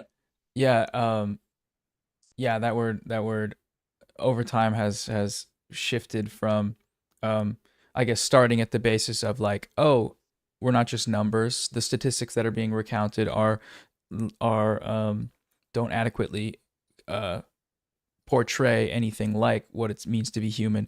And then from there, that's just level 1 of understanding humanization, because it's everyone's a human. It's yes, but on top of that, each single person is, I think that, I don't know what the, it's the slogan for one of the big activist groups that's every person is a universe, I think, where it's you cannot capture what it means, not just by numbers, but even it's almost impossible in language to convey that. So exactly, yeah.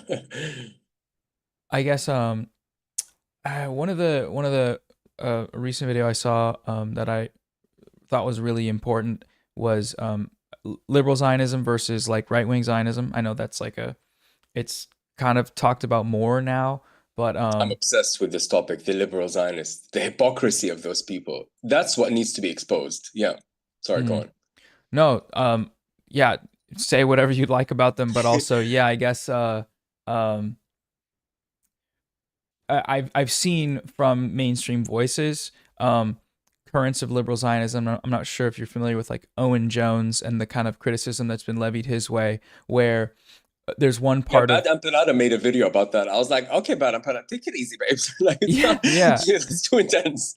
But sure, I get it. Yeah, it is intense, and that's what I wanted to, I guess, ask you about is how do you view criticism like that, especially at a time right now? Because I think there's 2 sides to it, I suppose. I mean, I can't fault that kind of way of thinking, that kind of let's call it the BadEmpanada way of thinking, because it's coming from a very honest and pure place, and I love it. I love it so much. But it's also, I mean, hypocrisy is part of the world that we live in. Also, you have to, you can't be that black and white about it. And I think to call someone to make someone like Owen Jones the enemy is a bit I mean, one step too far, I feel like, because he's doing a lot. Yeah, I don't agree with him. I also don't agree with Mehdi Hassan. Like, Mehdi Hassan is not someone I really like very much. I find him a bit smug and whatever, but well, he's speaking up for Palestine, so it's okay. But this, to take it back to liberal Zionism, and this is where I feel they create it's so confusing. Oh, I don't understand. Oh, this is too complicated. Let me just look some other way, because the liberal Zionists tend to be, unlike the right-wing settlers, they're gay friendly, they're pretty, they're whatever, all the things that people are like, oh, that's not so bad. Maybe Israel's not so bad. But it turns out that they are actually worse, because they're delaying the liberation with their lies. They lie to themselves, they lie to the world, they're obnoxious. Like, I had this guy that used to tech my shows, great guy, and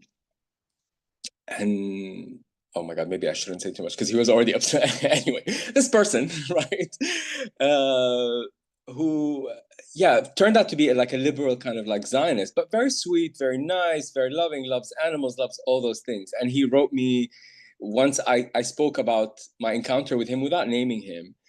He started messaging me, telling me, how dare you speak about me this way. He was so triggered and offended, clearly, because, I hit a nerve, which is that, this liberal Zionists end up representing Israel in a way that makes people in the West not know the true nature of what this project is. And but they are, oh my God, yeah. I made a video about it like earlier this year, about the two faces of Zionism. The honest Zionist versus the liberal Zionist, but they're both serving the same thing, which is just at a slower pace, more quietly. The liberal Zionists like to do it. Slower pace, more quietly, and more effectively in More so many ways. 100%, exactly, because the hardcore settlers, you can be like, oh, they're insane, but I prefer those, which is why I also prefer people like Trump, because like I know what I'm dealing with. I almost find Trump funny. Like, by the way, this is off topic, but did you see on his tour now in the Gulf, he's going on about like how hot these people are, like the Syrian guy, he's so good looking, and the Saudi guy, he's so hot. I'm like, what the fuck are you doing? The handsome generals. He's always said all these amazing comments about the handsome boys. It's funny. You I gotta haven't give seen him that. That's amazing. The guy's funny. Oh yeah, 100%. The plane bribe, the $400 million plane bribe, knowing Qatar that would work, and it working, and him talking about it is it's incredible stuff, because it's like just it's comical, like in not even in a like a lib making fun of a guy being dumb, but it's just like that's an objectively funny thing to have happen politically in the world. Yeah. But it's actually, speaking of this Syrian leader who's like clearly put there, this guy is a literal terrorist. Like, he was part of Al-Qaeda and ISIS. Like, it doesn't get, as if we're gonna go by what the Western powers call terrorism. Like, why are you suddenly like shaking hands with this guy? And he's doing photo shoots on his Instagram, like playing basketball, and like he's Really? getting the Zelensky kind of like treatment a little bit. Oh yeah. And what the fuck? Like, so Hamas are terrorists, but this guy's not. Like, because clearly he's serving the interests of Israel, like cutting up Israel and cutting up Syria and handing it over to them, which again proves the point that Israel means so much to not just the US, but all these Western powers. I don't know what is going on there. Like, I think people who are much smarter than me, political analysts, can write books about this, but something very sick and creepy is going on here. By wide, because you can say the natural gas on the shore of Gaza, the weapons industry, because they literally test weapons on Palestinians. But there's more to that, don't you think? There's something. Yeah, I mean the way I understand it, and again, I'm relatively new to political engagement, but in terms of like it's described as an unsinkable aircraft carrier, right? As a military outpost that is ultimately reliant on the Western powers for the type of colonial engagement they want to be doing, especially post October 7th. So it's a a kind of relationship that only makes sense if both parties are getting something out of it. And unfortunately, we saw how willing to go to bat for that relationship America is in Joe Biden. Like that was not, I mean, he's always talked about Israel in a particular way, but in many ways worse than Trump on this issue, on the Anyway, staunchness because of the it's Zionism. ideological, by the way. In Biden's Yes. case, it was ideological.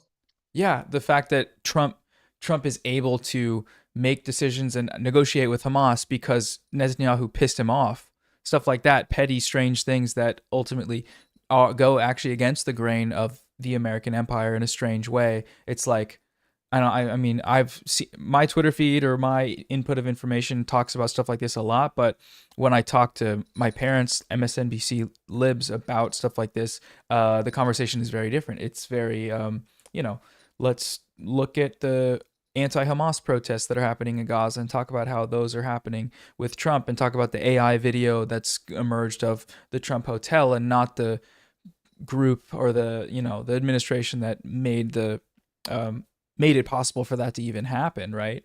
Yeah, I guess it's almost like it prevents people from connecting the dots. It's like but Israel inadvertently is helping us all connect the dots slowly, and I think they're going to be connected more. But now when you say your parents, can I ask you, like, I'm curious about, because I mean, I've been following your videos, and I love how you stand up for Palestine, but I wonder about your journey. Like, what is it like? What kind of family do you come from? Were they always tell me more about that. Yeah, I guess I grew up in a household that wasn't particularly political. I think like um politics weren't necessarily that a part of my life. I remember they were always kind of Democrat leaning. My dad grew up in San Francisco. My mom grew up in like the Valley, just Southern California, and she had more conservative parents. My dad was raised by a single mom from England, and she was very like liberal and stuff. And for me personally, though, it wasn't until I guess I was just playing sports for like most of my life until high school, and I was so involved in it that I didn't really give myself time and space for anything else. And so after that is when I started, I think it was Bernie 2016, because I graduated in 2016, and it was that campaign that got me interested, and that kind of was subsumed. I was kind of engaged with like online culture around left politics, like podcasts and like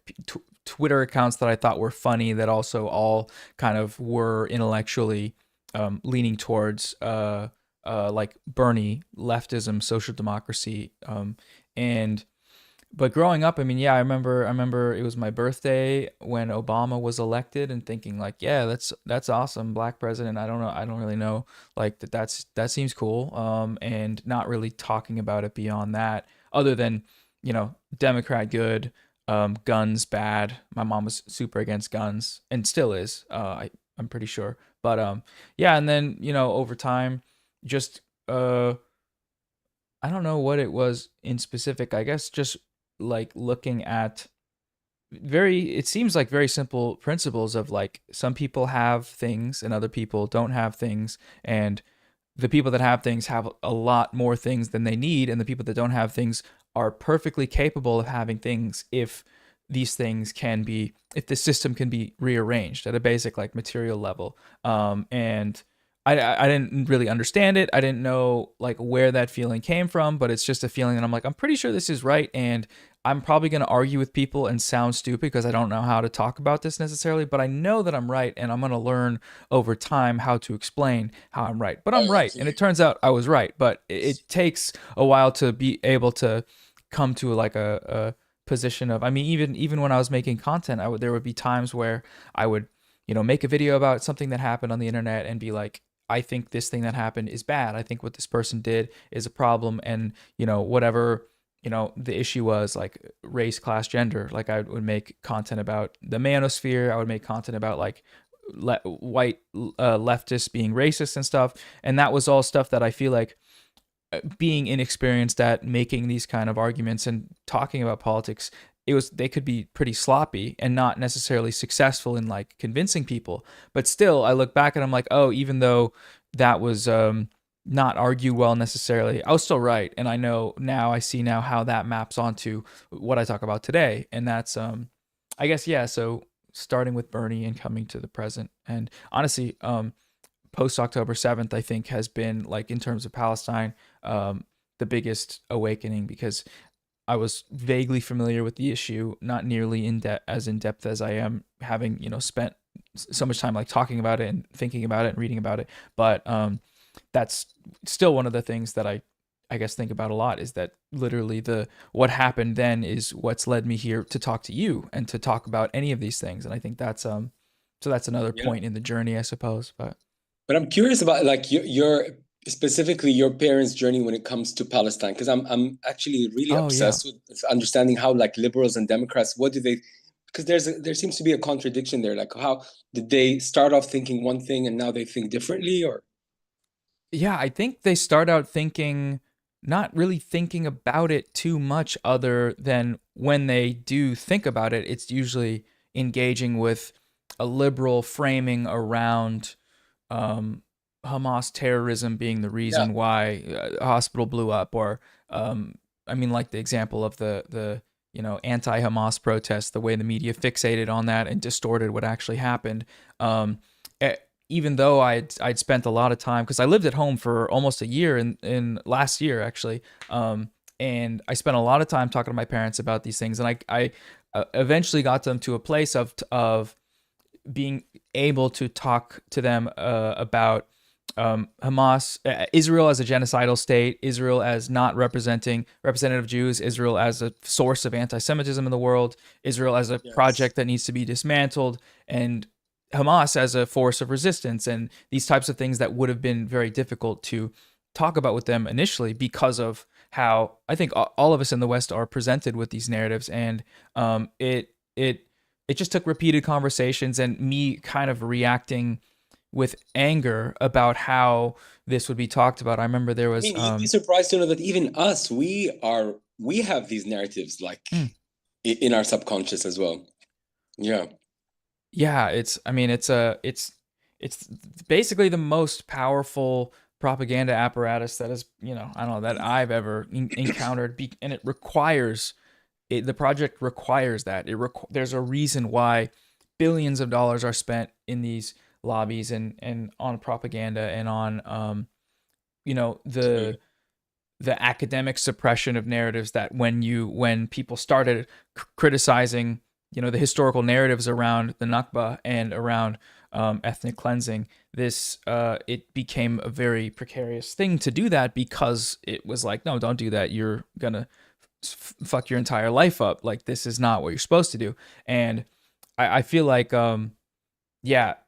I feel late to the party in so many ways, because a lot of people that were talking about it were talking about it when it was a serious what's the word,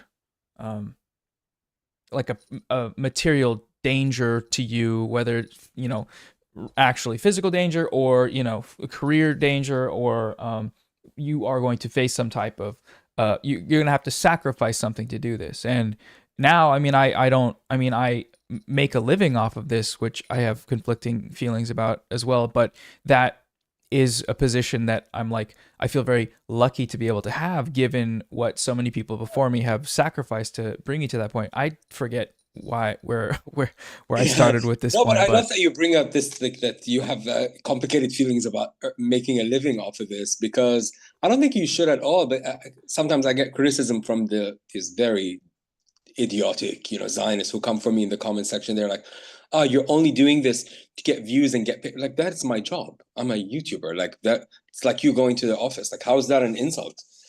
But and yeah, I to go back to what you said about the propaganda.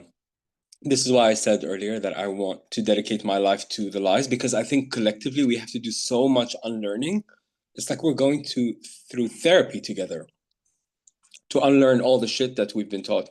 And it may not be done when we're still alive, honestly, the bullshit.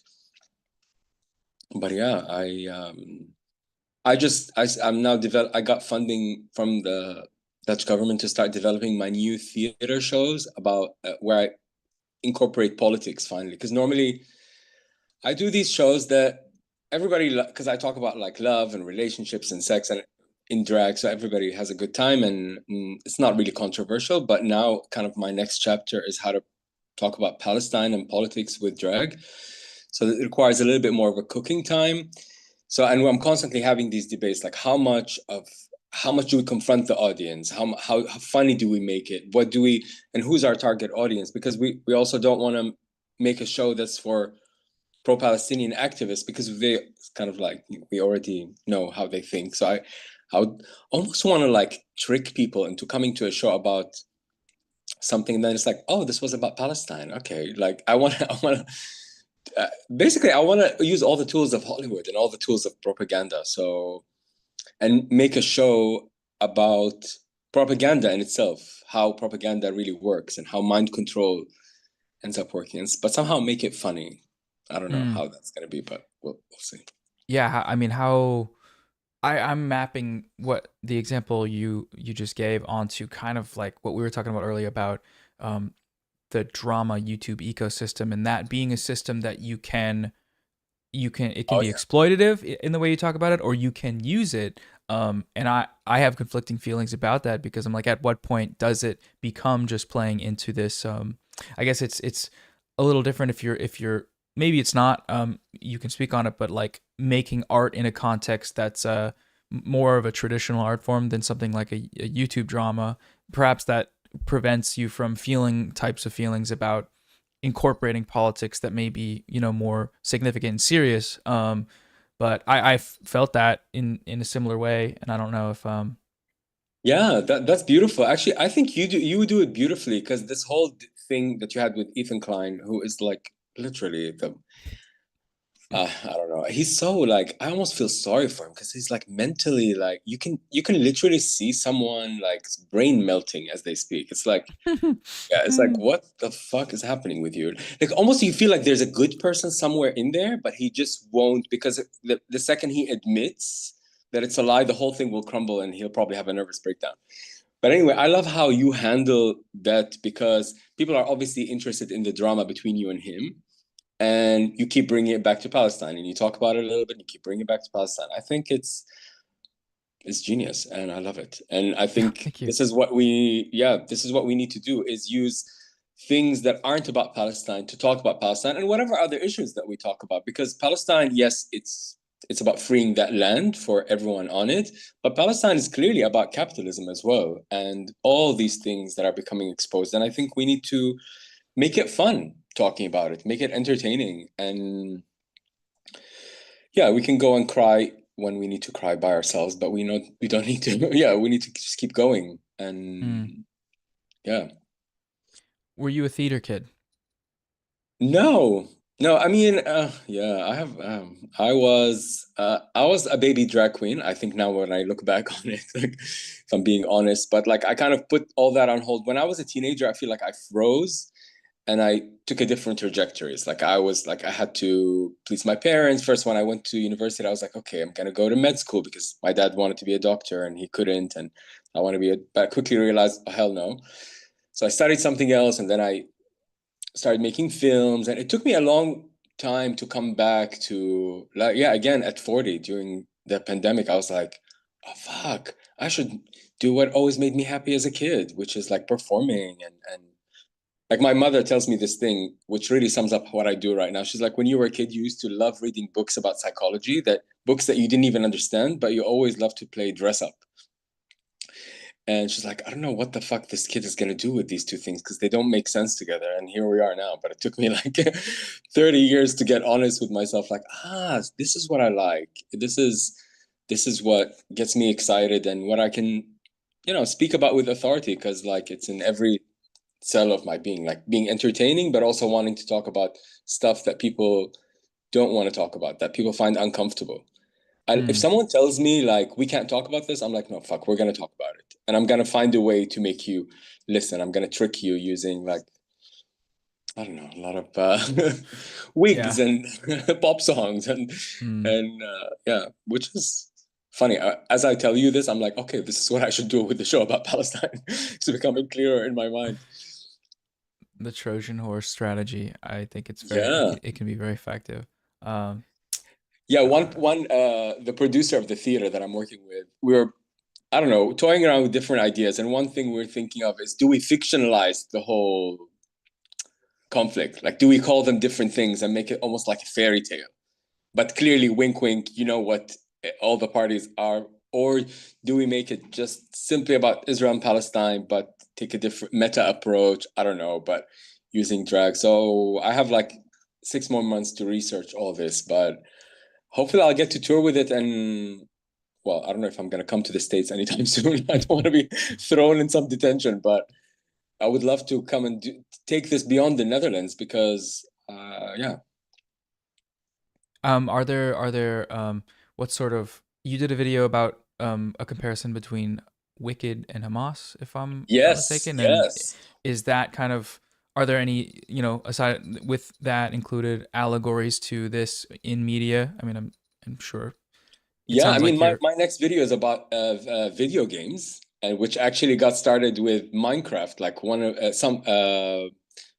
a child psychologist from Australia wrote me an email, and he's like, "I think you should do about Minecraft because all his clients that are kids and their parents come and they keep talking about, you know, they're upset that their friends are blowing up their houses and stealing their houses, and he's a very pro-Palestinian, anti-capitalist kind of therapist, and he keeps like wanting to tell the kids about like, hey, this is exactly what's going on in Palestine and the West Bank, but it's not always appropriate because your clients are in a vulnerable position.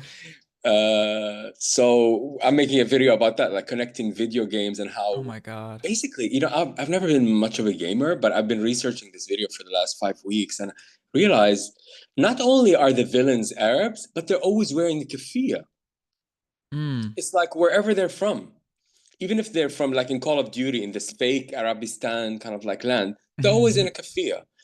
Or like the guys in 6 Days in Fallujah, that game about the Iraq war, also wearing keffiyeh. I'm like, are you all trying to connect everything to Palestine? Yeah. Makes me think like the designers get their hands on this as well. Like Jesus, it's crazy. Yeah. So, oh, I lost my train of thought. Give me a moment. Yeah, the allegories of like, you know, using like pop culture and stuff like that's something because it just gets people to pay attention in an interesting way when you start bringing in movies and I don't know, like I always think I gauge like how my drag sisters in the drag house like think about it because they're not interested in politics.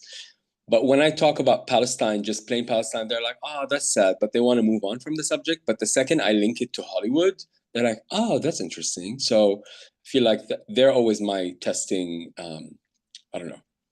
I test on them if they're interested because they love makeup and having fun. And if I get them to pay attention to Palestine, I'm like, okay, so we're on to something here. Let's do that. Have you had many difficult conversations or like in terms of your family or social life about what's happening in Palestine? No, you know what's interesting? I've become friends with a lot of American Jews in the past 19 months. That's been the strongest friendships that I've formed. What's very interesting is that what's going on now has brought Palestinian and Arab families together, but it's caused a lot of like, you know, fracture in Jewish families because you hear a lot about like how, but no, with us, because I think we all agree. So there's not many difficult conversations, but it's been very interesting to also as I get older and I look back on what my dad used to tell me, because I was never interested to hear about his, which breaks my heart now when I think about it, how awful it must have been like for him to grow up in refugee camps. And I was just not interested to hear about it when he was still around. And I feel like I'm connecting. That's been beautiful, like to dig into my history and my father's history and where we come from. And yeah, it brought me closer to a lot of my relatives and, you know, trying to piece his life together, like uncles and distant relatives and stuff. That's been incredible, but not difficult. I mean, it's interesting, the whole queer gay thing, right? Because I've been out since I was like 16 and I cross-dressed for a living. I posted everywhere and I have families, like relatives who maybe they don't like it, but I've never heard anything like directly homophobic towards me. But all the Zionists and people who support Israel, they keep telling me that, you know, Palestinians are going to throw me off a roof. And they keep telling me how my society is so oppressive, yet I've never seen it. I mean, there's homophobia in Palestine, in the Arab world, of course, but it exists everywhere. But I've never heard of anyone personally that got disowned or got, yeah. So, and what's interesting when you compare that to the hypocrisy with Ukraine, because I have some drag sisters here in our drag house who are Ukrainian, who literally had to flee Ukraine, right, and get asylum here because they're gay. And they're never asked about their, oh, you want liberation for your country, but what about, you know, the homophobia back home? Like, but it's always, this is something that we're always told, as if, first of all, it's very stupid. They think they're doing a very clever argument, but it literally makes no sense. Because even if every Palestinian was homophobic, you still don't get to bomb our hospitals. Like, that's not. But, and more importantly, not everyone in Palestine is homophobic. Yeah, maybe we don't come out in this, in the American way, where we get on a reality show and announce to everyone that we're gay, but people are living their lives. And more importantly, I think we will emancipate ourselves. Just, you know, get the fuck out of our countries and let us be. And we will free ourselves, women, gays, all of us. And another thing I want to say about that, actually, sorry, like I get, because I hear it so much, even not from liberals. That's what kills me.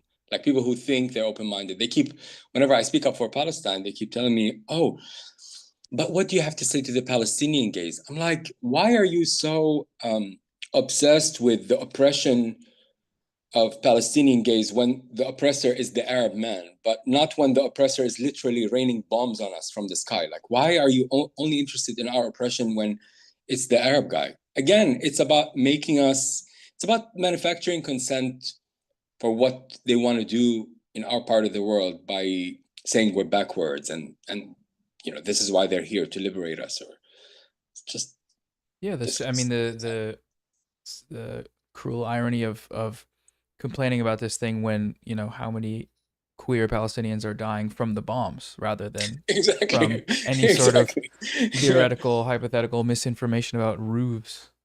Yeah, exactly. Like you're literally killing everyone, gay, straight, bi, whatever. You're killing us all. So it's not like you care about us. And again, this actually brings us back to this whole liberal versus, because the liberals will always use these things, which sound to people who don't know anything about this, about our part of the world, like, oh, that makes sense, you know, that, yeah, you're right, they are oppressive, those Arabs. Okay, maybe I don't know enough. Maybe I should just move on and go get my coffee. And yeah, but no, we need to keep, dismantling the lies and just exposing them. I think we should all just exposing this shit. The liberal Zionism and the humanism approach also is like a huge part of, I feel like, the success of false smears of anti-Semitism and appealing to Jewish victimhood and not wanting people to want themselves to be seen as anti-Semitic, given the history that has, applying this to the modern day to obviously subjugate others, to subjugate Palestinians. And that is just the most insidious. I don't know, I think about that so much, about how often I hear about people, you know, I heard about people expressing their fears of anti-Semitism on college campuses, for example, when it takes one quick glance into what is happening to see that the worst thing that's happening is people are being yelled at for being Zionists, essentially, and this is still able to be weaponized because you're using the word anti-Semitism. And to a liberal, that's enough on its own to, you know, pull funding from whatever university and threaten that through liberal institutions. And it's like, oh, okay, like this is, you know, you watch the Settlers documentary, or I don't know if you've seen the Louis Theroux documentary Settlers. It came out. I've seen enough clips of it to get the idea. Yeah. Yeah, where it's great in showcasing, you know, I think it's important to showcase 100%. The sort of psychotic right wing. There's value in that, but at the same time, there is a certain lack of exploration with, you know, I guess, tangible elements of genocide and tangible elements of the framing around Israeli society being so distinct or distinct enough to not include them in this framework of, aggressive, militant, illegal under international law Zionism versus a country of people that don't really care that much about it, or maybe they're against it, but ultimately the things they're for are just a version of that that's abiding by international law, or a version of that that isn't so explicitly violent. Yeah, this what you bring up about anti-Semitism is very for me it's anti-Semitism, especially in Europe, such a loaded word, and it has like almost a physical reaction. And I remember like 6 months ago, I was having a discussion with she, I was with a good friend of mine. She's pro-Palestinian. She's a Dutch girl, and her friend coming from Germany. A Dutch guy lives in Germany, and Germany, like they're insane with their blind support for Israel. And by the way, now Germany have made it so that in order to get naturalized, you have to pledge that Israel has a right to exist. That's part of what insane. Oh my God. And they're doing that because they're trying to pretend that anti-Semitism is something that the immigrants from Syria brought with them. Hello, like you invented it. But anyway, they're gross. But this whole, and I didn't know this guy. I just know him through this mutual friend. And we were sitting, and he was like, he knew I'm Palestinian, so he's like walking around eggshells as he's talking, and he wants to do but what about this, and anti-Semitism. And I was like, suddenly I was very triggered, but at some point I got like clarity about it. I just brought up the Holocaust, and I was like, would you say the same thing about the Holocaust? He literally, like, he was flushed, like all his blood went to his face. I'm like, see, that moral clarity that you have about the Holocaust, you should have about the Holocaust in Gaza. But there, you don't need to check with anyone because killing people is wrong. But why is it a question when it comes to Palestine? And he stopped, and I felt like I got through to him, not fully, but I felt like, okay, there was something there. Because when it comes to Holocaust and anti-Semitism in Europe, and I'm sure in the States as well, people are very clear. It's not something you debate, right? But this is still up for debate for whatever fucking reason. Like, we're still discussing why it's okay. Like, newborns need to be killed. Like, that's just... yeah. I talked earlier today to someone about the position, the discomfort that comes with the position of having to try to appeal to someone to just recognize or at least acknowledge that a baby being killed is like wrong, or like the conversation has to start somewhere other than the fact that this is brazen genocide. It has to start, I guess, by appealing to one argument that was brought up was how Israel's doing this stuff with your tax dollars. And it's like there's a certain self-interest that feels gross to have to say that to someone, like it's costing you money, and that's what you should be worried about. But at the same time, there's the argument for doing that being some form of effective, I guess, rhetoric, is that how else are you going to get, certain sects of the American population, maybe a good amount of them that are apolitical or even like centrist, even liberal. It's like, right? Whatever gets you there, right? Yeah, the practical element of doing that, but the feeling of like, I don't know, that's something that and I'm not even, I'm just doing this adjacent to experience living as a Palestinian, when this is, having to, I don't know, start where the place the conversation starts is just so frustrating, but it's necessary. Yeah, exactly. I think we need to remove our feelings when it comes to that. I think as long as the conversation comes back to where it needs to, maybe then it's okay. And what you just brought up about the money, I love that, because do you know Breaking Points with Sagar and Crystal Ball? They have YouTube. Yeah. I love hearing them debate, because Sagar represents the right or conservative or whatever you want to call it. And he's like, as long as you don't take my money, I'm okay. Like, I'm like, oh, Jesus. Don't you have any feelings? Like, you're about to become a father. Like, but I guess then I'm like, okay, he's speaking up for Palestine. It's fine. But it's so interesting to see them both. And I have to give them credit for putting this debate on air and them being like friends. But Crystal's always like, but we're human. I'm a mother. Like, I can't see this happening. Sagar's like, as long as they don't take money from us, it's fine. Let them go. They can self-fund the genocide. They can crowdfund for it or whatever.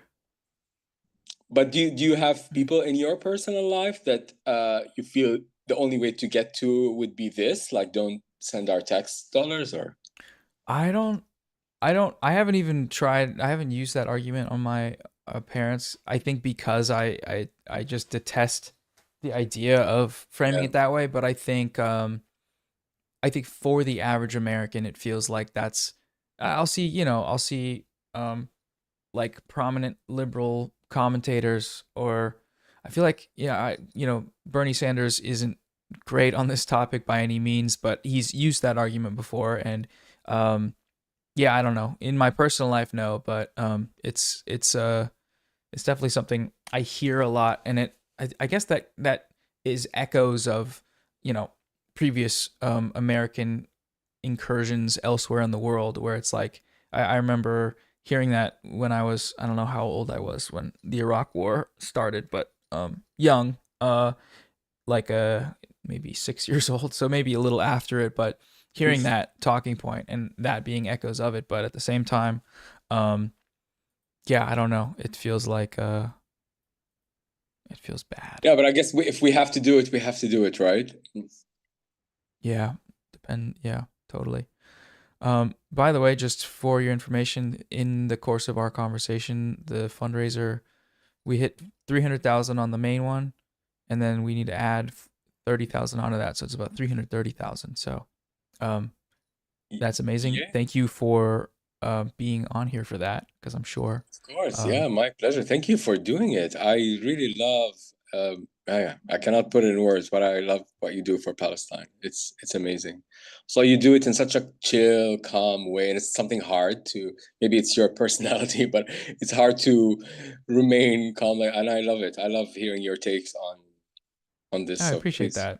keep it up. I appreciate your work, and I guess it's from a different angle of more enjoyable for me to watch than it is for me to make things like that, because Yeah, every it's time when I see like one of your videos, I'm like, okay, he's recording. Let me just press record it and talk. But then I'm like, no, but I want to add that clip, and then I want to add this, and then I want to add this song, and then just I think the filmmaking, whatever, like just, and then I end up spending 5 weeks just making a video, and it's like, oh, okay, but yeah. it's fine. Oh, totally. I mean, it works out. It always ends up being worth the Yeah, effort, I it's like think. kind of again back to this whole like we're doing something for the long term. It's not just for now. It's like I don't know. I feel like I'm not gonna have kids. I guess these are my children. But on the world, this is I guess we all want to live on in some way or another. But like I feel like okay, I'm creating a body of work that maybe one day future free Palestinians will look at and be like, yes. He fought for us, and now it's free, and now it's yeah. I love, by the way, fantasizing about free Palestinians in the future when we're not around. That makes me so happy. The olive tree. Yeah, that's beautiful. And like just also having dignity, like just I think people forget when they're talking about Palestinians, especially Palestinians in Gaza. They think they're all behind Hamas, but even when you take before October 7. Like Hamas is beyond armed resistance. It was also government, right? So people, not everyone was on that side of the government. People were always, Palestinians were complaining about, garbage, not getting paid on time. Like Palestinians are humans. Like they have concerns like everyone else. Like they just want to, this idea that we get up and people still write me in the comments like, oh, this will stop when Palestinian mothers learn how to love their children more than hate us. I'm like, are you fucking kidding me? How dare you say that? Like, you think a Palestinian mother doesn't want to hold her baby or comfort? And what in the world is wrong with these people? Like, how do you not see that we're equal?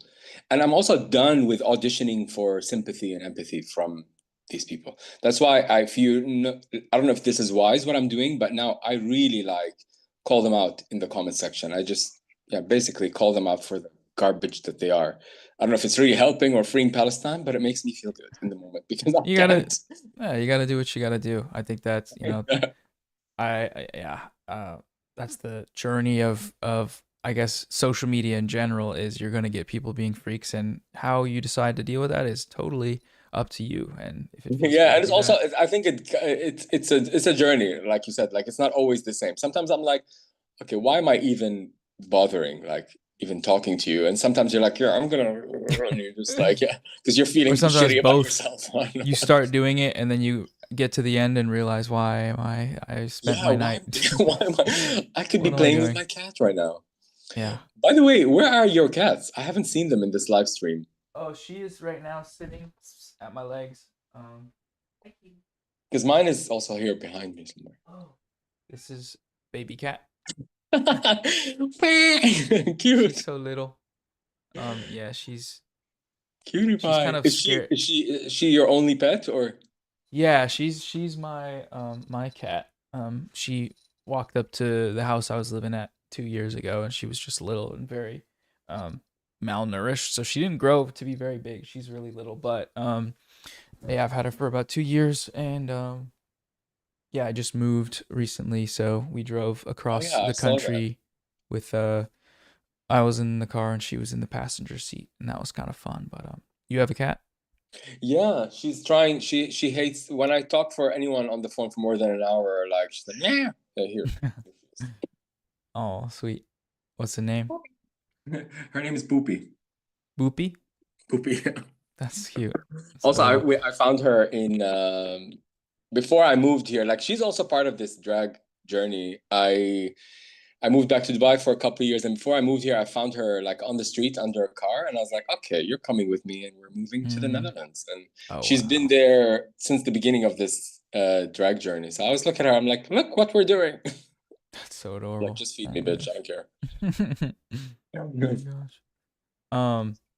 Yeah. Well, this is there anything else you would like to talk about? Because I think No, this it's conversation has good. been Yeah. amazing. I don't want to Thanks for having keep you me. from And your kitty too long.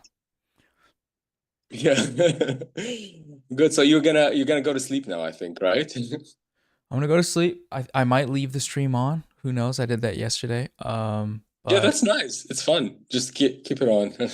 yeah, it's yeah. There was 2,000 people watching me sleep, which felt weird, but also I like for a second woke Okay, up and perverts. forgot. Yeah, People literally. are into so much shit. Like there's a market for everything. You hear that, chat? You're perverts. That's exactly what I said when I woke up. But yeah, thank you so much for coming on, and Yeah, thank you. love what you do and keep doing it. And good luck with everything with your show. I'm excited to hear updates about that because I'm sure it'll be Yeah, brilliant. hopefully I'll get to come to the US when the US passes this weird point that you guys are in. Yeah, it's a little fascism, but we'll figure it out hopefully. Yeah, I'm sure you will. Okay. Well, thank you so much. Have Thank a good you. day. Bye.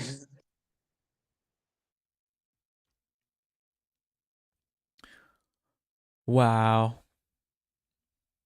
What a good person.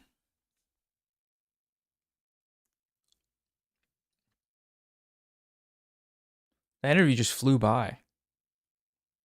Amazing. Is the stream still working?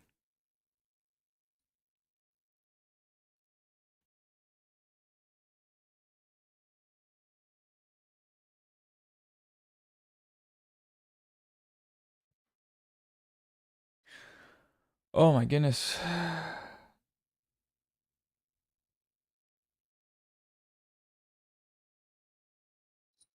What do you guys think? Wait, I have to shave. All right. 6,600. Shave mustache time. Are we ready for this? I'm so scared. I hate it. I can't wax the leg hair because I don't have wax. I hate it, but we gotta do it, man. Bleach sword. This is happening live on air, and I even have a paper plate to catch the hairs. Ugh, I hate how I look without a mustache, but clip it, chat. What do we need a mod for?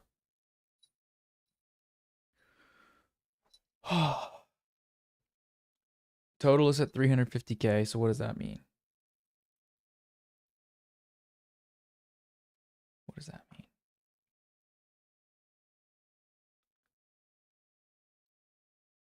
God damn. I'm so scared. Yeah, you made it for the mustache cut. Um, hate my life. I'll be right back. Hi, kitty. Hi, kitty.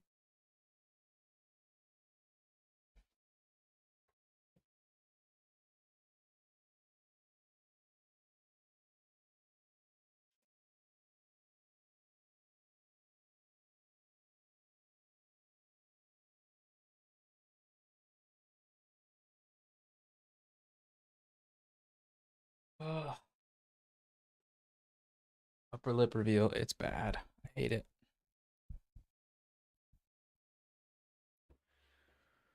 Okay. I need to change this.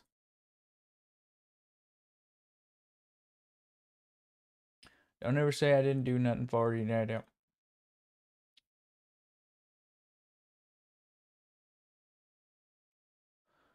Don't ever say I didn't do nothing about. What the?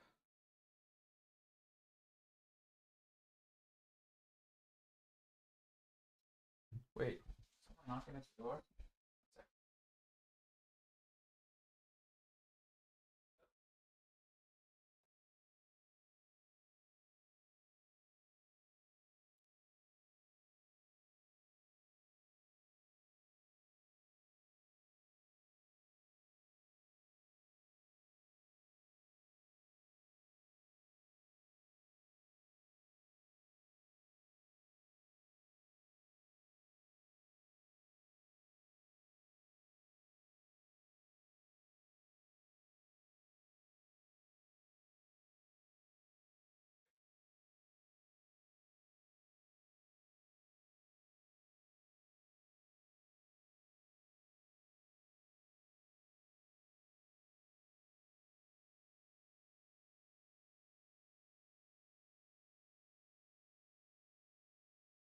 Damn, someone in my life just brought wings as a gift.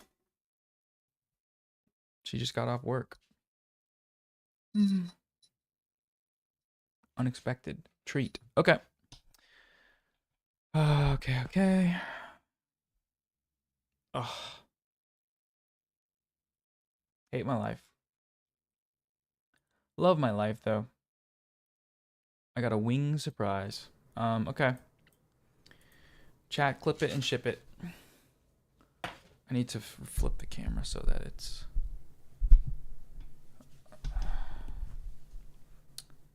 so that I can look at this objectively.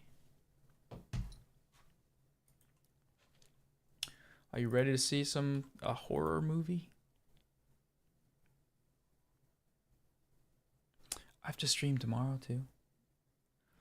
All right. To spin the wheel 15 times. I feel like I didn't need to do this.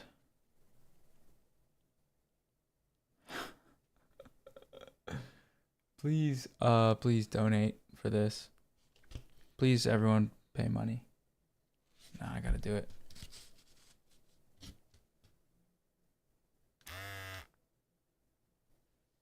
I have to shave the rest of my face first.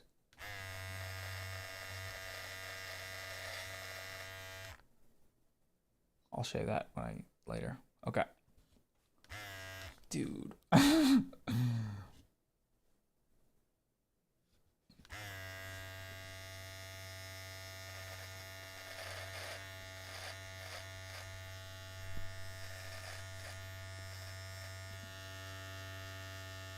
Okay, careful.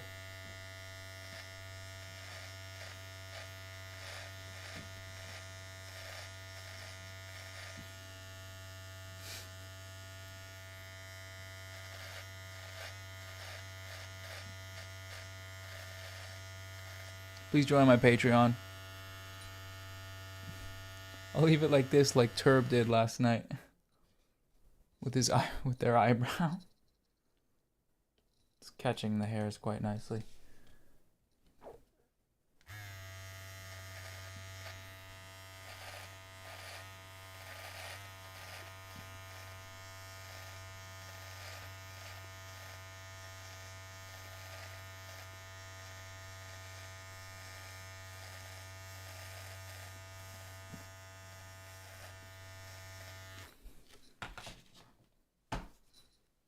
Is there hair in the middle?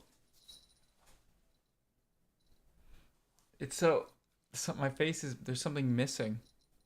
It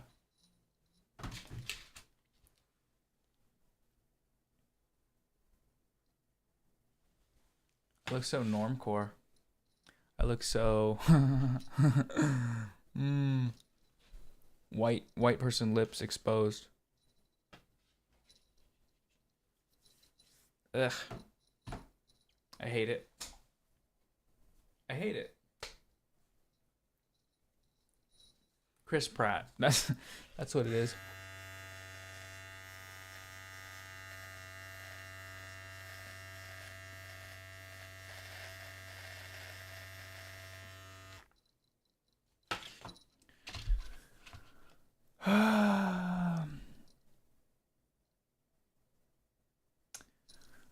I'm gonna go change my clothes. I'm gonna go eat and lay down. I'm gonna keep the stream on. But I'm gonna do that all very sadly. As a sad guy.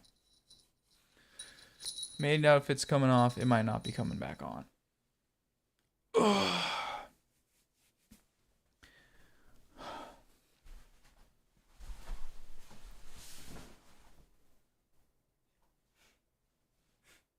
Don't look. Don't look at it. Leave me alone. An angel lost its wings. But I did gain some wings from my friend. So we'll make it work.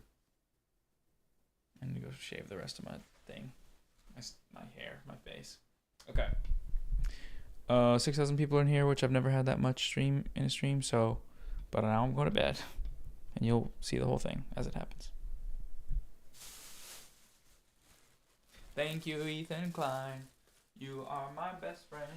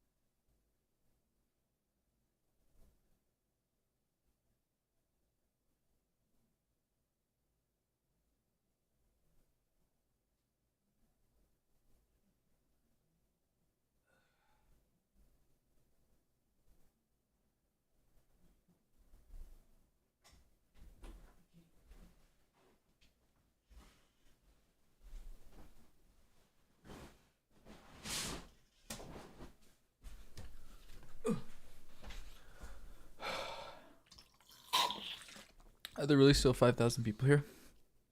What the fuck? Ugh. Ugh. Ugh. The heck's wrong with y'all? Ugh.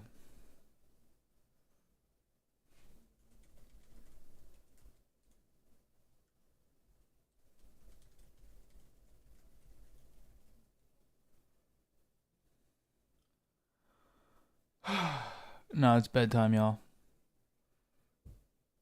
But y'all see the schedule for tomorrow, which I will put on the screen right now.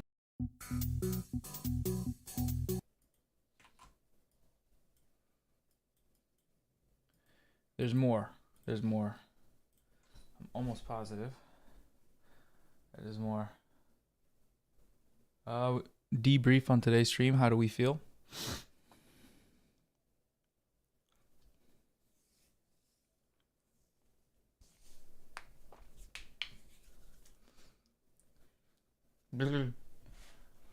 You're thinking, yeah, I'm thinking I hate it.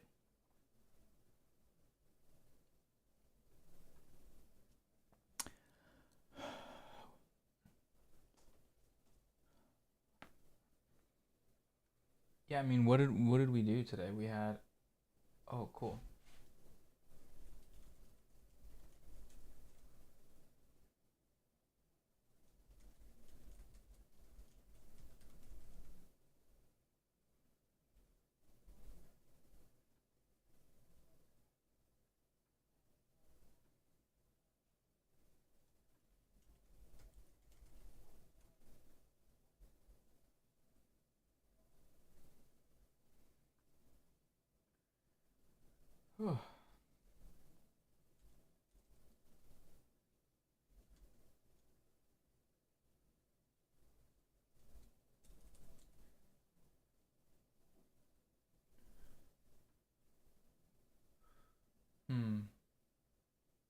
Fuck.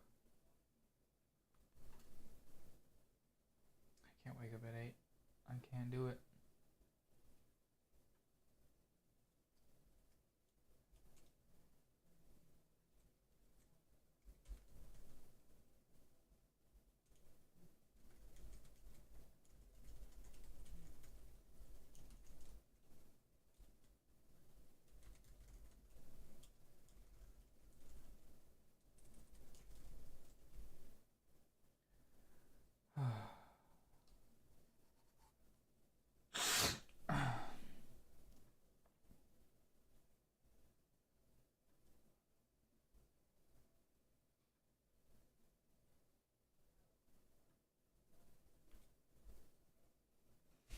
One last refresh. The stream was the best. I love everyone involved, bro. But the part where BadEmpanada bullied the life out of Hasan was the best. I love them both. Yeah, that was a highlight. I liked. I mean, that was just great seeing the two of them talk, probably for the first time. I will edit and upload the Chris Kunzler interview because that shit was fire. I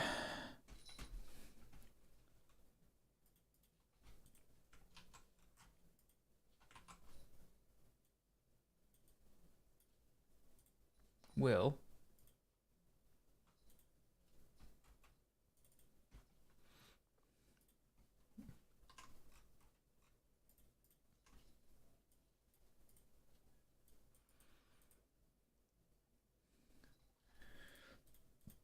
What's the total now? It's over 330,000. It's like 350. I'm pretty sure. Ahmed was a highlight, even though I hope someone clipped that when we were talking about the Minecraft movie and he was telling me about how he watched it and liked it, and then a fucking bomb went off and he turned and then turned back almost immediately and was like, what was I talking about? And I was like, the Minecraft movie. Man,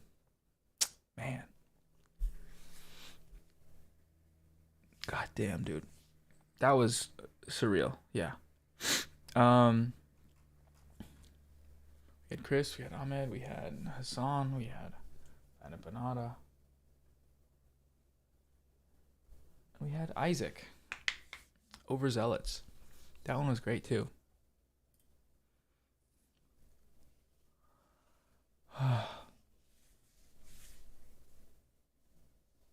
Alright. I'm gonna lie down. Did I link the thing in the description? Are there really still 5,000 viewers? What the heck?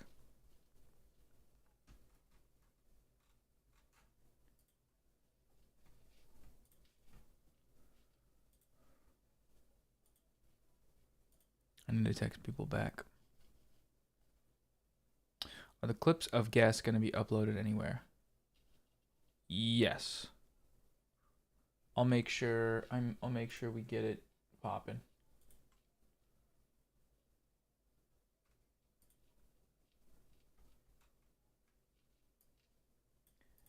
Okay, I think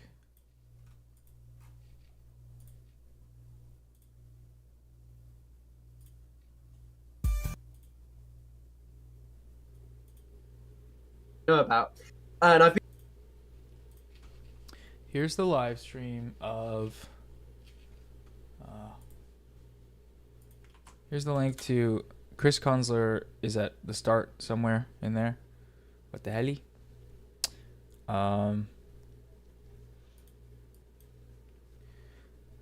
I might have an interview with Lila Mohaiber from the Unrwa deputy security director or something. She's like the main lady or one of the main people.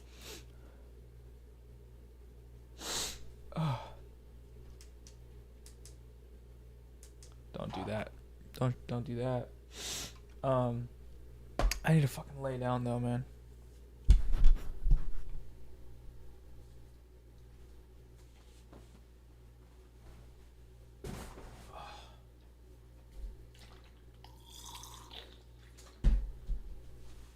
Where's my damn phone?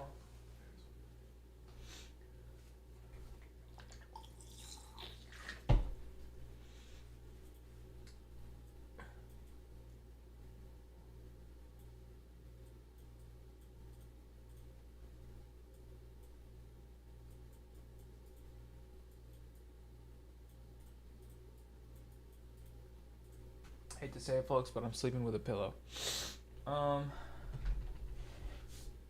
What are the last minute?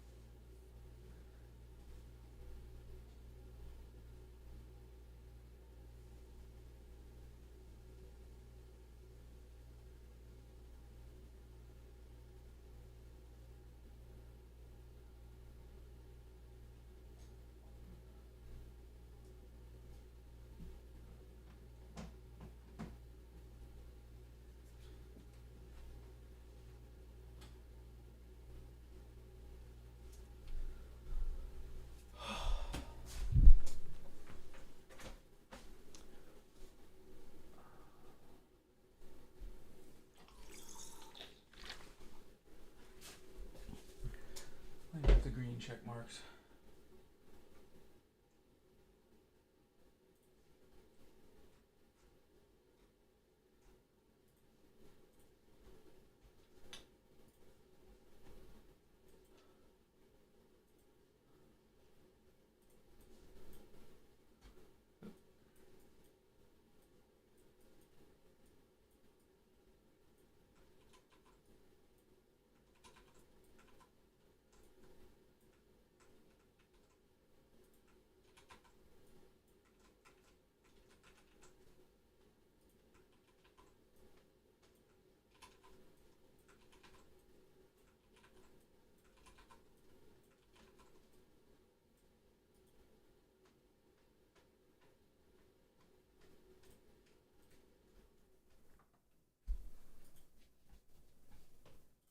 I'm such a genius.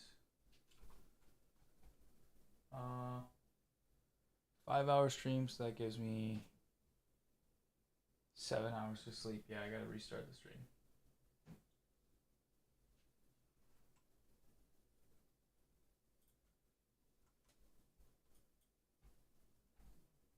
Be right back.